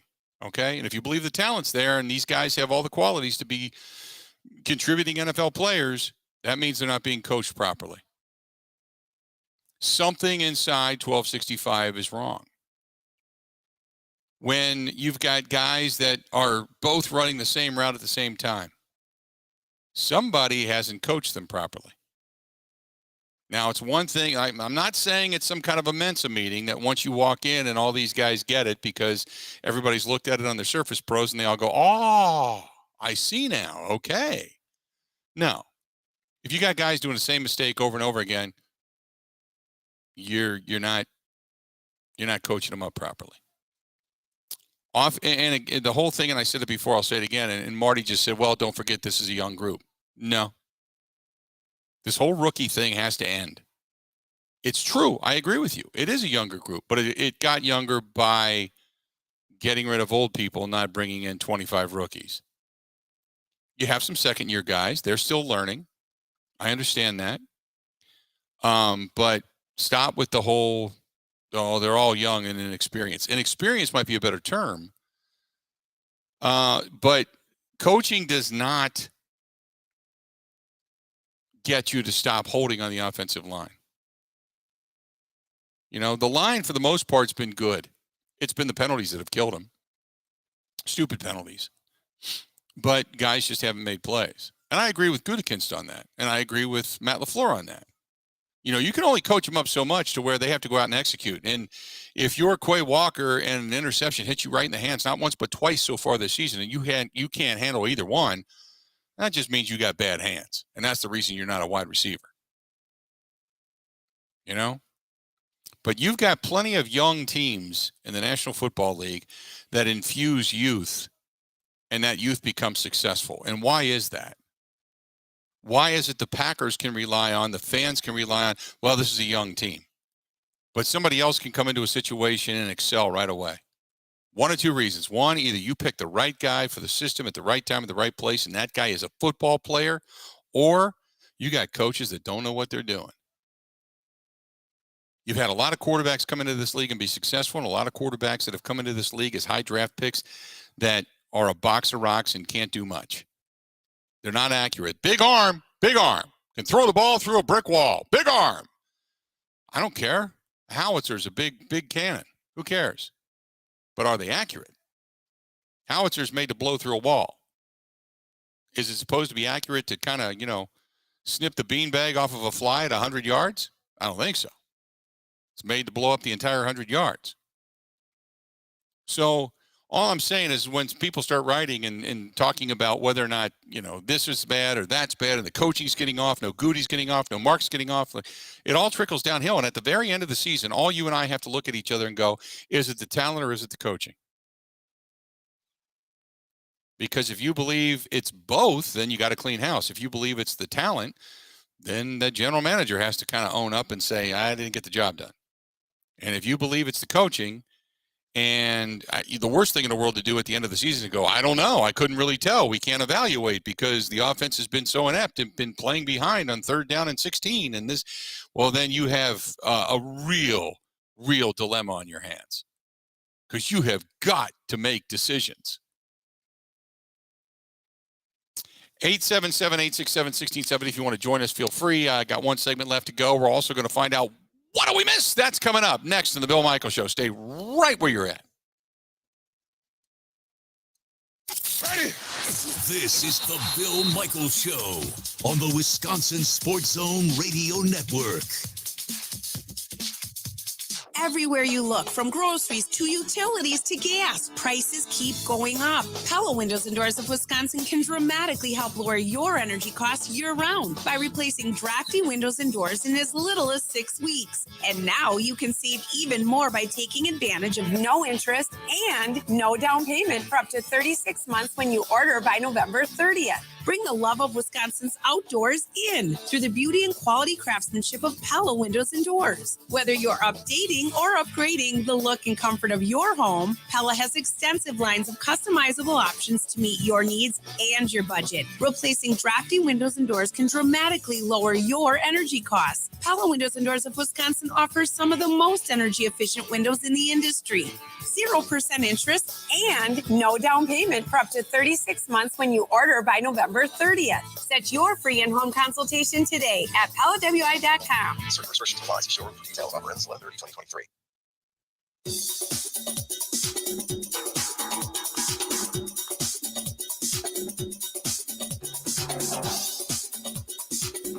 Bill Michaels will resume in 3 minutes.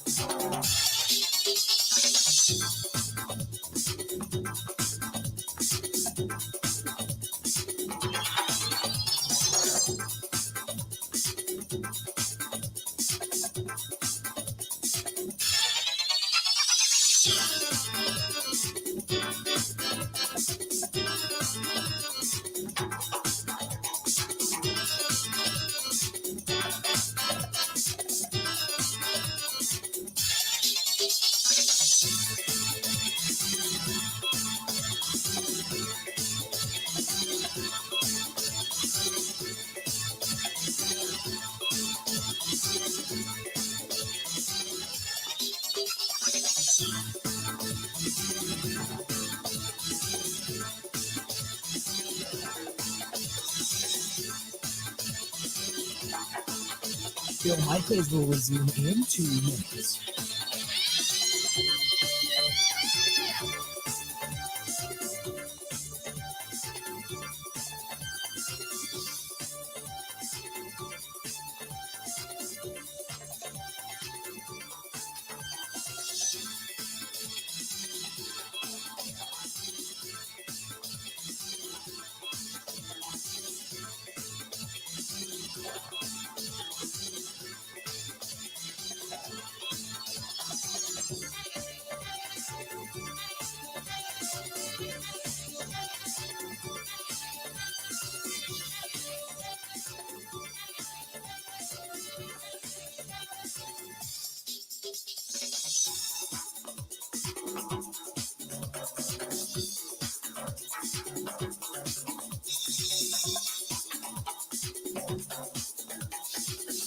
Bill Michaels will resume in 1 minute.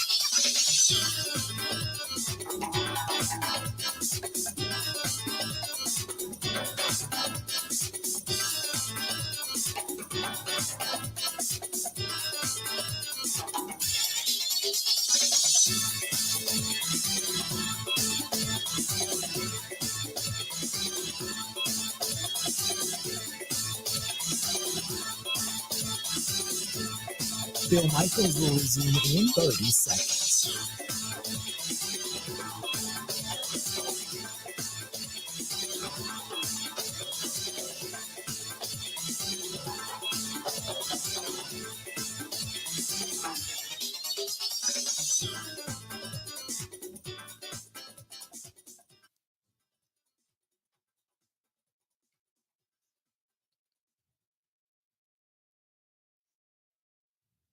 You got to hit it, bang it, rock it, put it in the pocket. Hit it, bang it, rock it, put it in the pocket. Welcome back. Good to have you. Before we get to what we miss, I had a buddy of mine listening to me out in Los Angeles. He texted me and said, "Hey, you're all fired up today. Are you going to use any of that energy?" And he knows how memes drive me nuts of certain stuff, of sayings and postings and stuff. And he said, I heard, it's a long story, but tonight, I think on Facebook Live, I might do something on the way home because he got me all fired up. So I might do something on the way home late tonight, driving back. I got to entertain myself. So I might put the dash cam on tonight and talk to you a little bit. So maybe look forward to that. In the meantime, with a couple of minutes to go in the program, what do we miss? Well, the one Wisconsin story we didn't hit today, the Brewers, Andy Martino of SNY reporting 4 hours ago. Craig Counsell does not currently have an interview scheduled with the Astros, who are apparently interested in meeting with him. And as of yesterday, he had not yet had his formal interview with the Mets either, just Cleveland. So he's interviewed with the Guardians, but the Mets obviously remain interested. I think that interview will happen. The Astros are interested. I don't have a lean or I haven't read anything on whether that will happen. I just saw that they're interested. So that's where we stand with Craig. I start to wonder with all these different interviews that could possibly be out there. I wonder if they haven't reached a contract because Craig's trying to figure out what his value is. And I wonder if he's going to say, hey, the Guardians are going to say this, the Mets are going to say this, the Astros could say this. And then somewhere in the middle, Mark Attanasio is going to have to up the ante. I wonder if that might be the end run in all of this before it's all said and done. Unless he just finds a terrific situation to go into. I don't know. Well, the Astros are a pretty great. The Astros are a pretty great situation. I mean, they've made what 7 straight? How many straight ALCSs did it make this year? 7. Jeez. Yeah, 7. And the Mets, Steve Cohen, a lot of money, big payroll. David Stearns, who he's familiar with. I'm to the point now where I'm believing that he could actually go manage somewhere else. 100%. I believe that. I just didn't see that. That like I said, that when he leaves, and I say when because I got a feeling that he's going to. I hope he doesn't. But when he leaves, that's going to be disappointing, and it's going to throw a lot of shadow in the direction of the Brewers as to why he's leaving that situation. I will say this, and I got to find Matt Arnold's postseason presser, and my buddy Ernie in Viroqua brought it up, and he said something about where Matt Arnold had said something about him and Craig Counsell seeing the world in a different way. And I did not, I got to admit, I caught it, but I didn't. And I haven't thought about that statement since. So maybe that's something we talk a little bit about tomorrow on the program as well. What does that mean? I don't Seeing know. The world in a I don't know. I have to go back and listen to it. But I don't know. I got to listen to the full context. But it was something that was in my head, and Ernie brought it up, and we started talking about it, and it's made me think ever since. I love stuff that makes me think, but I haven't really followed up on it because we've been dealing with all the Packers stuff. But we'll have to check into that maybe a little bit tomorrow. We'll have to look up Matt Arnold's postseason presser and go from there and see if there's more to this than that. So see if we can't decipher something. Tonight, we are at Nuts Deep 2. We are in Marshfield, Wisconsin. And if you're in the area, come on by. We have the huddle coming up tonight, and it should be a good one. 6 to 8 on many of these same stations. Cannot wait. Had a fiery one today, didn't we there, Grant? Good show. Yeah. Pete, Mike, Mark, everyone was great. Everybody was great today. Good stuff. All right, that'll do it. You were great too, of course. Well, I'm just here kind of directing traffic is what I'm doing. Let's do this. We're going to get out of here, and then we're going to be back in a few hours. So until we talk again.